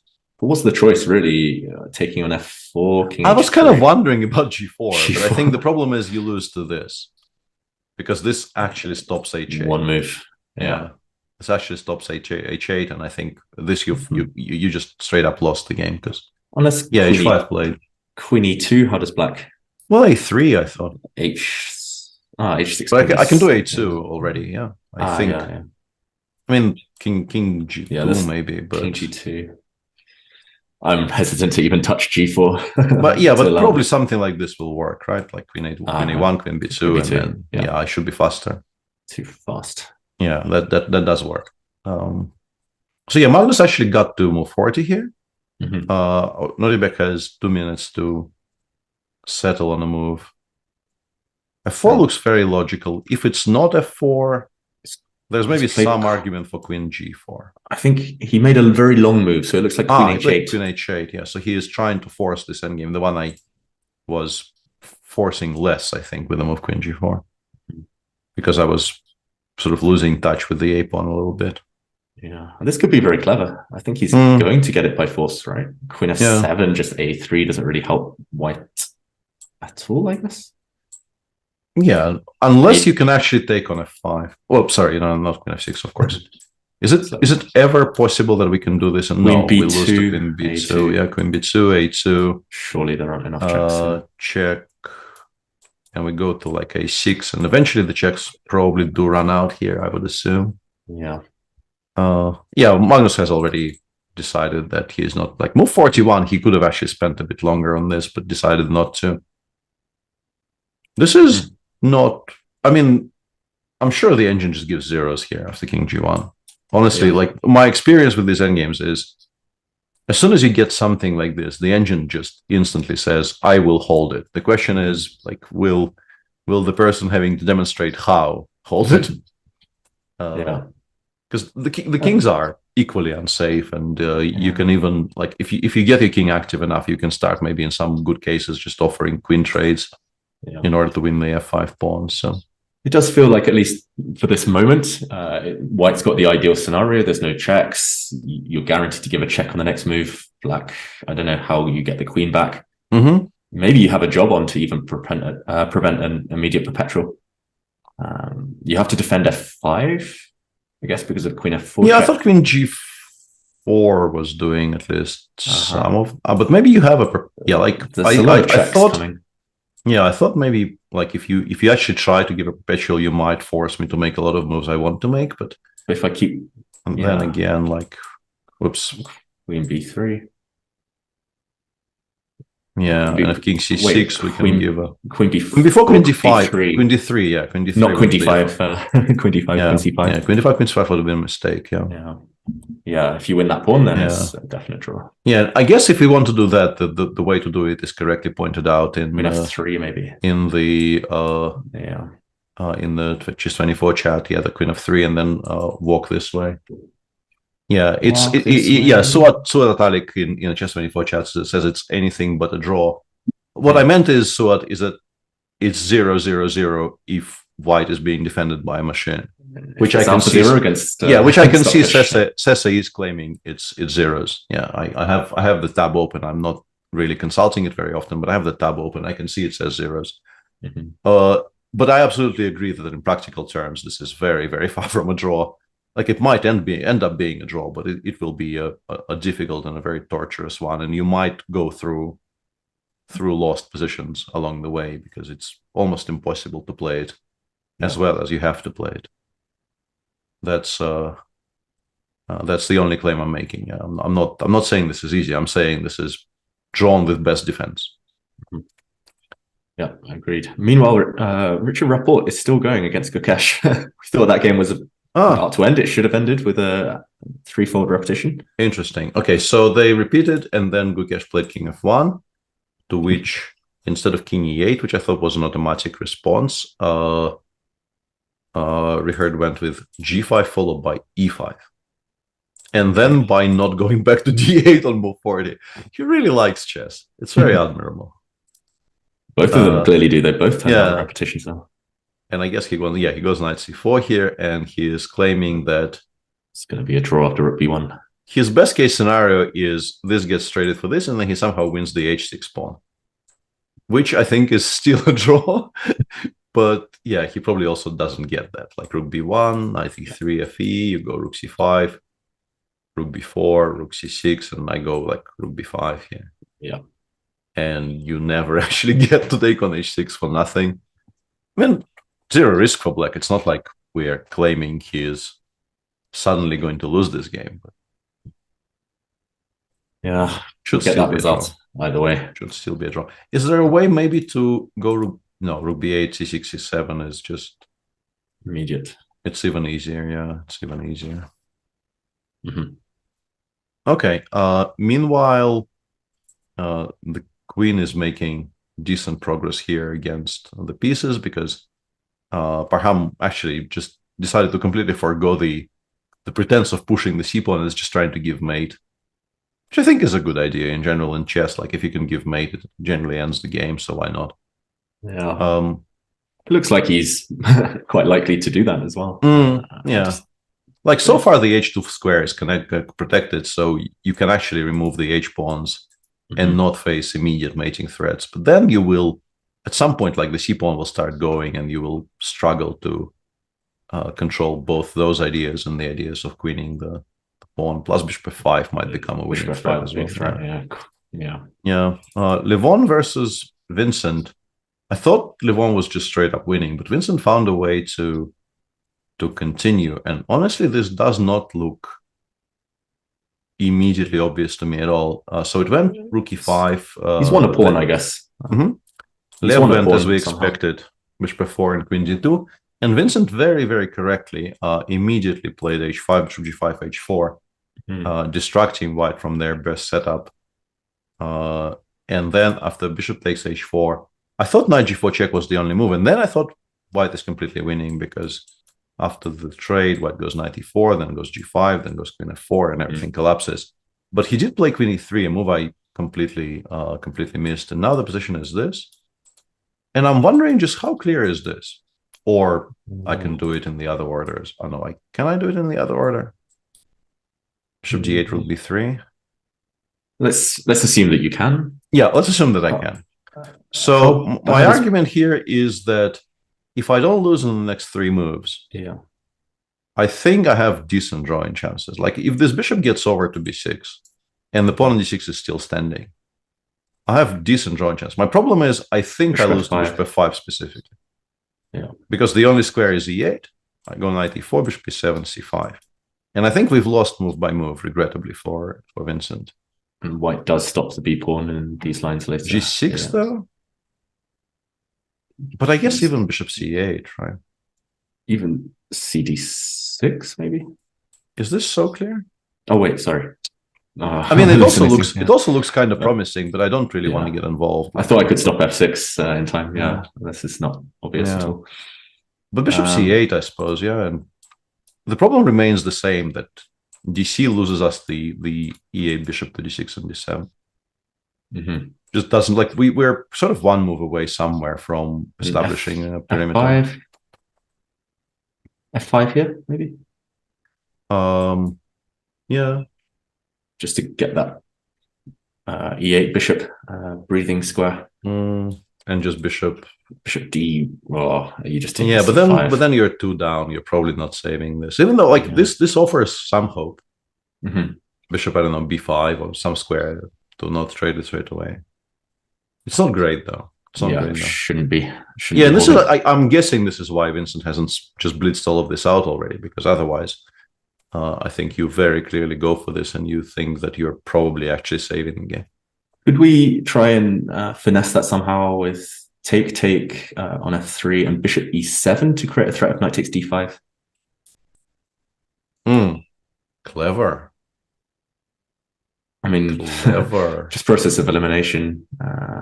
You still win this. You win the I don't g6 know. pawn. No, I think it's the best move. I don't know if I win this. I think it's probably the best option. Bishop f. No, not true. Alternatively, I can maybe start with bishop f5.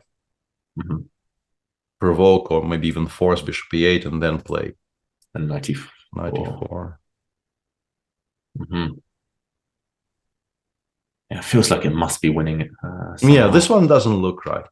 Yeah. I don't think we can keep the rooks on, right? Because like if the rook goes somewhere and we allow bishop f5, it doesn't feel like we should be saving those positions. Yeah, you don't really want to consider that unless last resort you calculate everything's forced loss after rook takes f3 and then you keep rooks on rook e5 maybe. But rook e5 does threaten g5. Bishop f5. No, I was hoping. Yeah, I can't. Yeah, bishop f5 is just so annoying in every single position. Every position, yeah. Just unbelievably annoying.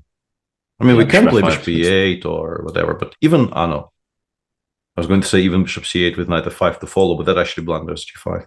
Yeah, knight g4 is maybe a threat. 92, 94, 92 though. This is maybe not that clear. Wow, we're finding resources even when it looks hopeless. Yeah, maybe it's not completely gone.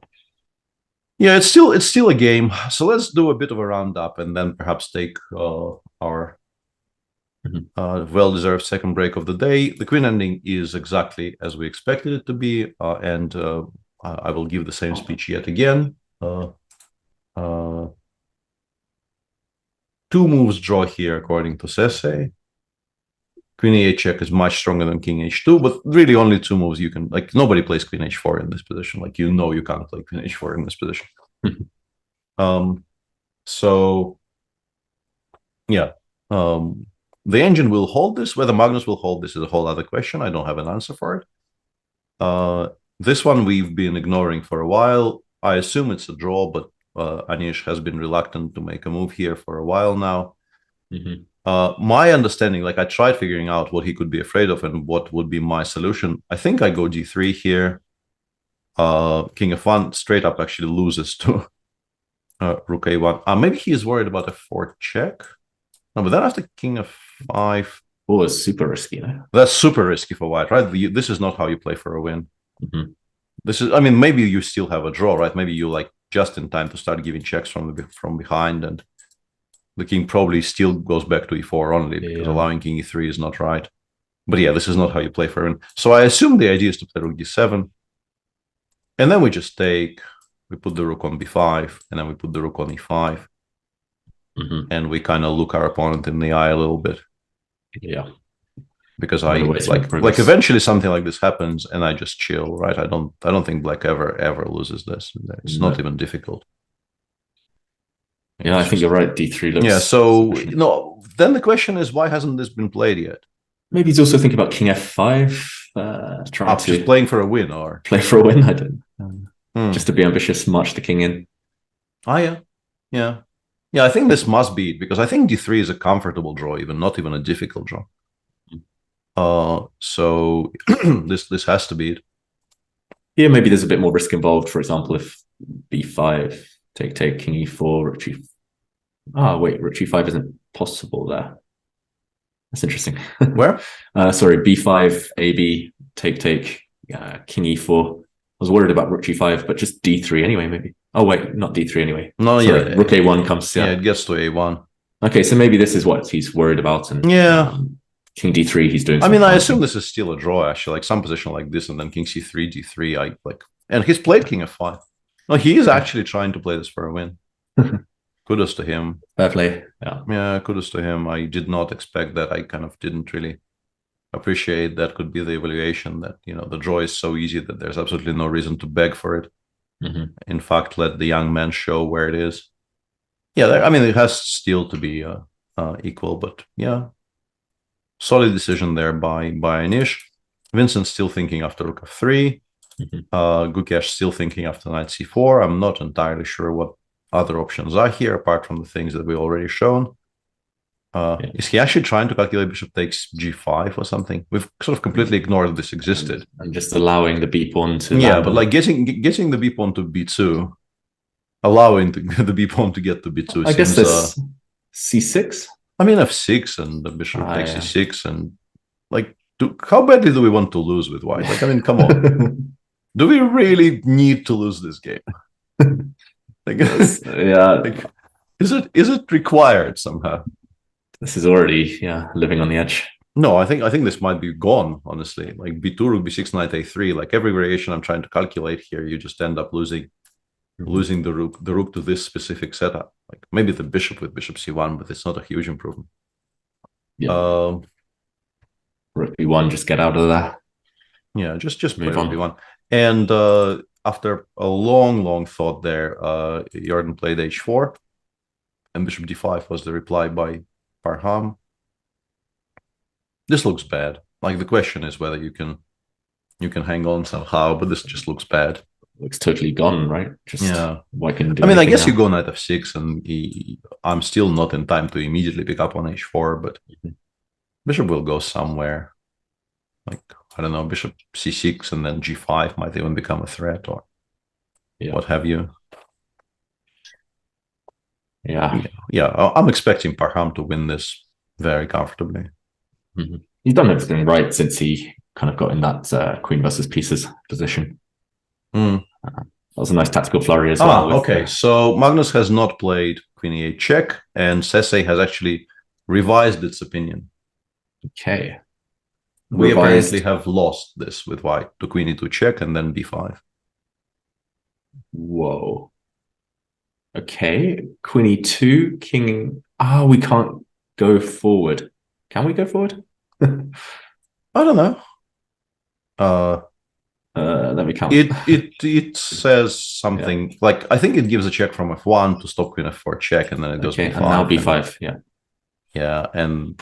Says this is now gone. And a very obviously operate in this shot says minus 87.95 is not technically lost. I'd still be afraid as black after queen a6 or something. And exactly, this is kind of an endgame where mistakes of this magnitude I'm pretty sure will be made by both sides. Like queen a6, it goes like it goes queen c4, queen c5, and says I have won somehow. And control. Yeah, like I now control everything. Do not be afeared. Like this is far from over, despite this now being a I guess a table-based win. This is very far from over. The game there will be more swings. I think I'm reasonably confident in predicting that this is not the last proper swing between two results in this game.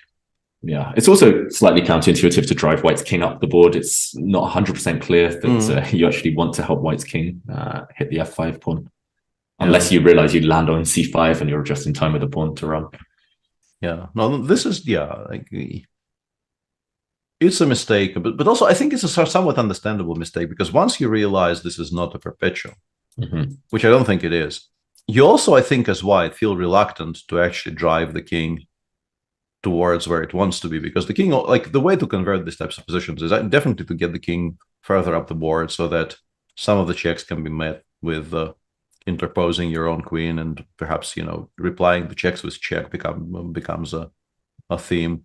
And it feels like you're sort of treading water, whereas black is making some progress if you continue giving checks here. Where does the black king hide? I guess you I'm not entirely sure. Like queen b4, king c6, queen c4. I don't know exactly how we're avoiding the perpetual here. Like king d6, queen b4, king e5 maybe. King e5 maybe, and you cross. But like you only cross this far, right? Like it gets to e2 and then gets checked from c2. So even like immediately realizing what is a perpetual here and what isn't is very far from straightforward. Maybe the king went over to like g6, h5, g4 for black. So we go like king e6, king f7, somewhere there. Yeah, because we don't seem to be able to give a check from a light square here, right? So it actually saves itself on h5. But yeah, I mean, imagining the king on h5, I think you are quite okay with black doing all that, because h5 is clearly not the square you're dreaming of here. Yeah, you want other things. Yeah, so this one we're going to be with it for a long time. This is going to go most 100 likely, moves. yeah. The dreams of today not being a 7-hour day are disappearing fast. One day we'll get a short around. Yeah, and it will be a rest day. He's played queen e2. He's played queen e2, yeah. Maybe he's seen it all, worked it all out.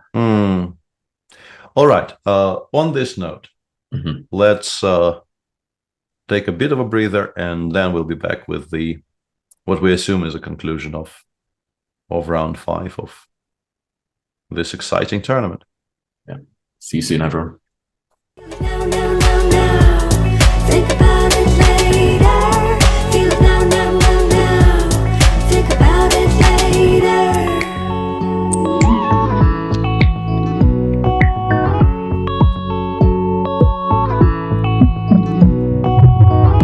The damage is done, but I don't care.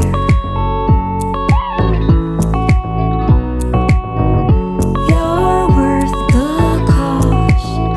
I don't care. All I ever wanna be is eyes for eyes, lips for lips, skin for skin, sin for sin. Eyes for eyes, lips for lips, skin for skin, sin for yours. Feel it now, now, now, now. Think about it later. Feel it now, now, now, now. Think about it later. Feel it now, now, now, now. Think about it later. Feel it now, now, now, now. Think about it later.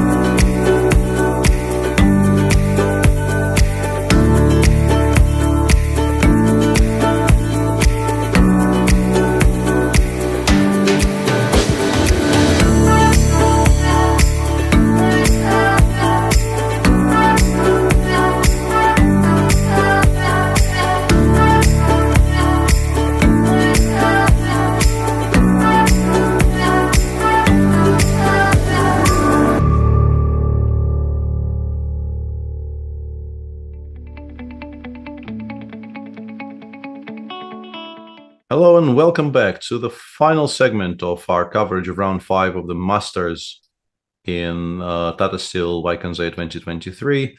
Today's round isn't actually played in Wijk. It's played in the Ajax Stadium. And somehow I think this inspired players to, greater and greater heights. And we have a very, very exciting round so far, with the story of the day potentially being this game, which is a game in which Magnus is now trying to defend a 1-0 queen ending, which I wonder if they know this is winning for black, because it is with best play currently, as I only am saying this confidently because I'm obviously staring at what the supercomputer is telling me. Otherwise, I would be entirely uncertain about the evaluation. I wonder if the players know that this is lost, because with the king somewhere around h7, I guess, yeah. If you get it over there, you're supposed to make a draw. You still don't make it every single time, but you're supposed to make a draw. Yeah. And this is obviously not where it should be. But I wonder if they understand just how decisive it is here. Yeah, I'm not sure exactly what they'll know, but Magnus, he is an expert at queen endgames. Usually, he normally, more often than not, wins when he's a pawn up and holds when he's a pawn down. Mm-hmm. But yeah, I guess that's the conventional wisdom, right? If a pawn promotes on b1, you want to be opposite on the diagonal over on h7, like you say. If the pawn promotes on a1, you want to be roughly around h8, just as far away as possible, so there's no counter checks. And here, it just feels like everything is perfectly aligned for black. Mm-hmm. I don't know what the margin for error is either. It feels like black can just keep the queen on e5 forever. Yeah, e5 is just such a beautiful square.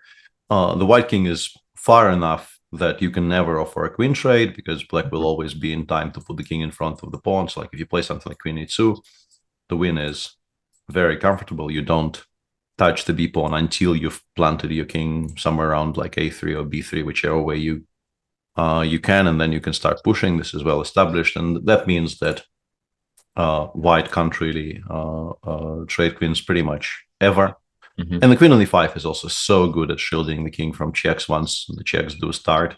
And as the arrows I've drawn are basically to illustrate that it's not going to let the king get in front of the pawn. Another way to make, like, obviously, actually the best square for the white king here is not h7, it's b1. If it's on b1, you probably pretty much never ever lose, as long as you keep your mind and don't actually blunder a queen trade with check somewhere.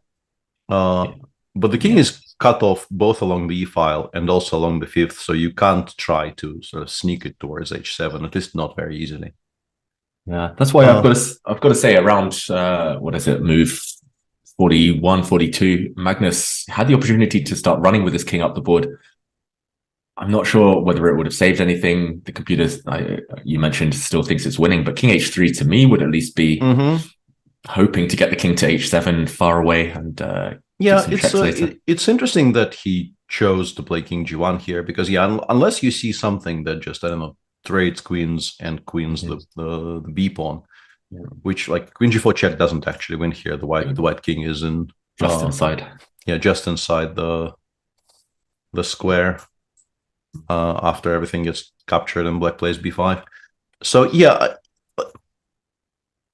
I would choose king h3 simply because I would like the king to be sort of closer to those ideal squares in the future, and having it around the f5 pawn sort of generates potentially more headaches for black. And even if we talk about the position that the engine was saying is winning for black here, you can still sort of ask the question, like, I put my queen on a5, so that b5, b4 is less easy to play, and after king b7, I guess if you think about this logically, you realize that it's very difficult to make moves. Mm-hmm.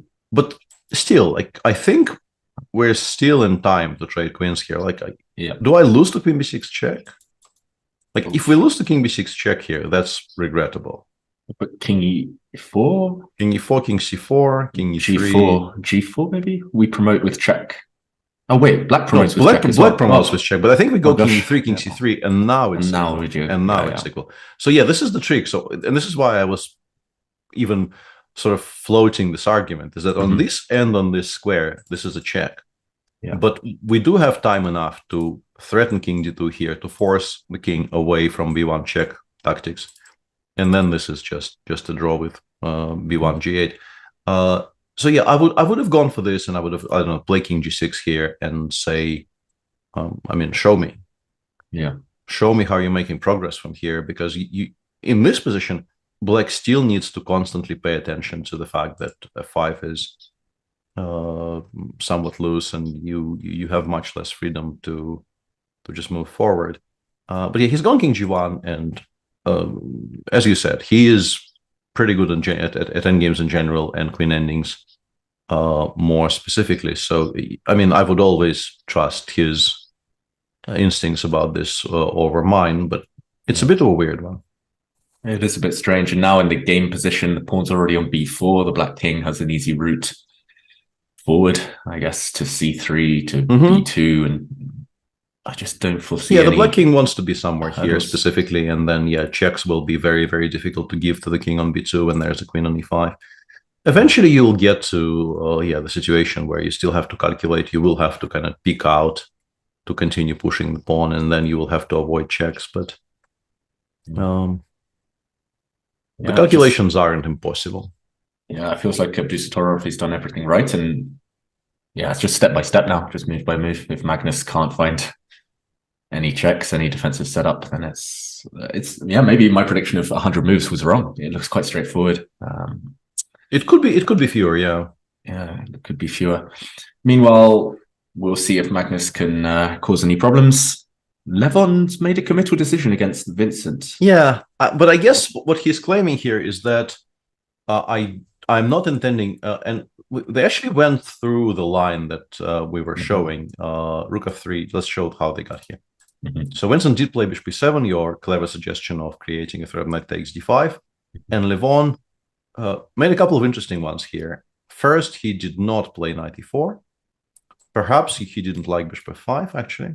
Come to think of it, you have to be certain nothing queens here, but maybe you are just in time with this counterplay, and then it's just a draw. So maybe this he didn't like.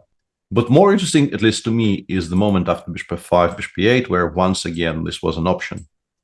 Yeah. And maybe, like, here I'm more confused about what exactly he didn't like, because 95 we take on e7, 97, 96, and I thought maybe this, but I have 94. I don't actually have to react. You can also take on a4. Oh yeah, and then 97, 95. Yeah, of course. Yeah, that's even simpler. 97 brings me back in contact with the b1 square, and we win very, very confidently. So 94 seemed extremely critical here. Because obviously we would like to take on f6 and force you to take gf, and then the game kind of ends, really. Bishop b1 would be coming as well. Yeah. Maybe this variation after knight takes d6, just king f8. Perhaps he's worried about knight c6, knight d4, or knight c6, knight a5 type of position. But then we come to a different question. So the question then becomes, do we like this one more than the one he got? Because he took on f6, bishop takes, he played f3, f4, and as I understand his argument here, he is saying, I will force you to play bishop b7, and then d6 is hanging, and I also want to go knight f2, knight d3, knight takes before. Yeah. And bishop on e8 is dead. The bishop on e8 is quite dead. Yeah, the bishop on e8 is unbelievably cut off from everything, yeah. So let's take a look. Let's say we go f5, knight f2, bishop f6. Do we lose to some kind of a push? Bishop I'm not sure. B5. Like bishop b5 here or something. Also bishop b5 maybe on the last. No, no. Yeah, also. Then maybe c6 yeah. wins. Yeah, bishop d3, c7, and then bishop b7. Yeah, bishop b6 check is. No, but then bishop a6. I think it has to be b7, but b7 is good enough, assuming the king moves. Yeah. So, yeah. Okay, we're headed in this direction. d6. Yeah, I think. Yeah, Vincent, having played f5, knight f2. I mean, I don't think you can save the game if you just give up on b4, because as we mentioned, like if this bishop was on some kind of a decent square, maybe you could entertain those thoughts. But when you're also sort of playing a full piece down, I don't think you can play this 2 pawns down. 1 pawn down you can maybe imagine saving. 2 pawns down I don't think you ever save. Yeah. So that is a very strong argument, I think, in favor of trying bishop f6, bishop c3. And then another question would be, can we maybe just play h3, h4? Yeah. And then win this slowly, because this is a very, very doomed piece. It has no squares. Yeah. But in this case, we would need a breakthrough plan. I guess c5 eventually, but if black puts the king on, g7 on e7. Some kind of a position like this, and then black just shuffles, I guess, maybe puts the king on e7 eventually, and with much of the sting taken away from the c4, c5 ideas, and no real way to attack the pawn on b4 with any more pieces. Yeah. I would be a bit reluctant to go for this with white, because I think you're really committing to winning with very, very limited limited scope. So you get the feeling he wants this, and then dc5 is forced. Let's say d6. How about bishop f7? Knight e5, knight e5 or knight c5, I guess. Yeah. Okay. King f8 looks normal. Yep, king f8. I don't know. This is cutting it extremely close. I mean, it's either winning or it's it's not, I guess. I guess you can win a piece for the d pawn, but b3 might drop, and d7. d7 knight b7. Yeah, d7 knight b7. Unless, so this looks like it probably. I don't know. I wanted to say it's probably isn't enough, but it's very hard to say, right? It's bishop d5. Yeah, it gets to b2, probably, or close to b2 anyway. Knight e6, king e7, knight c5, b3, knight d3, but there's no way to guarantee this is winning. I once saved a position with pretty much this exact material balance in a very, very important spot. I was playing against Boris Gelfand in it was called the World Cup in those, like 2001, it was called the World Cup, but it was basically the World Championship, and it was the quarterfinal. There was a match of some really strange endgames with very strange outcomes. I, at some point, famously did not win queen against rook, including one specific position in which I failed to give a check which picked up a rook. Like, I could at some point give a check to the king on h5 and play queen takes f8 next move. Did not spot it. But then I somehow did not lose a piece down position in the very next game, so it all sort of evened out. Chess always balances. The chess gods always balance things up. It's all variance. As we know. Variance so this is king.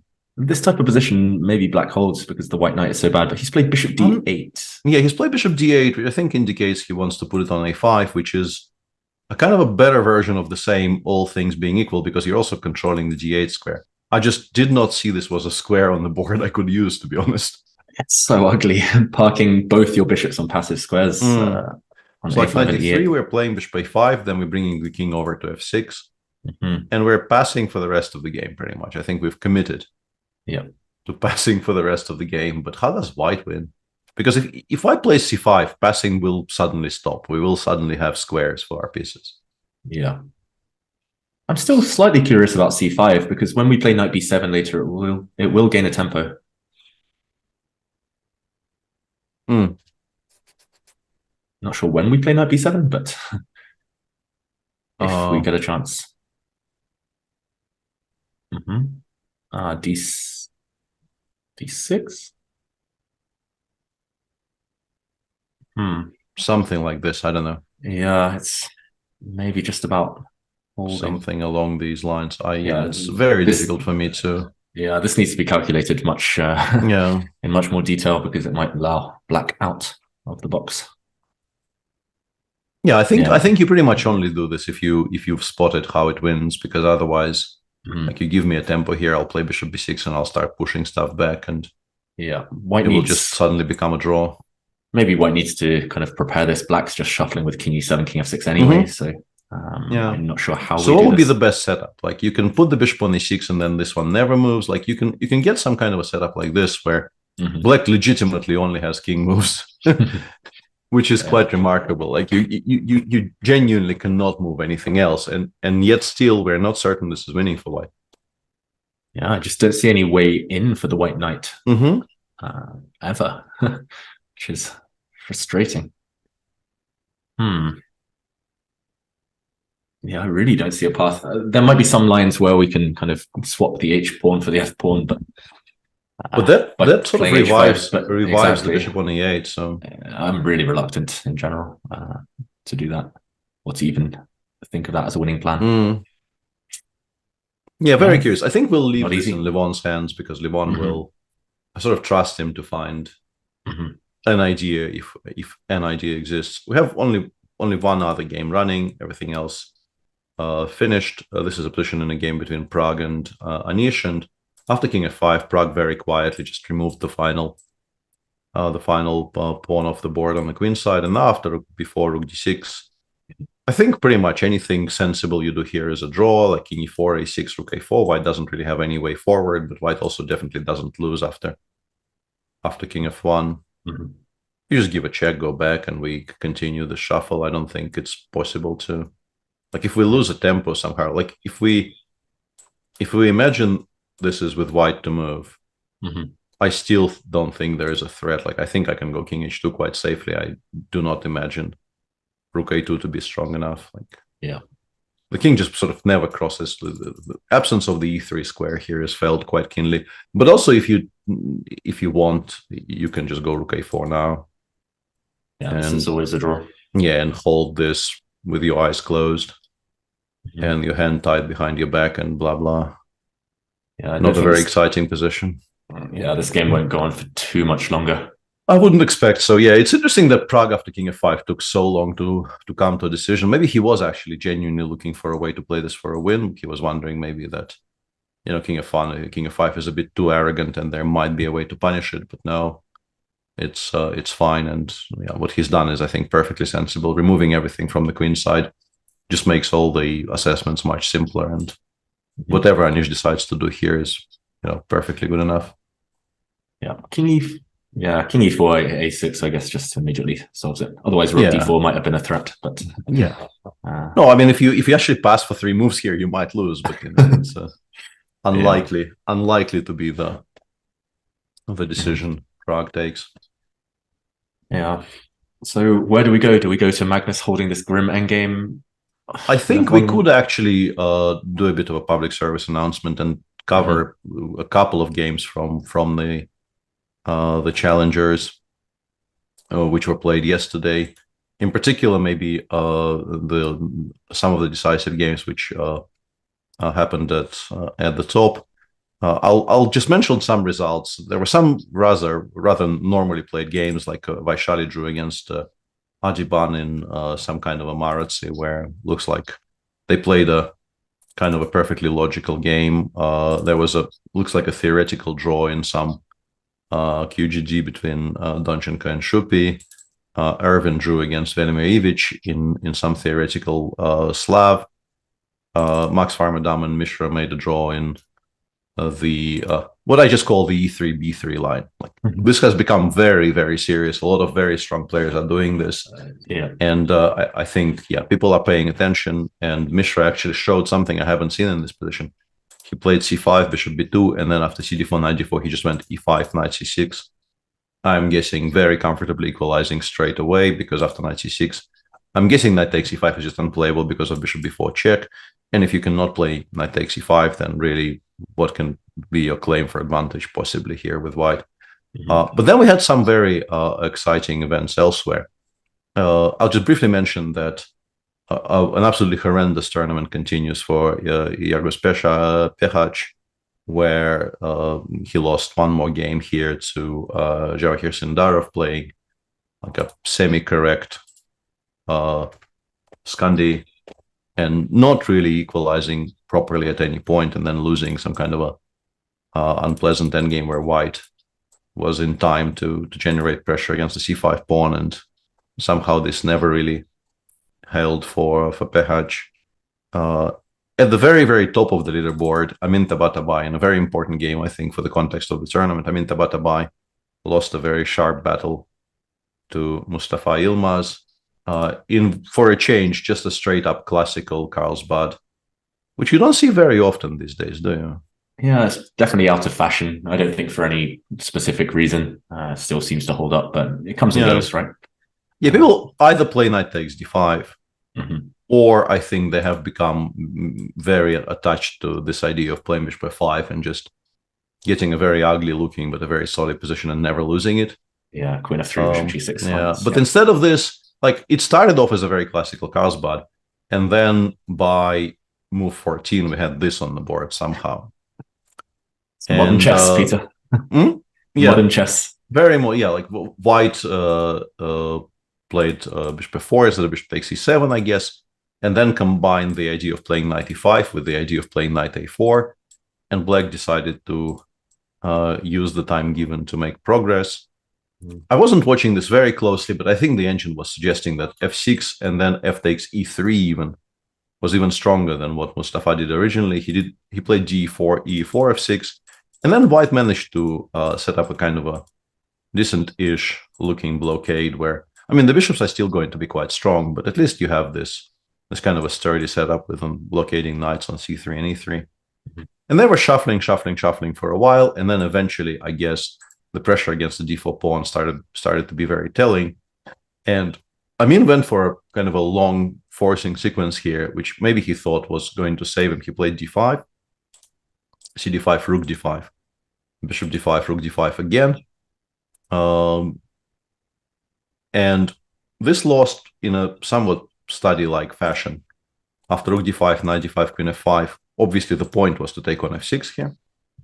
Queen f6 runs into knight h5, bishop d4 runs into queen c7, so those things are not very clear.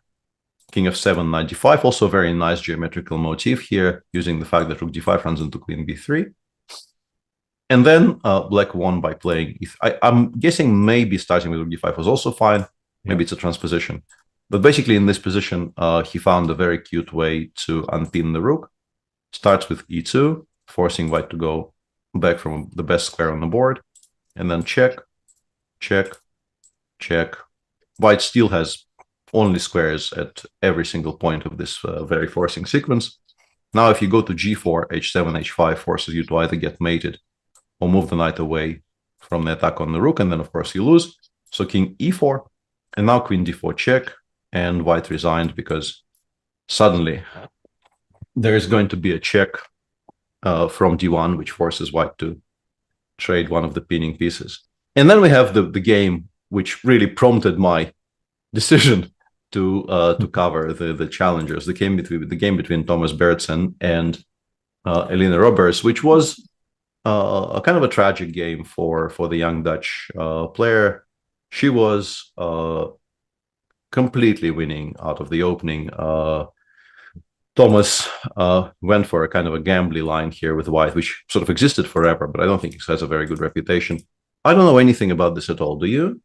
I looked at it briefly maybe 10 years ago. I remember Nigel Short was showing me some stuff in this line from the White side, trying to persuade me it was worth a gamble, but I was never attracted. And like you, I heard it had a bad reputation. I never really looked deeper. Yeah, I think there are some Fischer games here, which I mean, it's a very, very old line, which I think, as I mentioned, like it's existed forever, but people rarely do it. And I think when people do play it, it's with the hope that Black doesn't know what they're doing. But this didn't pan out because Elina very confidently just picked up all of this material using the fact that we currently have the h4 square to escape if bishop b3 happens. G3, queen c5, and somewhere around here, I think you start getting an impression exactly why this line doesn't have the best of reputations. You're 2 pawns down, you have a very strange queen on h3, which does nothing, and Black is just kind of winning. Bishop g2, e3, bishop e1, knight c6, knight g2. I quite like the idea to switch to just kind of giving mate with rook c4, g4, e5, queen f3. So far, she was playing pretty much a perfect game. Bishop e7, g5.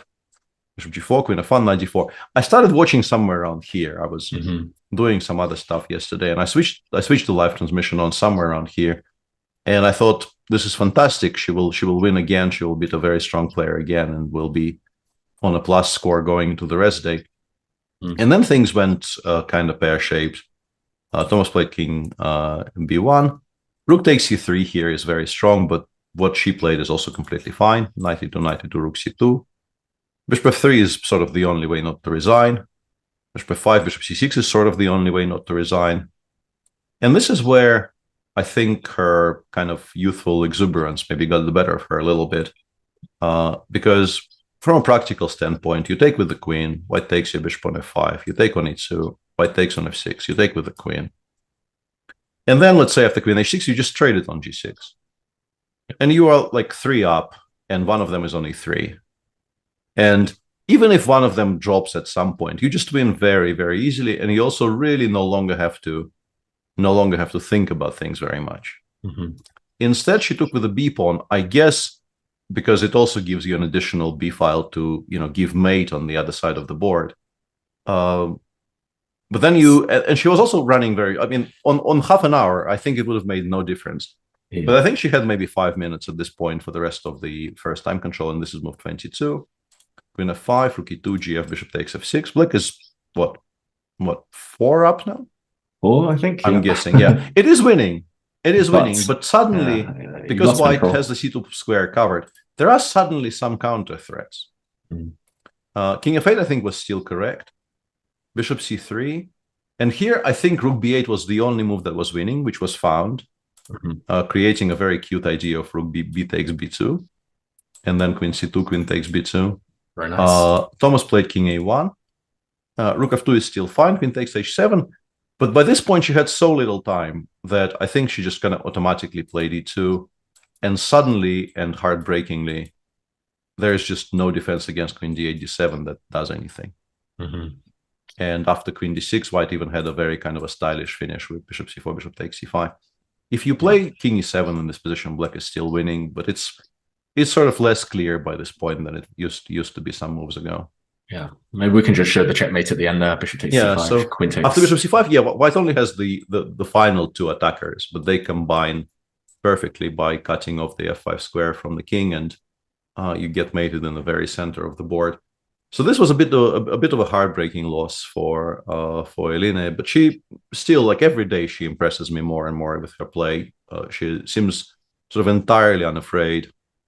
Is playing very confidently, is not really trying to play to sort of limit the damage in any way, shape or form. Plays actively, calculates well. It's just that clearly some more experience perhaps is needed to put games like this to bed very confidently. But yeah, I'm extremely impressed with her. She's gaining a bunch of rating, and yeah, I mean, she could have had more, like you said. Beating Maxwell Madame would have been nice, winning this game, but yeah, very impressive. We're both members of the fan club, Peter.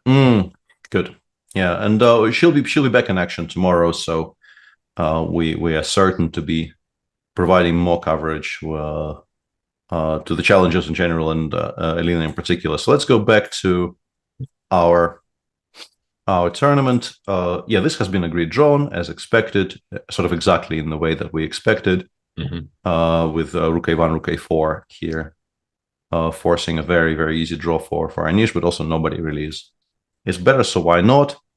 In Livon's game, this will be here a while.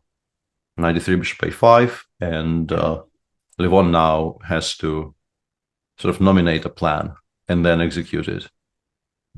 We are not sure what it is. Yeah, I'm really unsure. I was wondering about also trying to push the black light squared bishop to a different diagonal. At some point, white can play like bishop b7, bishop c6, putting the black bishop either on f7 or c8. I'm not sure which way black goes. Actually, maybe c8. Yeah, maybe c8 is... Although c8 then maybe it allows for some h4, h5 ideas for the future, which I think... good question. Like, do we do it immediately, or he's gone king g3? But let's say king g7. I don't know why. Let's say we do this, and this. So this has given us access to some more squares, maybe. But again, what's the next step? I was wondering if we could, continue chasing that bishop around. But bishop d7. Anytime we play bishop e6, will always just be met by bishop e8. Yeah. Also, a kind of a stupid theoretical question. Let's say this happens. Are we taking twice, or? That's a very good question. I would be scared, but also I don't know how I lose, so maybe we are. Yeah. Maybe black's fine there. Yeah, because like this appears. First of all, bishop d8 check exists, but also, yes, I don't know what my next move is, but the same sort of applies to white as well, right? If I could put the knight on d5, maybe. Yeah, but then I'm winning. I think we'll have too to. Long. We'll have to protest and Yes. and ask to show us how it gets teleported from d3 to d5. Yes. Black's bishop is terrible, but that's not enough. Yeah, so king g7 on the board in the meantime. And in the game that we are all sort of the most excited about, Magnus continues being completely lost in this queen ending because his king really isn't where it's supposed to be. And as you mentioned, yeah, it seems like the conversion even isn't sort of that time consuming. Yeah. Because black is making tremendous strides. Like the pawn went from b7 to b3 in like 5 moves. Yeah, and it's going to go to b2 in a couple of moves. It's going to be on b2 very soon. Yeah. Or maybe you just put the black king on b2, guard the checks, and then just get it out the way. Yeah. White's king, yeah. I guess you need these checks from the side occasionally as well for white, and you get in the way of any kind of lateral checks on the second, third rank. Yeah. So how would you like? Let me just close the blasted thing so I don't get any help. King c3. Let's try and play out. Yeah, king c3. We give a check from here, I assume. Okay, queen d4 maybe. I'm not sure whether we need to move the queen again, but it's nice to have it in one of the central squares. I guess. King c2, c6. Yeah. I mean, if I really want to push the pawn, I could have played king d2 maybe last move and then put the king. Yeah, away. but I want to sort of I want to aim for more. I want to actually get to a position where there are no checks and I play b3, b2. Okay, but I'm not sure if I'm succeeding. King c1. King c1 here. I think this avoids any checks. Choice. Hello, doggo. We need your help with this queen ending. Yeah, Magnus is going to be feeling a black cloud in his mind right now as well. D for doggo. Yeah, I think king c1 here just pretty much ends the check. So we go. Yeah, he is also kind of stepped on my mouse operating arm, like, and he does weigh like 24 kilos. So playing king c1 currently is a bit difficult, but I'll try. That's a heavy dog, I've got to say. Not very, like it looks like he should weigh more, but it's all fur basically. It's all fur, and I think he kind of felt shame because he kind of stepped back, and I can now operate the arm a bit more. Shame. Yeah, so king c1, I wanted to give a check from here. But then queen d2 is... Yeah, queen d2 would have been a counter check there. Yeah. So we still don't have an immediate win, right? King d2, queen h6. Yeah, and maybe we just play king d3, but then a6 is a check, right? But then slowly and surely, it's got to be. How about even if I maneuver my queen again? So let's go queen e3 on the last move, sorry. Okay. Now queen d3. That generally is, I think, a good idea. Yeah, now king d1 and the checks have actually run out. Yeah, and if I give a check from that side, we can also use d1. Yeah, and then if the checks run out, like I'm threatening queen d2, so we have to make some kind of a quiet move. And then I think the prescribed, like against something like queen b6, I think the prescribed way to win is maybe reposition it again to somewhere like d5 and then play king. Honestly, I suspect even something very straightforward like this is already winning. Yeah, I have no doubt with it. Yeah, like in general, I think we don't like getting the king like leave the cage. But when we are making so much progress and when it hasn't really left the cage very far, like it's still very much in the way of white giving checks from queen e1 as well there. C5. Yeah. So yeah, Magnus already making quiet moves here, has gone queen h8. I think Magnus very much knows he's done for, so he is not even taking too much time on any of these decisions, knows that it doesn't really matter all that much. He's not hiding it very well. Body language we see there. Yeah, maybe we can show as well if the king had been on h8. I guess it's hard to show, but if the white king had been on h8, for example, then white could have sat in some of those positions. I think we sort of can, right? Yeah. Just make a bunch of mistakes at once. Yeah. Well, not this. Yeah, not this. I don't know. F7. Yeah. Let's say king d1 or king somewhere, and then at least here there's no. And then we start giving checks, and none of the interpositions will be a check. I mean, h8 would be even better, or h6 or somewhere. f7 is a bit weird, but it suddenly becomes so much more difficult for black to set up a position where checks run out because every check allows a counter check in response. So yeah, this is what I was talking about when I was saying that I would like to keep it in the cage for as long as possible, and I was looking for a kind of a cleaner solution than queen d2 check, but I suspect it's good enough. I suspect that, as long as it doesn't really like cross the fifth, we will always find a way to come up with our king once the check starts, so that the checks just run out again. Yeah, there's always going to be king c1 here. King c1. I was worried about something, not quite sure what. Yeah. But either way, slowly and surely, this pawn is about to promote. He's played king c2. Yeah, you can't allow b2, so I guess he gives a check from c8. Yeah, maybe h7, one of the two checks. Yeah. I have a feeling this I think h7 is slightly worse because this is just so obvious. Yeah. And then resigns. Like once again, you have to play like queen b6 or something, and then we go like queen somewhere on the second rank, and then b2, and this has to be very, very lost. Yeah, even with the pawn on b2, if the king had been on h8, still sometimes there it's a draw. But here it's never. But it's not. Never. It really isn't. Yeah. It looks like we might be left with the long. Not the one that we expected, actually. Not the one that we expected. Yeah, and then there's been some remarks about,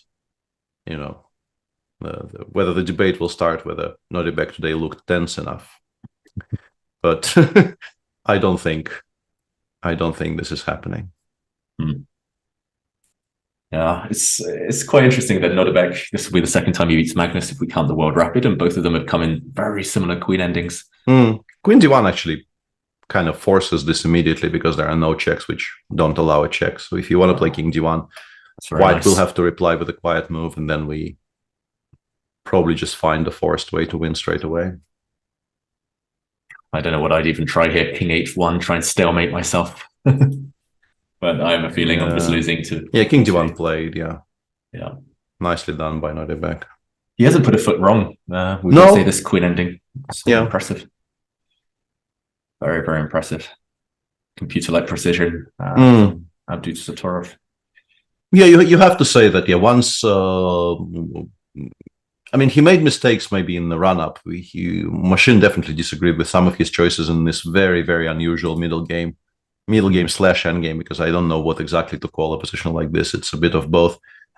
Mistakes definitely were made here, according to, once again, I wouldn't call them mistakes, but I could see them being mistakes on my screen, which is why I'm calling them mistakes. Inaccuracies. Only reason. But once that very, very important turning point happened where Magnus could have played queen e8 check, which apparently was still holding for some reason on move 43. But once king h2 appeared on the board, Nordebek's conversion from here seems absolutely exemplary. Yeah. Very confidently, putting a queen on the central square and then just starting to push and understanding that this setup cannot be shaken. Honestly, I think king g1, queen e5, you do understand intuitively what you're supposed to do with black. I think it made his life a bit easier. I think calculating everything precisely, if Magnus did go for some kind of a position like this one, which we were discussing, and we know, once again, because Sese told us that this is lost. Yeah. But you have to wonder if this was maybe slightly more tenacious in terms of how easy it would have been for Nordebek to find the best way. But from here, not a foot wrong. Very, very confident, understands what he has to do, and just has done it very, very nicely. Hang on a second, wasn't there? Yeah, so there was this position, right? In which the king did not go forward. I assume, I mean, obviously it cannot cross the fifth, but why are we not playing king h4 here? Yeah, good question. I guess black could... No, I mean, you can put it, put it back. Yeah. Because king h5 would immediately resign to queen h2, queen g1. But why are we not at least trying? Like, if we're playing king g2 here, it's sort of equivalent to resigning.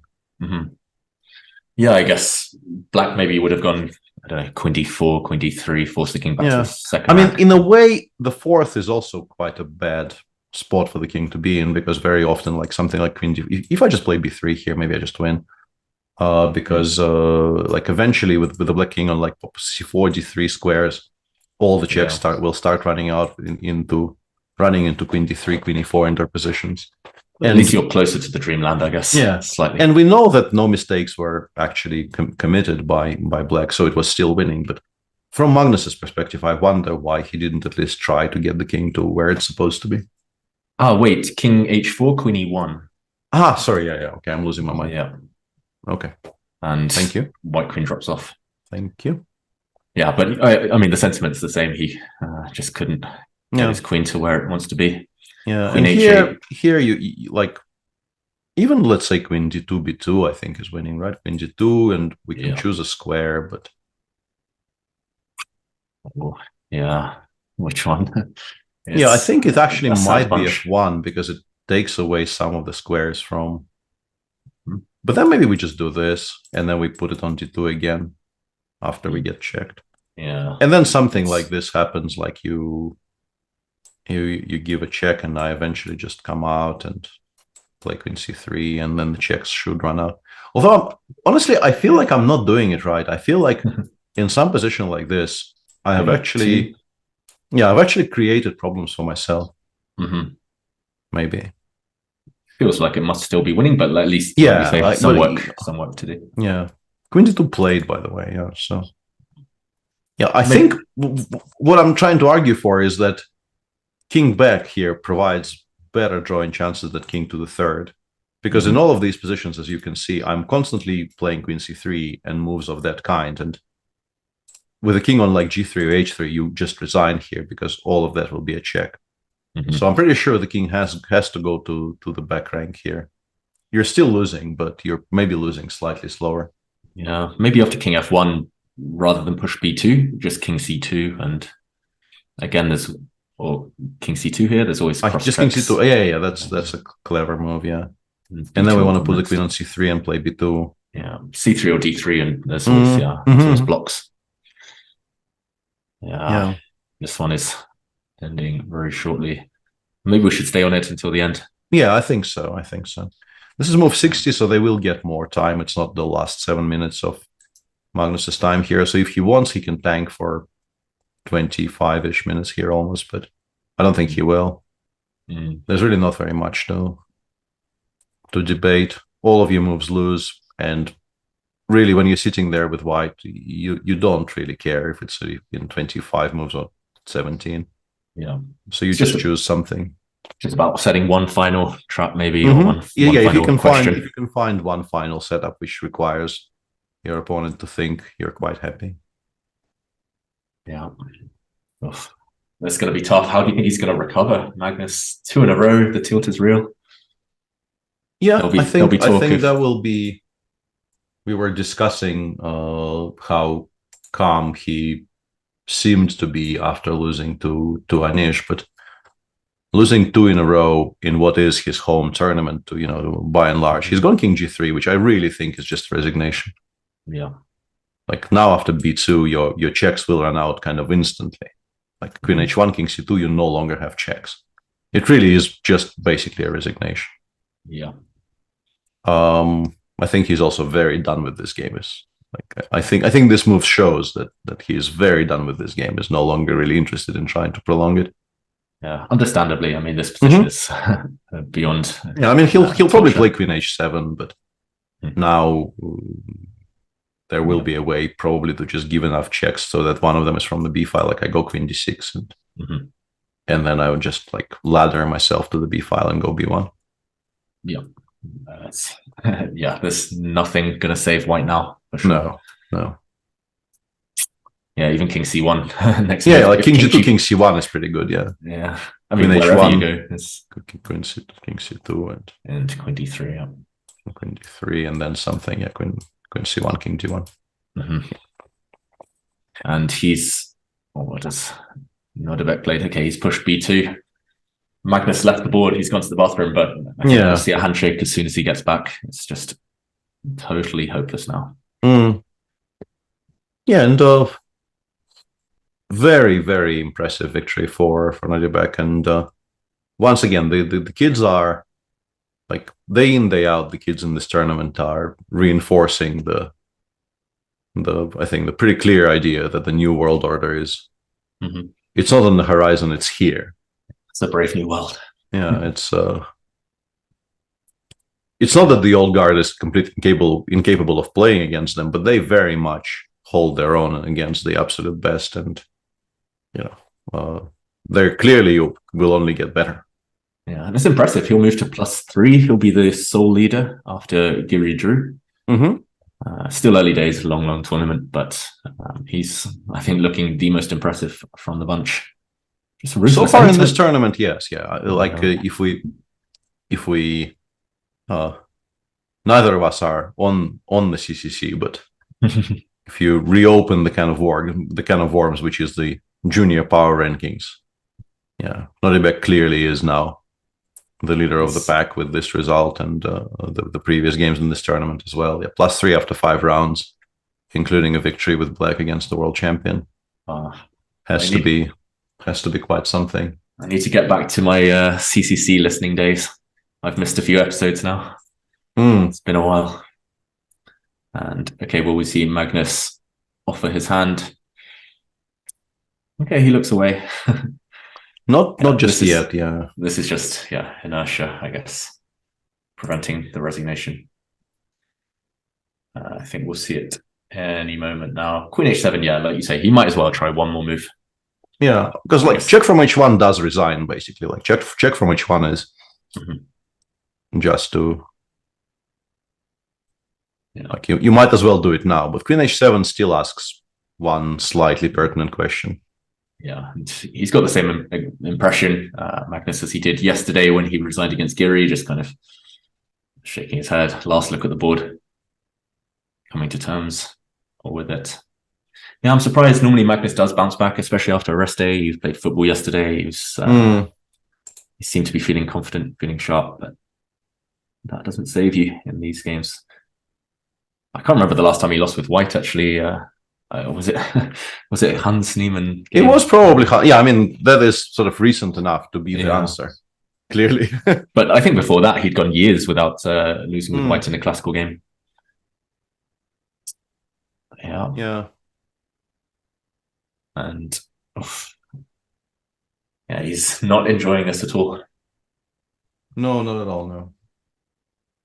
Yeah, meanwhile, the other game between Aroni and Vincent Keimer hasn't changed. Yeah, not really going very far. Yeah, the Lev for now is just shuffling. Also, interestingly, he is shuffling in a way that allows g6, g5, which is, frankly, a bit of a surprise to me. Because it's difficult for me to envisage a situation in which having squares for the e8 bishop is not something that we want with black. Yeah, and there we have it. Yeah. There we have it, just resigning there as expected. Position wasn't really very inviting anymore. Yeah, and interesting. It seems they're discussing a moment around maybe move 40, where things did change, where we headed into that queen endgame. Yeah, Magnus clearly not happy with his body language about those variations, maybe regretting some decisions. Yeah, Peter, what a round it's been again. Just something's in the air. It's quite remarkable, really, what's going on in this tournament. With we thought Magnus was like, normally when he starts well, and he did start quite well by playing a very sensible, very sharp game against Livon. Livon did hold it in round 1, but I mean, you don't beat Livon every single time with the white pieces. It's okay to not win some of them occasionally.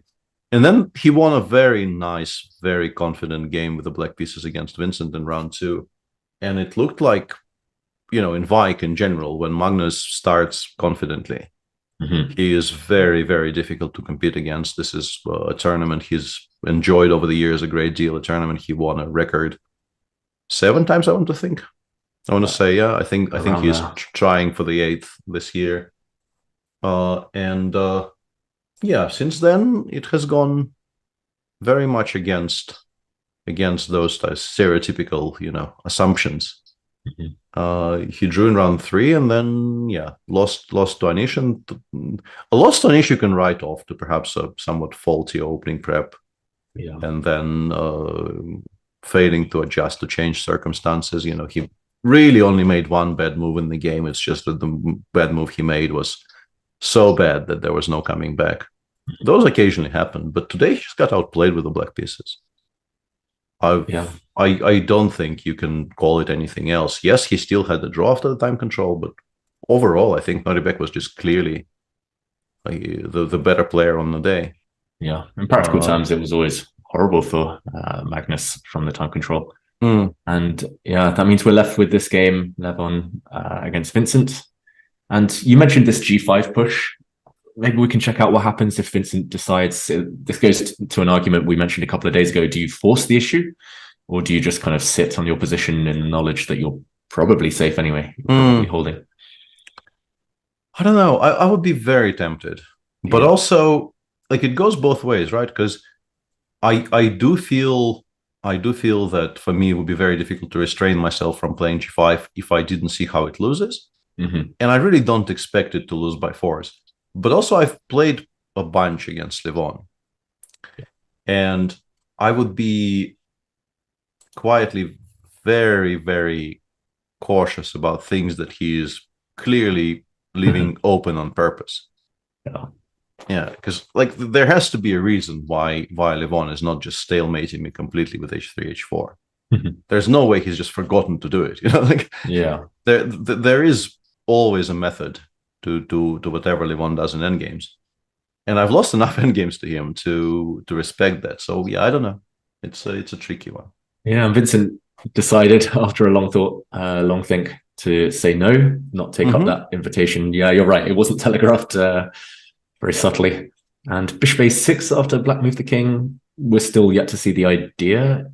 Well, I mean, building up for C5 eventually. Yeah, I think he's mostly shuffling. Yeah, I'm pretty sure he can put it back on C8 later if he wants to. So I don't think this changes the position drastically. He's just trying everything, seeing sort of what produces a reaction.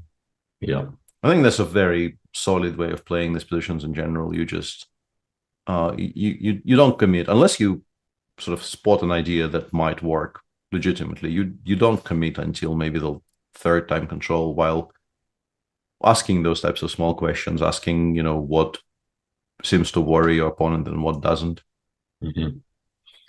And okay, Bishop B5. I'm assuming Black's just going to shuffle King F6, King E7 forever. You could make an argument for Bishop G8, Bishop F7 as well if you really want to keep the king on E7. I really still don't see where White's king is going, I've got to say. Yeah, it's such a weird position because you can get it to H4, but then most likely if you put it on G5, you just get mated with Bishop D8 somewhere, so that really isn't ever a threat. And King E3 is just always met with Bishop B6 check, and you're never getting to D4 either. And perhaps you can make an argument for Black to allow King D4 and then Bishop B6 check, C5, D takes C5, and start playing for a win in certain spots. So yeah, plans are kind of thin on the ground. Very. You have to say, kind of thin on the ground here. I'm kind of guessing at some point he'll play Bishop C6 and then just go for C5. Yeah. Better or worse. So let's say Bishop C6, we go King E7, you play C5, I take, I play Bishop C7. Yeah, I kind of wanted my king maybe elsewhere, maybe King on F3. Yeah, you could tell me what, I guess you want this one here, yeah? Yeah. Because I'm pretty sure I can have any position. You can get the absolute maximum. So tell me what you think is the absolute maximum, and let's analyze that position. That's, I mean, a difficult question in itself. Maybe a bishop on C6, like you say, and C5. Do we want H4? Yeah. H4 might be a target, though, for the bishop on D8 later. Okay, let's play C5. Let's play C5, yeah. I still like bishop C7 the most, because I think this is where it belongs in general. Yeah. And now, I was hoping maybe your king would be on e7, so I can play knight d3, knight e5, but don't okay, really so see how on, I can. Or maybe I don't need to rush with that. Let's assume, yeah. Knight d3, but I will hang on before. Then b4, okay. So bishop d6, knight e5. But I can play king f6 here, right? Like, yeah, I'm just not getting anywhere. You're like, if you could play king f3, d4, then maybe you would actually start making progress. But no, this is many ifs. Yeah, this and honestly, once I achieve this type of setup, I really don't think I ever lose with black. How about, because you will be tied down to your own weaknesses as well, I think. How about, let's say I put, okay, he has just played h4, so let's put the pawn on h4, let's see if that shuffles. Yeah. And, okay, how about now I play bishop c6, sorry, and then c5. And knight d3, and king e3. Okay, yeah, you've gotten this far then. The maximum, yeah, that does seem like the maximum, yeah, and you have some ideas, and black is sort of completely hamstrung now, yeah? Yeah. I guess you could start racing king g7, king h6, king h5, come round, but that feels far too slow. But the weird thing is, I still don't know how I lose if I pass forever. This is also a good point, knight takes b4. Because this is king weak, right? Yeah. If I ever play knight takes b4, take on f4. And then maybe some race, but the bishops got to the bishops will be okay in most races, I think. What if I come the whole way around? King b5. Yeah, you can definitely try that as well, yeah. So eventually I will have to address it. Yeah, I can't do nothing absolutely forever. Yeah. Yeah, this looks iffy suddenly, because let's say if I go king e7 here, then after knight e5 I might. I thought king f6 would still make a draw, but yeah, I'm not altogether convinced this is a draw. Bishop takes b3 actually, yeah. Yeah. Specifically here, I probably do make a very comfortable. I mean, I wonder if white makes a draw. Yeah. Maybe I can. Oh no, bishop d7. Yeah, I mean, obviously this could be misplayed. Yeah, I'm not claiming this is the position we'll get. But yeah, interesting. Along these lines, at least that seems like a slightly productive plan for white, or yes, at least it would ask some questions. I like this. Yeah. Yeah, you have to time it right, but yeah, I wonder if black plays this plan with putting the bishop round on d6, or whether black just waits. Maybe you wait and put the king on d6 if you can. So, for example, bishop c6, bishop g8, and if c5, take bishop b6 or bishop c7. I still okay, bishop b6, and then yeah, I was hoping king d6, but now b4 is hanging. Yeah, I would prefer not to have to give up on b4 so easily. We're also getting some very cryptic messages that the knight needs to be on d4, which I sort of agree with, but I also don't quite understand how we're meant to achieve it, because the moment you decamp from d3, I think I will quite happily play bishop b6 and wait for you to allow me to get to c5, and then it will be on a arguably a better square. So let's say, I don't know, knight e1, I play bishop b6. And knight d3 still forces me back to a5, but if we're being told it needs to be on d4, okay, you can put it on d4, but then my bishop will be here. It's always bishop f2 as well. Yeah, and how are you making progress? Like now I pass again, and it seems to me that I've achieved something, because maybe bishop d7, bishop e6, and then something. Yeah, this is very confusing. This is very confusing. Yeah, maybe bishop d7, maybe the white. Maybe there's some way but then to what? Force an exchange. I don't see it yet. Yeah, this is my point, because knight e6 is never really a threat, because I will always very happily snap it off. I'm wondering if there's some Zugzwang's after knight c6. With the intention of knight b7 d6, or? Yeah, knight d8, you always play bishop. Sorry, not right now, but for example, king e2. Knight d8, king e7 is always an issue. Yeah. Hmm. No, I mean, you can probably avoid it being an immediate draw, but let's say I go bishop b6, knight b7, king e7. King Like, e7. what is it doing there? Yeah. Yeah, I'm not sure. Like, I can sort of understand the idea that d4 is a nice square, but I still am not sure what the supposed payoff is. Yeah, I guess maybe if the bishop actually goes to g8 in these types of positions, maybe the pawn ending is winning, right?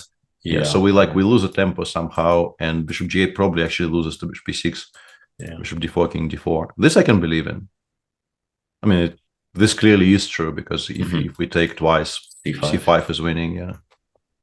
But the bishop never goes to g8. That's the problem. Yeah, but if we realize that with black, we just never go to g8. We just pass in some other fashion. Even going to e8 is fine now. But, no, it's been there before. Yep. Yeah, really hard to believe that this isn't a fortress. We'll see. We'll see.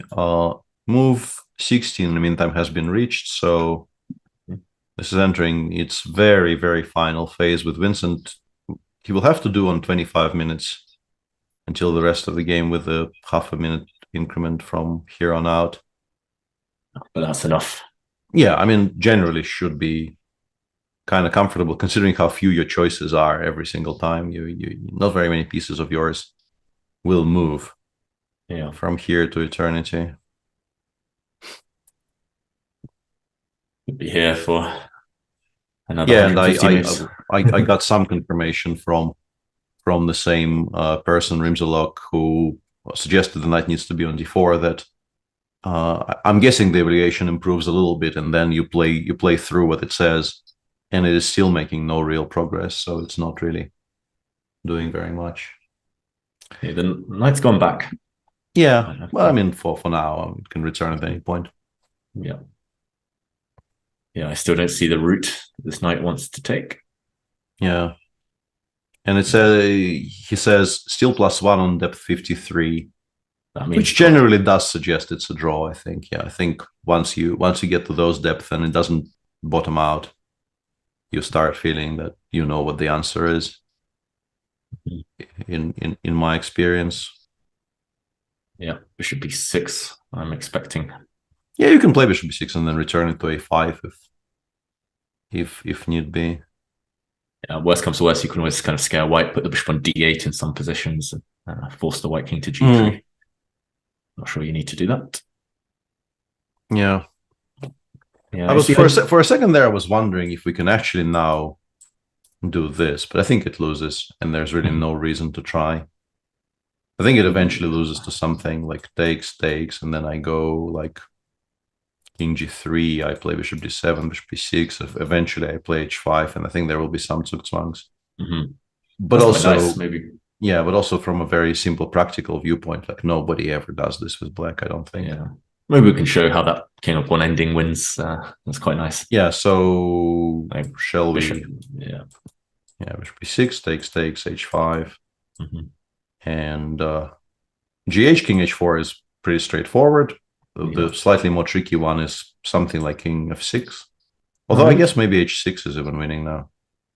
No, h6 is a draw, so we go king h4.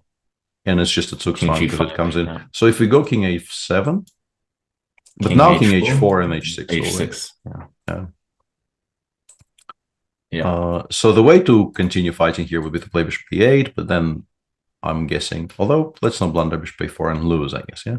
Oh, whoops. Wait, yeah. Are we suddenly...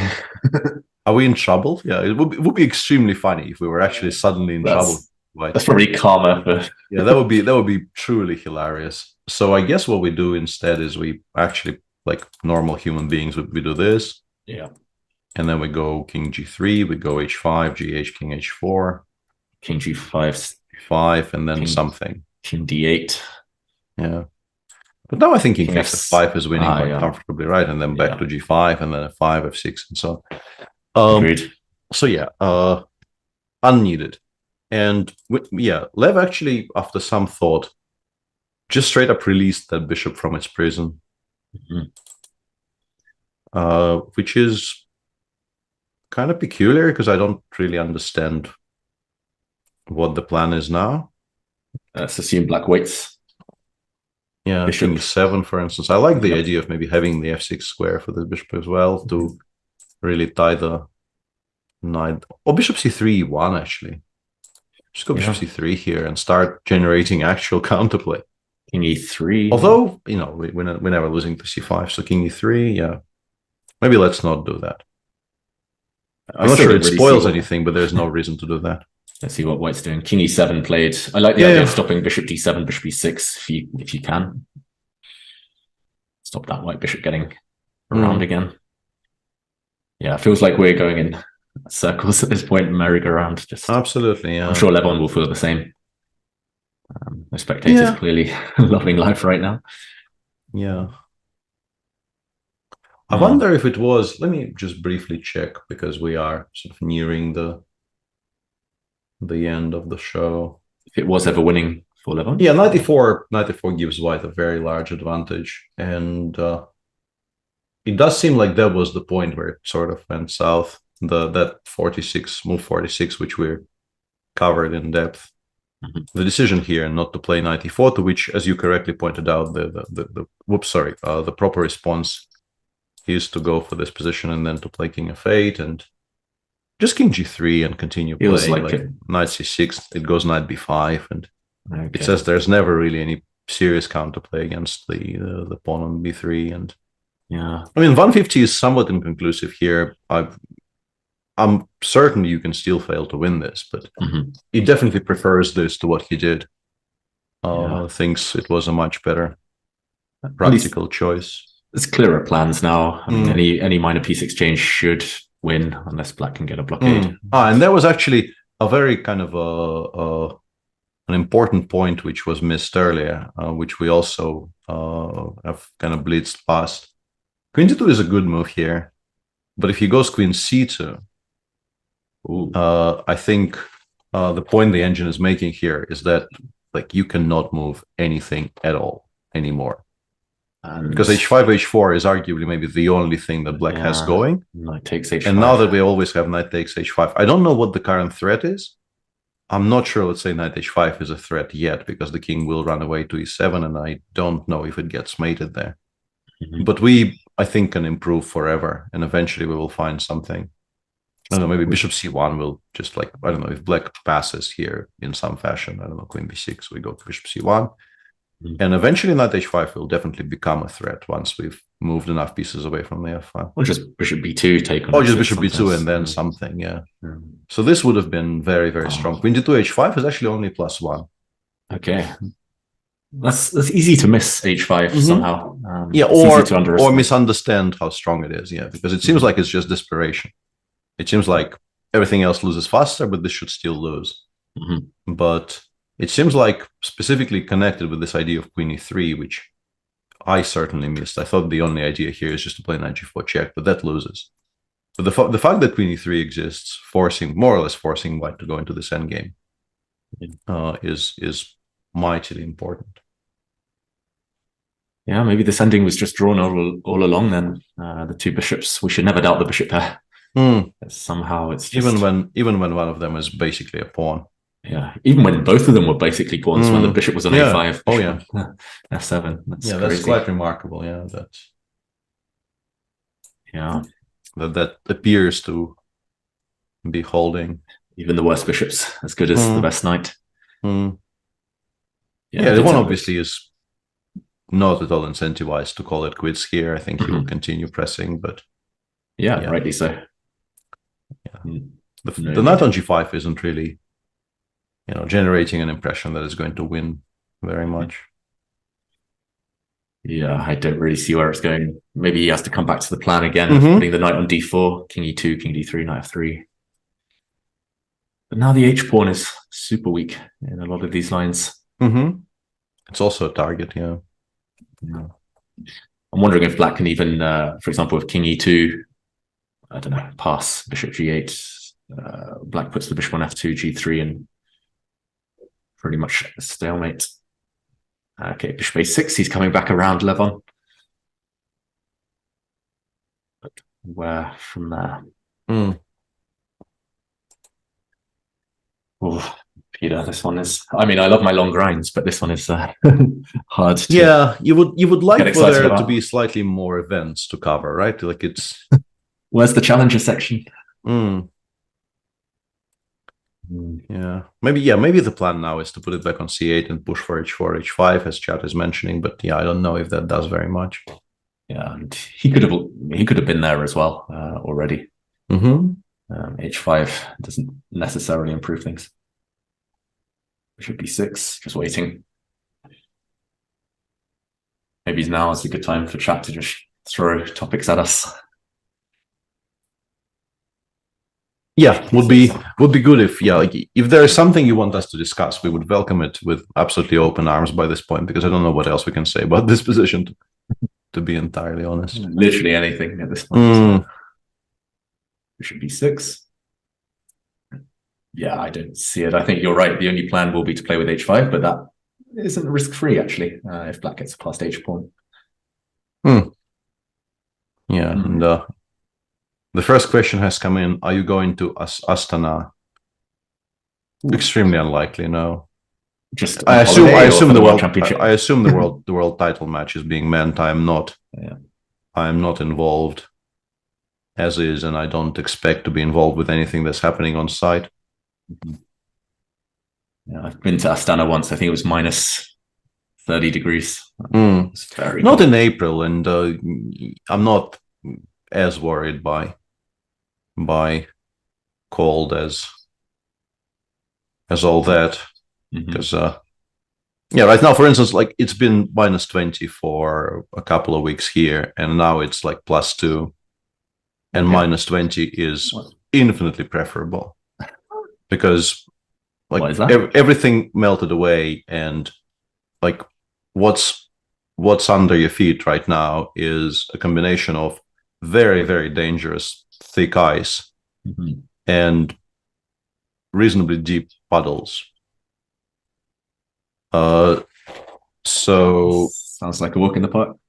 Yeah, so like whenever you have to step away from paved roads, because these days my walks are generally me walking Joyce, and he doesn't really enjoy paved roads all that much because there's not a lot to sniff. For him, the whole point is to read the timeline. For like it's his Twitter basically. He needs to know who is doing what and where and with whom. Yeah. And that is not really available if you only used pavements. And if you step off the pavement, like you're very likely to at some point slip, fall, and break something. A pretty close friend of ours has done exactly that on New Year's Eve. Just like took her dog for a brief walk half an hour before the ringing of New Year, and is now has like 3 metal things in her leg. Ouch. Had like multiple surgeries. Oh, that's way more painful. So yeah, like minus 20 and a very thick covering of snow is so easily preferable to this. Yeah, meanwhile, we do have some action. H5 has been played. I'm not sure whether Vincent could have avoided this. Maybe by keeping the king on f6. Okay, and no, apparently this should not have been allowed and is now completely lost. Wow, okay. Amazing. It did feel like he was setting a trap, Vincent, when he played bishop e8 a moment ago. Trying to play bishop a4? Or... Yeah, felt like he was hoping for like bishop e6, bishop a4, and trying to win the game. But h5 cuts that, stops that in its tracks. Yeah. And you said completely lost. Is there no chance here? Well, I don't know, but like the evaluation suddenly does start bottoming out, and I'm not sure exactly how lost this is, but I'm seeing numbers I haven't seen in a longish while. Maybe black just can't get active because king f6 is always knight e4 check. Yeah, you can't really get out of the box. This is pretty cute and also very efficient. And yeah, the bishop on e8 continues having no moves. Yeah. And now you can imagine how white makes some progress, I suppose. Even though, like, I still don't quite understand why something like this loses. But now maybe just simple plan of knight e4, king g3, king h4. And then? Yeah. I understand, but my question is still... I'll put my king on... I guess the king gets to maybe to g5 in some positions, yeah. And from there, I can surely round up each pawn somehow. Still not easy. No, with the bishop on e3, weirdly, I'm not even sure this is lost, and I understand why it would be, but I'm still curious. I would still feel that maybe I haven't lost the game just yet.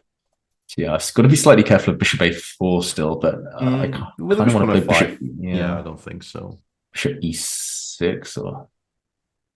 Yeah, well, I want to get my knight round to f5.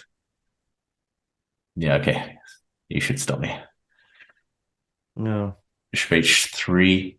So I think the setup currently, and I am sort of very much cheating by this point in the broadcast. If h4, the way the machine sets it up is it goes bishop g4, then it goes f5.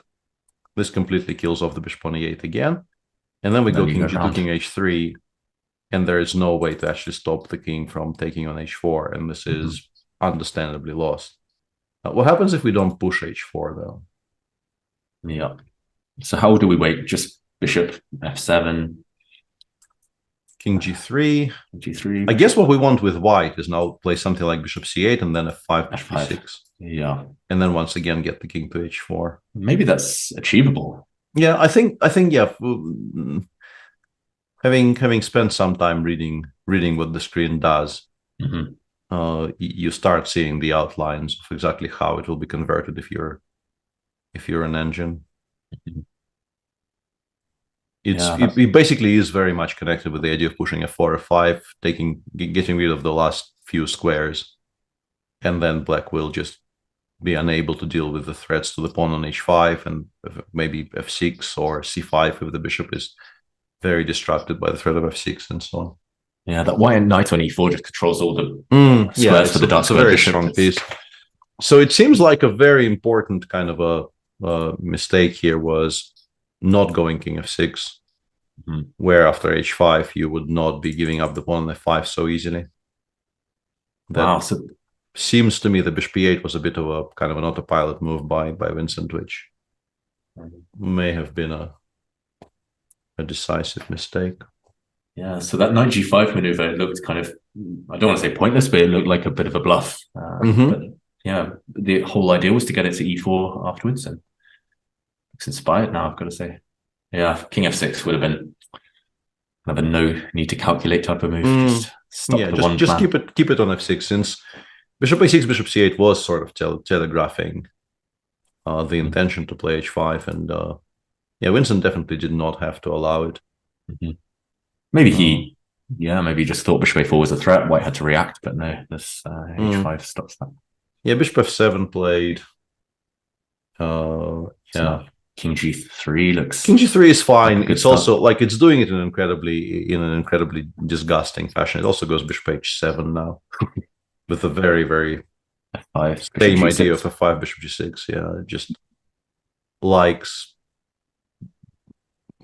pushing this bishop around and forcing it to worse and worse squares. I would be slightly worried about putting my bishop on g6, putting the pawn on f5, just in case black could block and get the bishop round to a4. But well, with knight on e4, we really aren't worried about bishop a4 at all, because we always have 92 there. So no, that's true. I think it's a mirage. Yeah, it looks like we're giving away some. He's just blitzes bishop h7. Yeah, Lev is. I think now that he probably realizes he is most likely winning, he will play quickly and confidently. Yeah. No, it's a boost, definitely, that he even forced Vincent to think, let alone the fact that it's objectively winning now. Yeah. So it went from us kind of struggling to find a topic to discuss in this position to us choosing the cleanest way to win. We cursed him. We absolutely did. That is what happened there. Yeah. Bishop on d4 just has nowhere to go. Just if you could somehow plant the bishop on, I don't know, e7, black king on g7, that's pawn on h4, maybe some chances of a fortress. Yeah, but you like d6 is so weak that you never ever have time for any of that. You don't get there. You can play bishop f6 here. But I guess F5 anyway. this changes very little. I just go f5, bishop e6 against most things. Bishop e5. And yeah, you have to kind of calculate this, I suppose. Yeah. But how much do we need to calculate? A little bit. Yeah. A little bit. Maybe we don't rush with white with f5. If we had the king on h3, it would be nice and simple. Mm-hmm.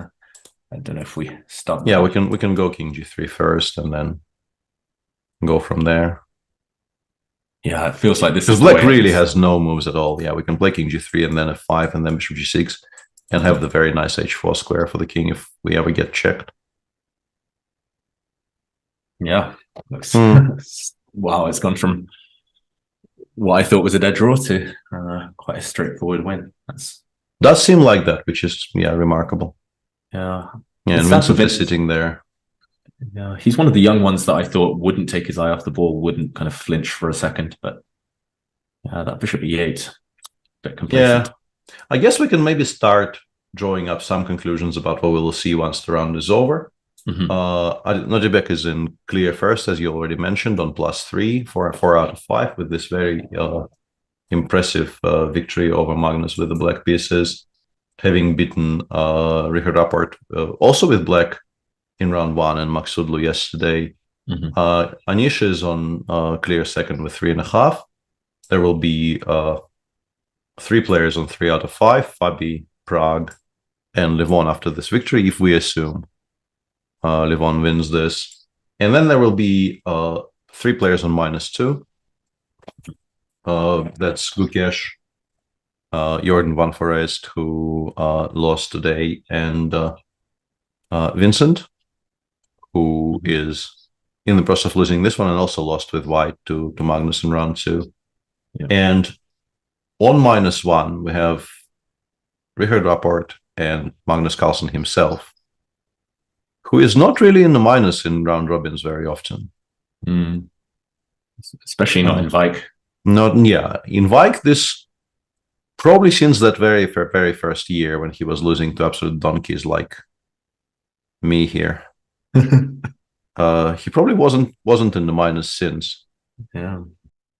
Which year was that? One of his first years? 07, I think, maybe 06. Mm-hmm. You're too harsh, Peter. I'm sure it was a great game. It wasn't a bad game, actually. Yeah, it was some kind of a weird. He played the A3 anti-martial against me. Not D3, A3, straight up A3 on move 8. Okay. A line that I think Nigel at some point championed as well. Yeah, I think I remember that game all those years ago. So you've beaten him twice on the black side of an anti-martial. Is that? Yeah, I think so. As well. I think so. Those were my for the longest time. The score was 2-1 in my favor, and all 3 games actually were black wins in the Spanish. Okay. That white game, and then we traded wins with black in the London candidates. Yeah, he beat me very, very convincingly in the first half of the tournament, and then I won that somewhat famous game in round 14. So the score now is 2-2. It's worse. I think it's actually 2-2 because I stopped playing against him. Okay, that's better than most. It's acceptable. Yeah, this is very important to kind of stop the rot the only way I can by not being good enough to be invited in tournaments he plays in. Should have stopped in 07. Yeah. From playing. No, I'm okay with stopping in 2013. Actually, yeah, that was like if that would have been my last ever game against him, I think I'd be kind of okay with that. But no, we played some game. We played some fun ones since actually. Mm-hmm. How about against Levon? Lifetime. I think I'm like -2 against Lev. Okay. I don't really with people where the numbers go kind of high up. I never really know those scores. I occasionally check just to be able to answer those questions. I think I'm on -2 against Lev, maybe on. I played such a lot of games against Levon and like Vasily and players of that. Yeah, Boris is maybe my. At some point, I also checked that out, and I have already forgotten the answer. Like who I have the most games career-wise. It must be 3 figures against one of them.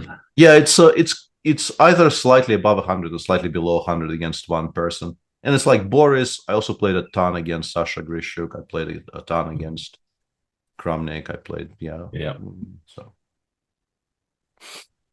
yeah, that one grinding this one out. Bishop E8. Does that Bishop E8 change anything? chosen, and it doesn't really change very much. We've established that Bishop A4 is never a threat, so whatever you do, King G3 is very clean. Just continuing to improve, but I don't think anything else is much weaker. Yeah, it looks automatic. Just King G3, F5, almost pre-move. Yeah, pretty much. Yeah, against most things. You know what you're doing here. You have a very clear-cut idea of what you want to achieve, and you're just going to get there eventually. I wonder if his intention is to put a bishop on F6, put the pawn on H4, and just play bishop D7, just avoid any light square bishop trade. And yeah, but the thing is, I actually considered this, and the problem with this plan is that I think this is completely lost. Bishop D7, unless bishop D7, bishop A4 bishop works. A4. Now, yeah, like you. At least that's the only intention. Oh yeah, this is now. Yeah, this is very unclear. So in this position, we will have to find a better way. The C5, D6. Yeah, but C5, yeah, we just break it open from the other side, yeah. Yeah. Because things are, once again, you are running out of squares for your stuff. Yeah, this never going to hold. Yeah, and yeah, people are confirming that I'm on -2 against left, +6 -4 equals 27 in his favor. It's a lot of games. That is, and that's not counting all the rapid and blitz that we played over the years. That's just classical. Yeah. I don't think Vincent's going to last too much longer. Probably not, yeah. Probably not. Yeah, you still get this like weird artifacts here because like for some reason the top line on my screen right now is bishop h8 against which no, this is okay. Like we don't really care which square we choose on the long diagonal. I can definitely get behind the idea of bishop h8 being a move. Yeah, but for some reason it likes king h3 here. Like why? Why exactly? What are we achieving with this? I guess we're playing a5 and not allowing a5 to be a check. Yeah. Yeah, that must be it, right?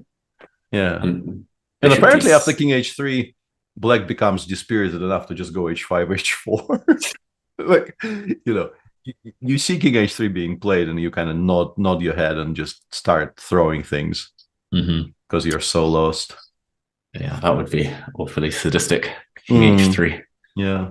But of course, going f5 probably just wins anyway. No need to finesse too much. How about if...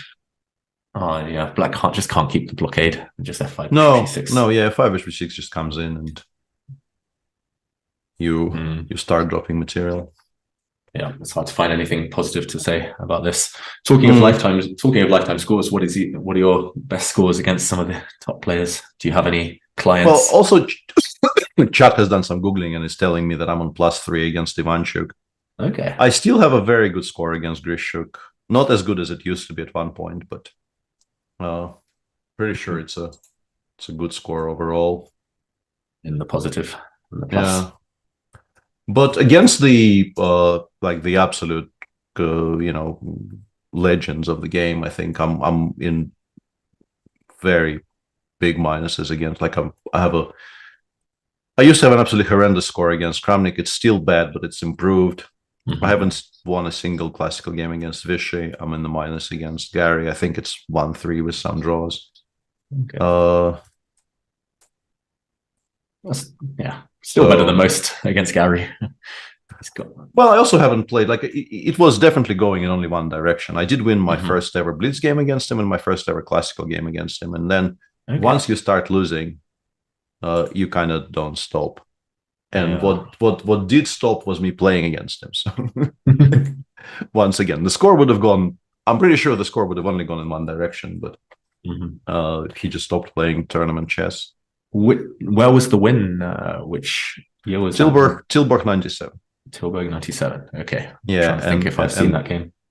It was that weird knight of 3d6, c3 Sicilian. I'm sure you've seen it. Yeah, it's actually a fairly spectacular game. I'm still very happy about it.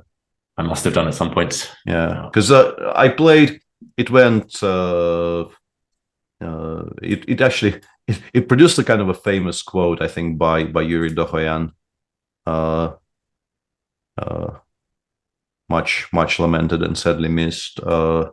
He said after the game that, if we start looking at C3 Sicilians, we'll never get anything done, which was sort of exactly my point when I played it. And I played this, and Gary just assumed that, if I'm playing this against him, I want to draw or something.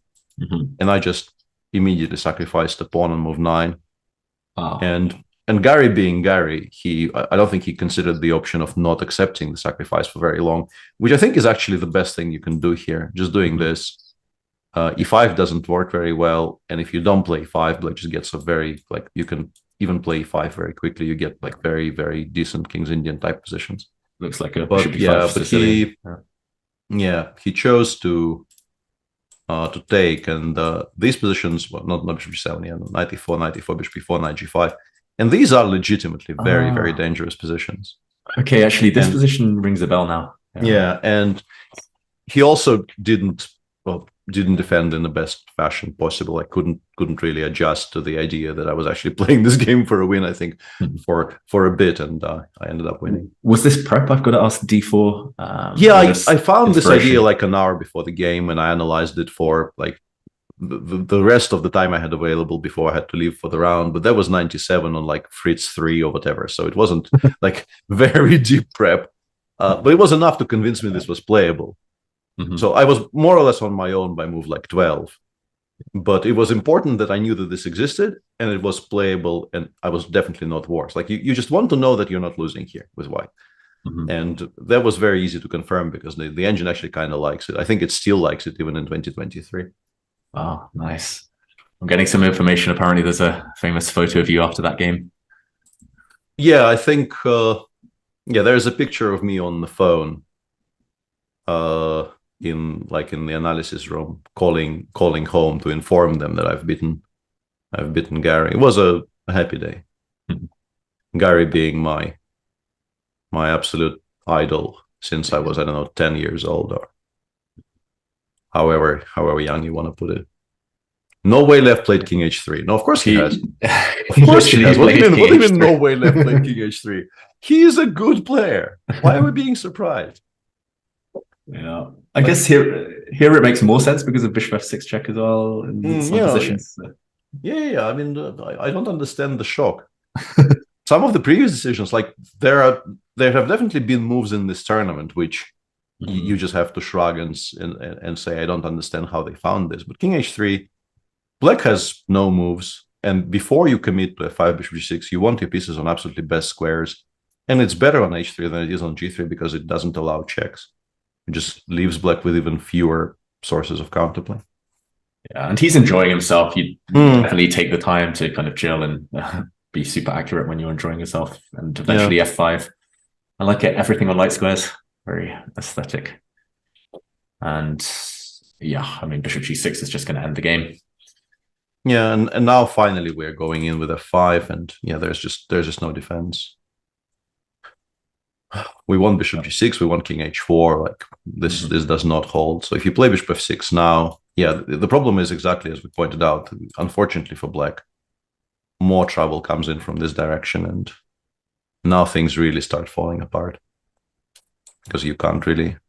dc5 is unplayable, and if you have to allow c6 or what have you, then your position really will be not great.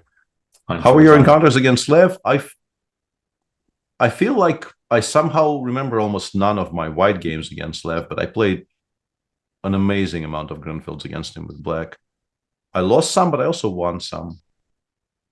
And that was in a period where Lev specifically would play fourth move bishop g5 against me in every single Grunfeld.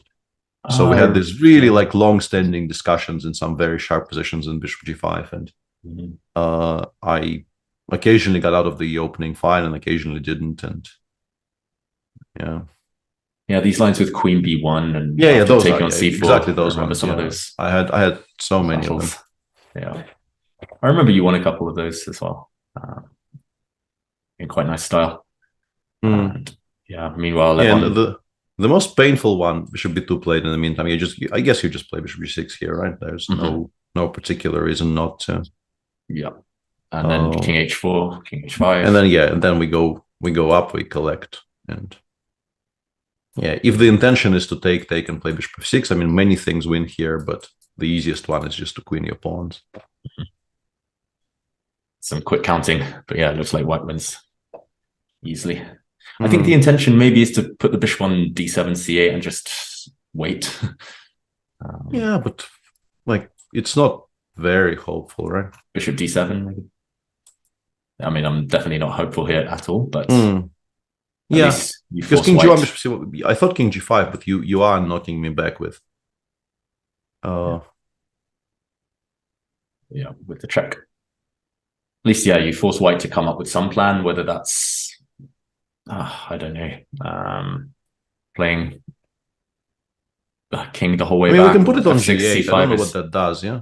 Yeah, I don't really. We can put it all the way. We can put it on all the way on g8, and then perhaps eventually c5, d6, f6 will win. But I really dislike the idea of giving black even a semblance of counterplay. But maybe we do that. Yeah, we'll see. Because I think we're getting there. Yeah. This is what Vincent decided to check. Yeah.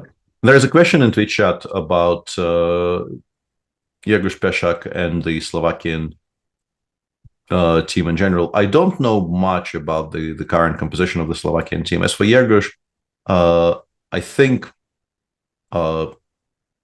he by this point is just, I don't know him at all personally, apart from the fact that he won the Fair Play Award for returning basically he got gifted a full point by a mouse slip when he was playing as Boris Gelfand in one of the online events during the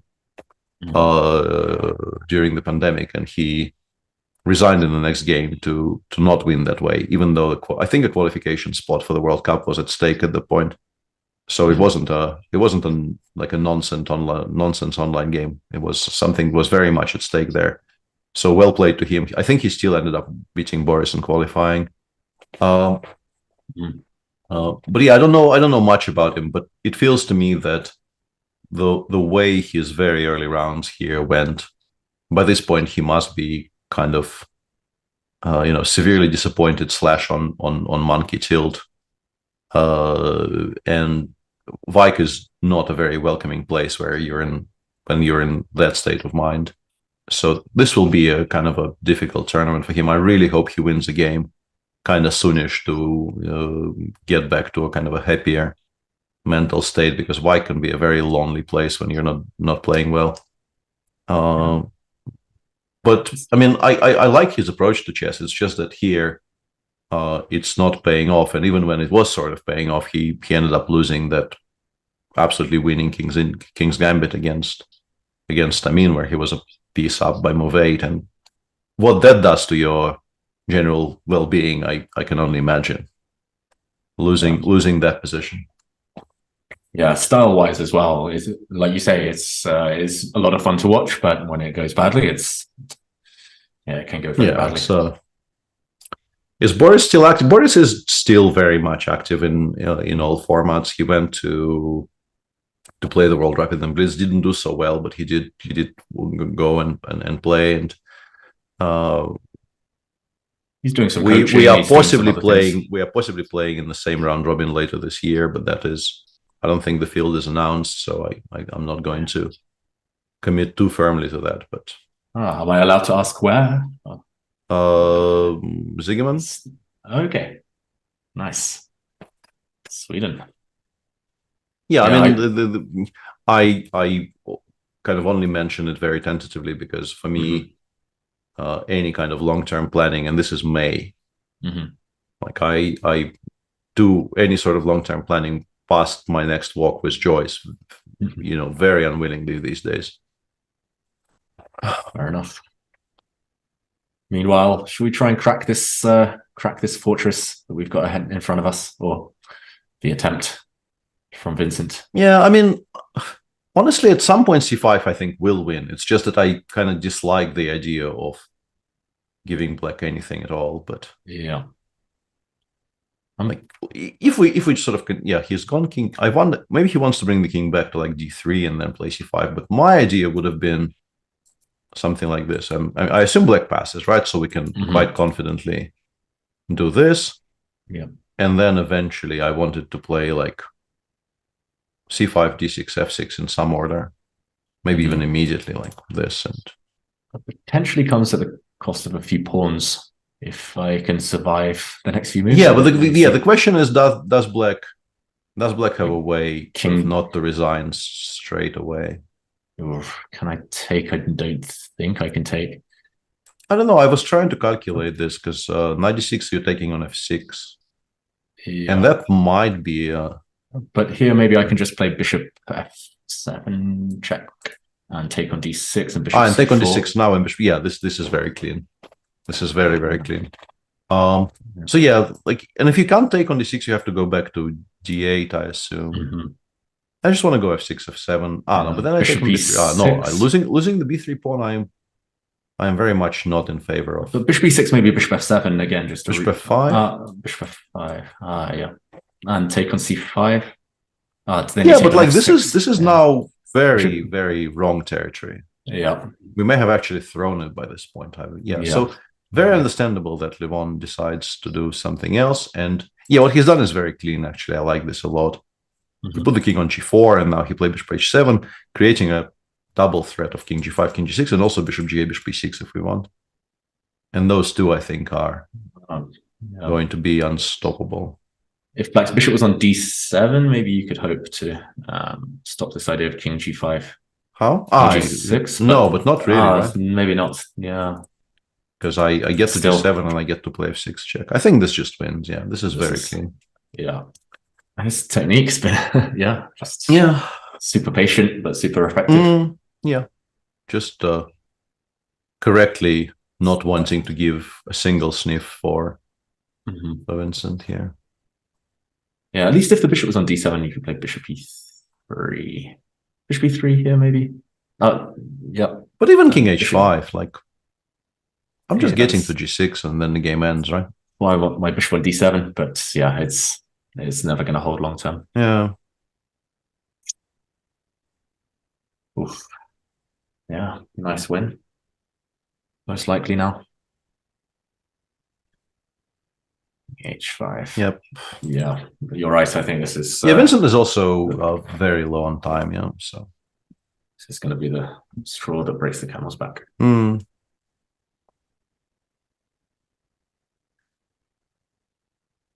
So, those are your next plans in terms of playing, Peter? I don't have May potentially. Like I have this thing lined up for May, and until then, I have absolutely no idea what I'm doing. Hopefully doing some more of this, because this is very much my comfort zone. It's a nice workout, analyzing some chess. Yeah. I don't see anything at all for Vincent here. I don't think he does either. Yeah, he's gone bishop f6. And the problem for him is that, okay, this is the sort of the final trap, right? If you honestly, the way pieces are, you can actually take, I think, right? Because I bring the king back in time. Yeah, bishop a4 never materializes. And then I just go king d4 and c5, and I'm pretty sure this is also just completely winning. Yeah. But there's no reason not to play king h5 or bishop g8. Yeah, Lev is doing it this way. Bishop g8, bishop e6, and then c5 will just crush. Yeah. Already smash. c5 is a big threat. Hulk smash. Yeah. Nothing to do now. Smash is inevitable when we get the handshake. End of round 5. Yeah, so we've had 3 decisive games today, with Magnus, of course, losing with Wijk to Abdusatorov, Parham Maksudlu winning that really strange game against Jordan, where I was going to sort of, bet the house that this is some kind of weird prep, but it probably was actually just a misremembered line or misordered something, because if you blitz all of this out and then think for half an hour and accept a very, very poor position, it probably isn't your prep, if we're honest with ourselves.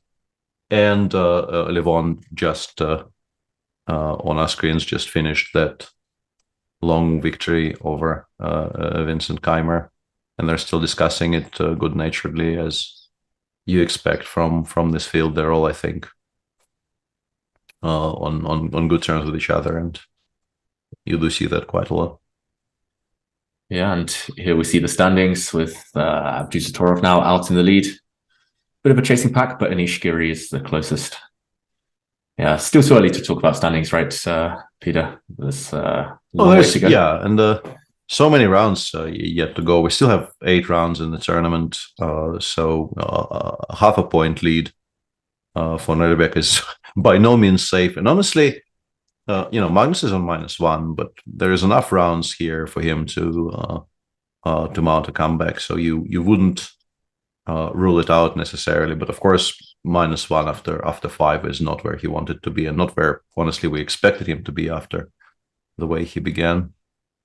Yeah, talking of Hulk, he needs to get angry, I think, Magnus. He needs to needs something to change. It just looks like he's not playing with the same energy as usual. In such a field, it's difficult.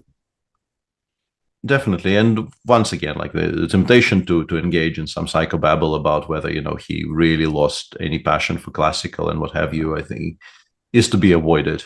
Only he knows, and there's really not very much point in us even going there.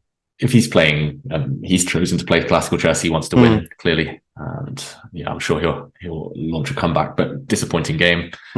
Shout out to Abdusattorov though for finishing it off in such style. Absolutely. And on that note, a slightly shorter day for us today, only 6.5 hours.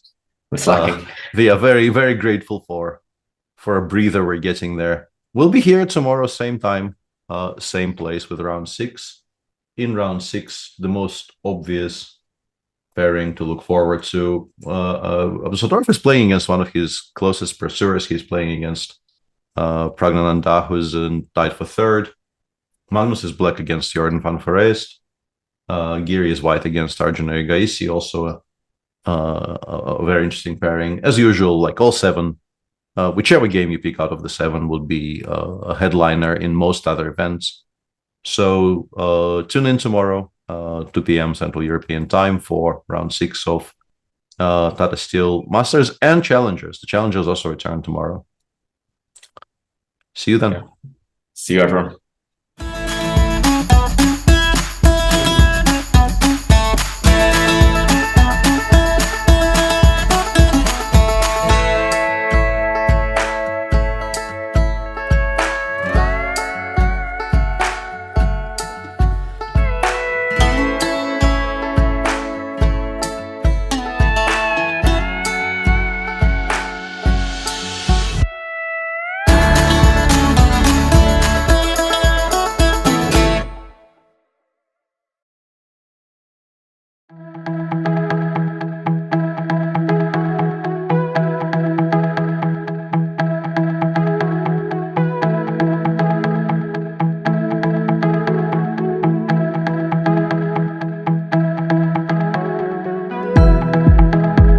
He played the Berlin,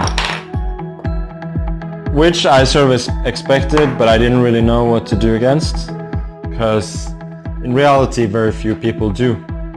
When we are playing an even game against someone of similar strength to us, usually we need to give something in order to obtain the initiative. Just how shrewd and cunning Alireza can be, even with very little time. I want to show you a game just to prove that I play these lines that I played against former world #2 and a bit of a superstar, Gatakamsky.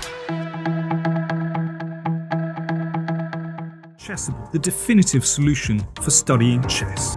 Choose from one of the largest online chess libraries in the world, with hundreds of titles ranging from classic books through to our exclusive Chessable courses.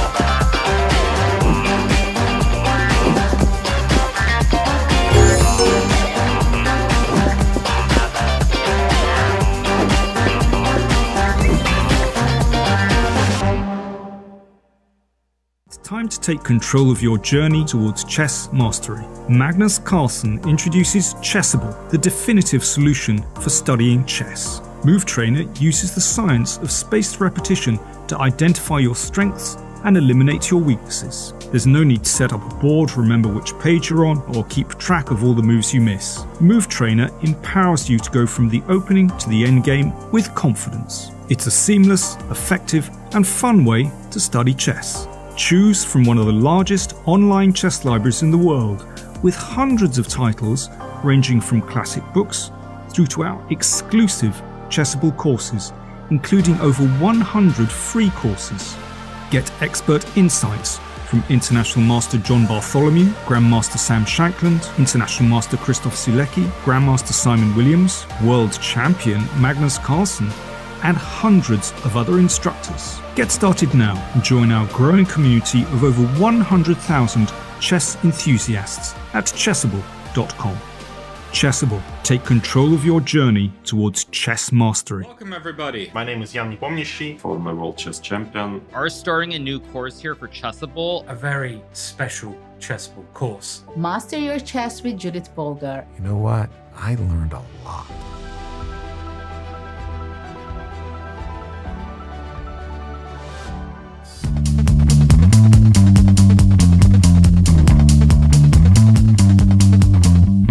First of all, I think White goes queen f4. Here the move is still queen f5, right? You are following my games, you will see I play a lot of games. Finally, guys, so much work for just one pawn. It's so much happiness.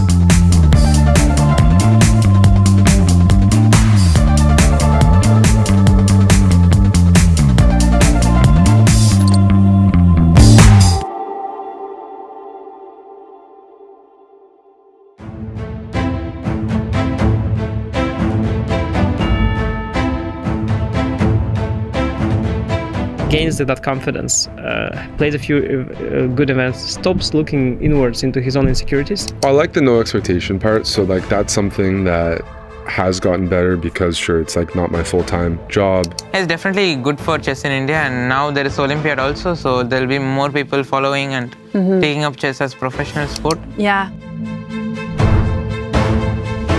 And it's surprisingly concrete still, no? Like, e takes d4, good move. This d takes d4, the d takes d5. This line was essential and forced, but also not rocket science to map out.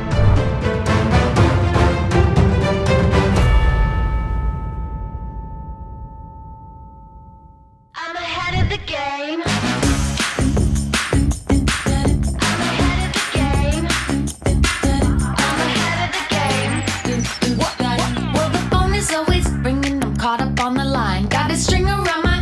Remember who am I? I'm a boss and I'm honestly off my rocker, but follow me, I'm ahead of the game. I'm ahead of the game. I'm only ever slinging, I'm working overtime. Got a song and I'm the singer, the melody, the vibe. I'm a prodigy, logically I'm impossibly wanted, and they'll remember my name. They'll remember my name.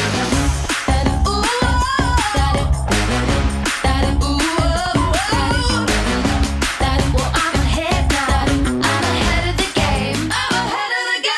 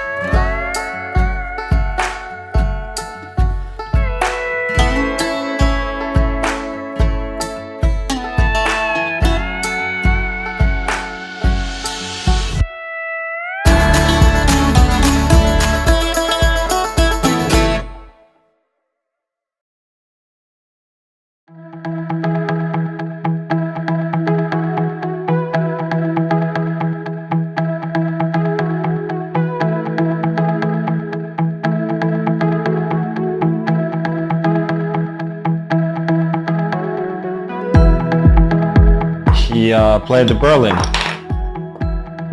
which I sort of expected, but I didn't really know what to do against, because in reality very few people do.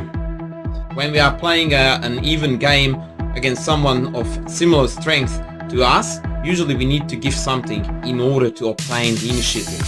Just how shrewd and cunning Alireza can be, even with very little time. I want to show you a game just to prove that I play these lines that I played against former world number 2 and a bit of a superstar, Gata Kamsky.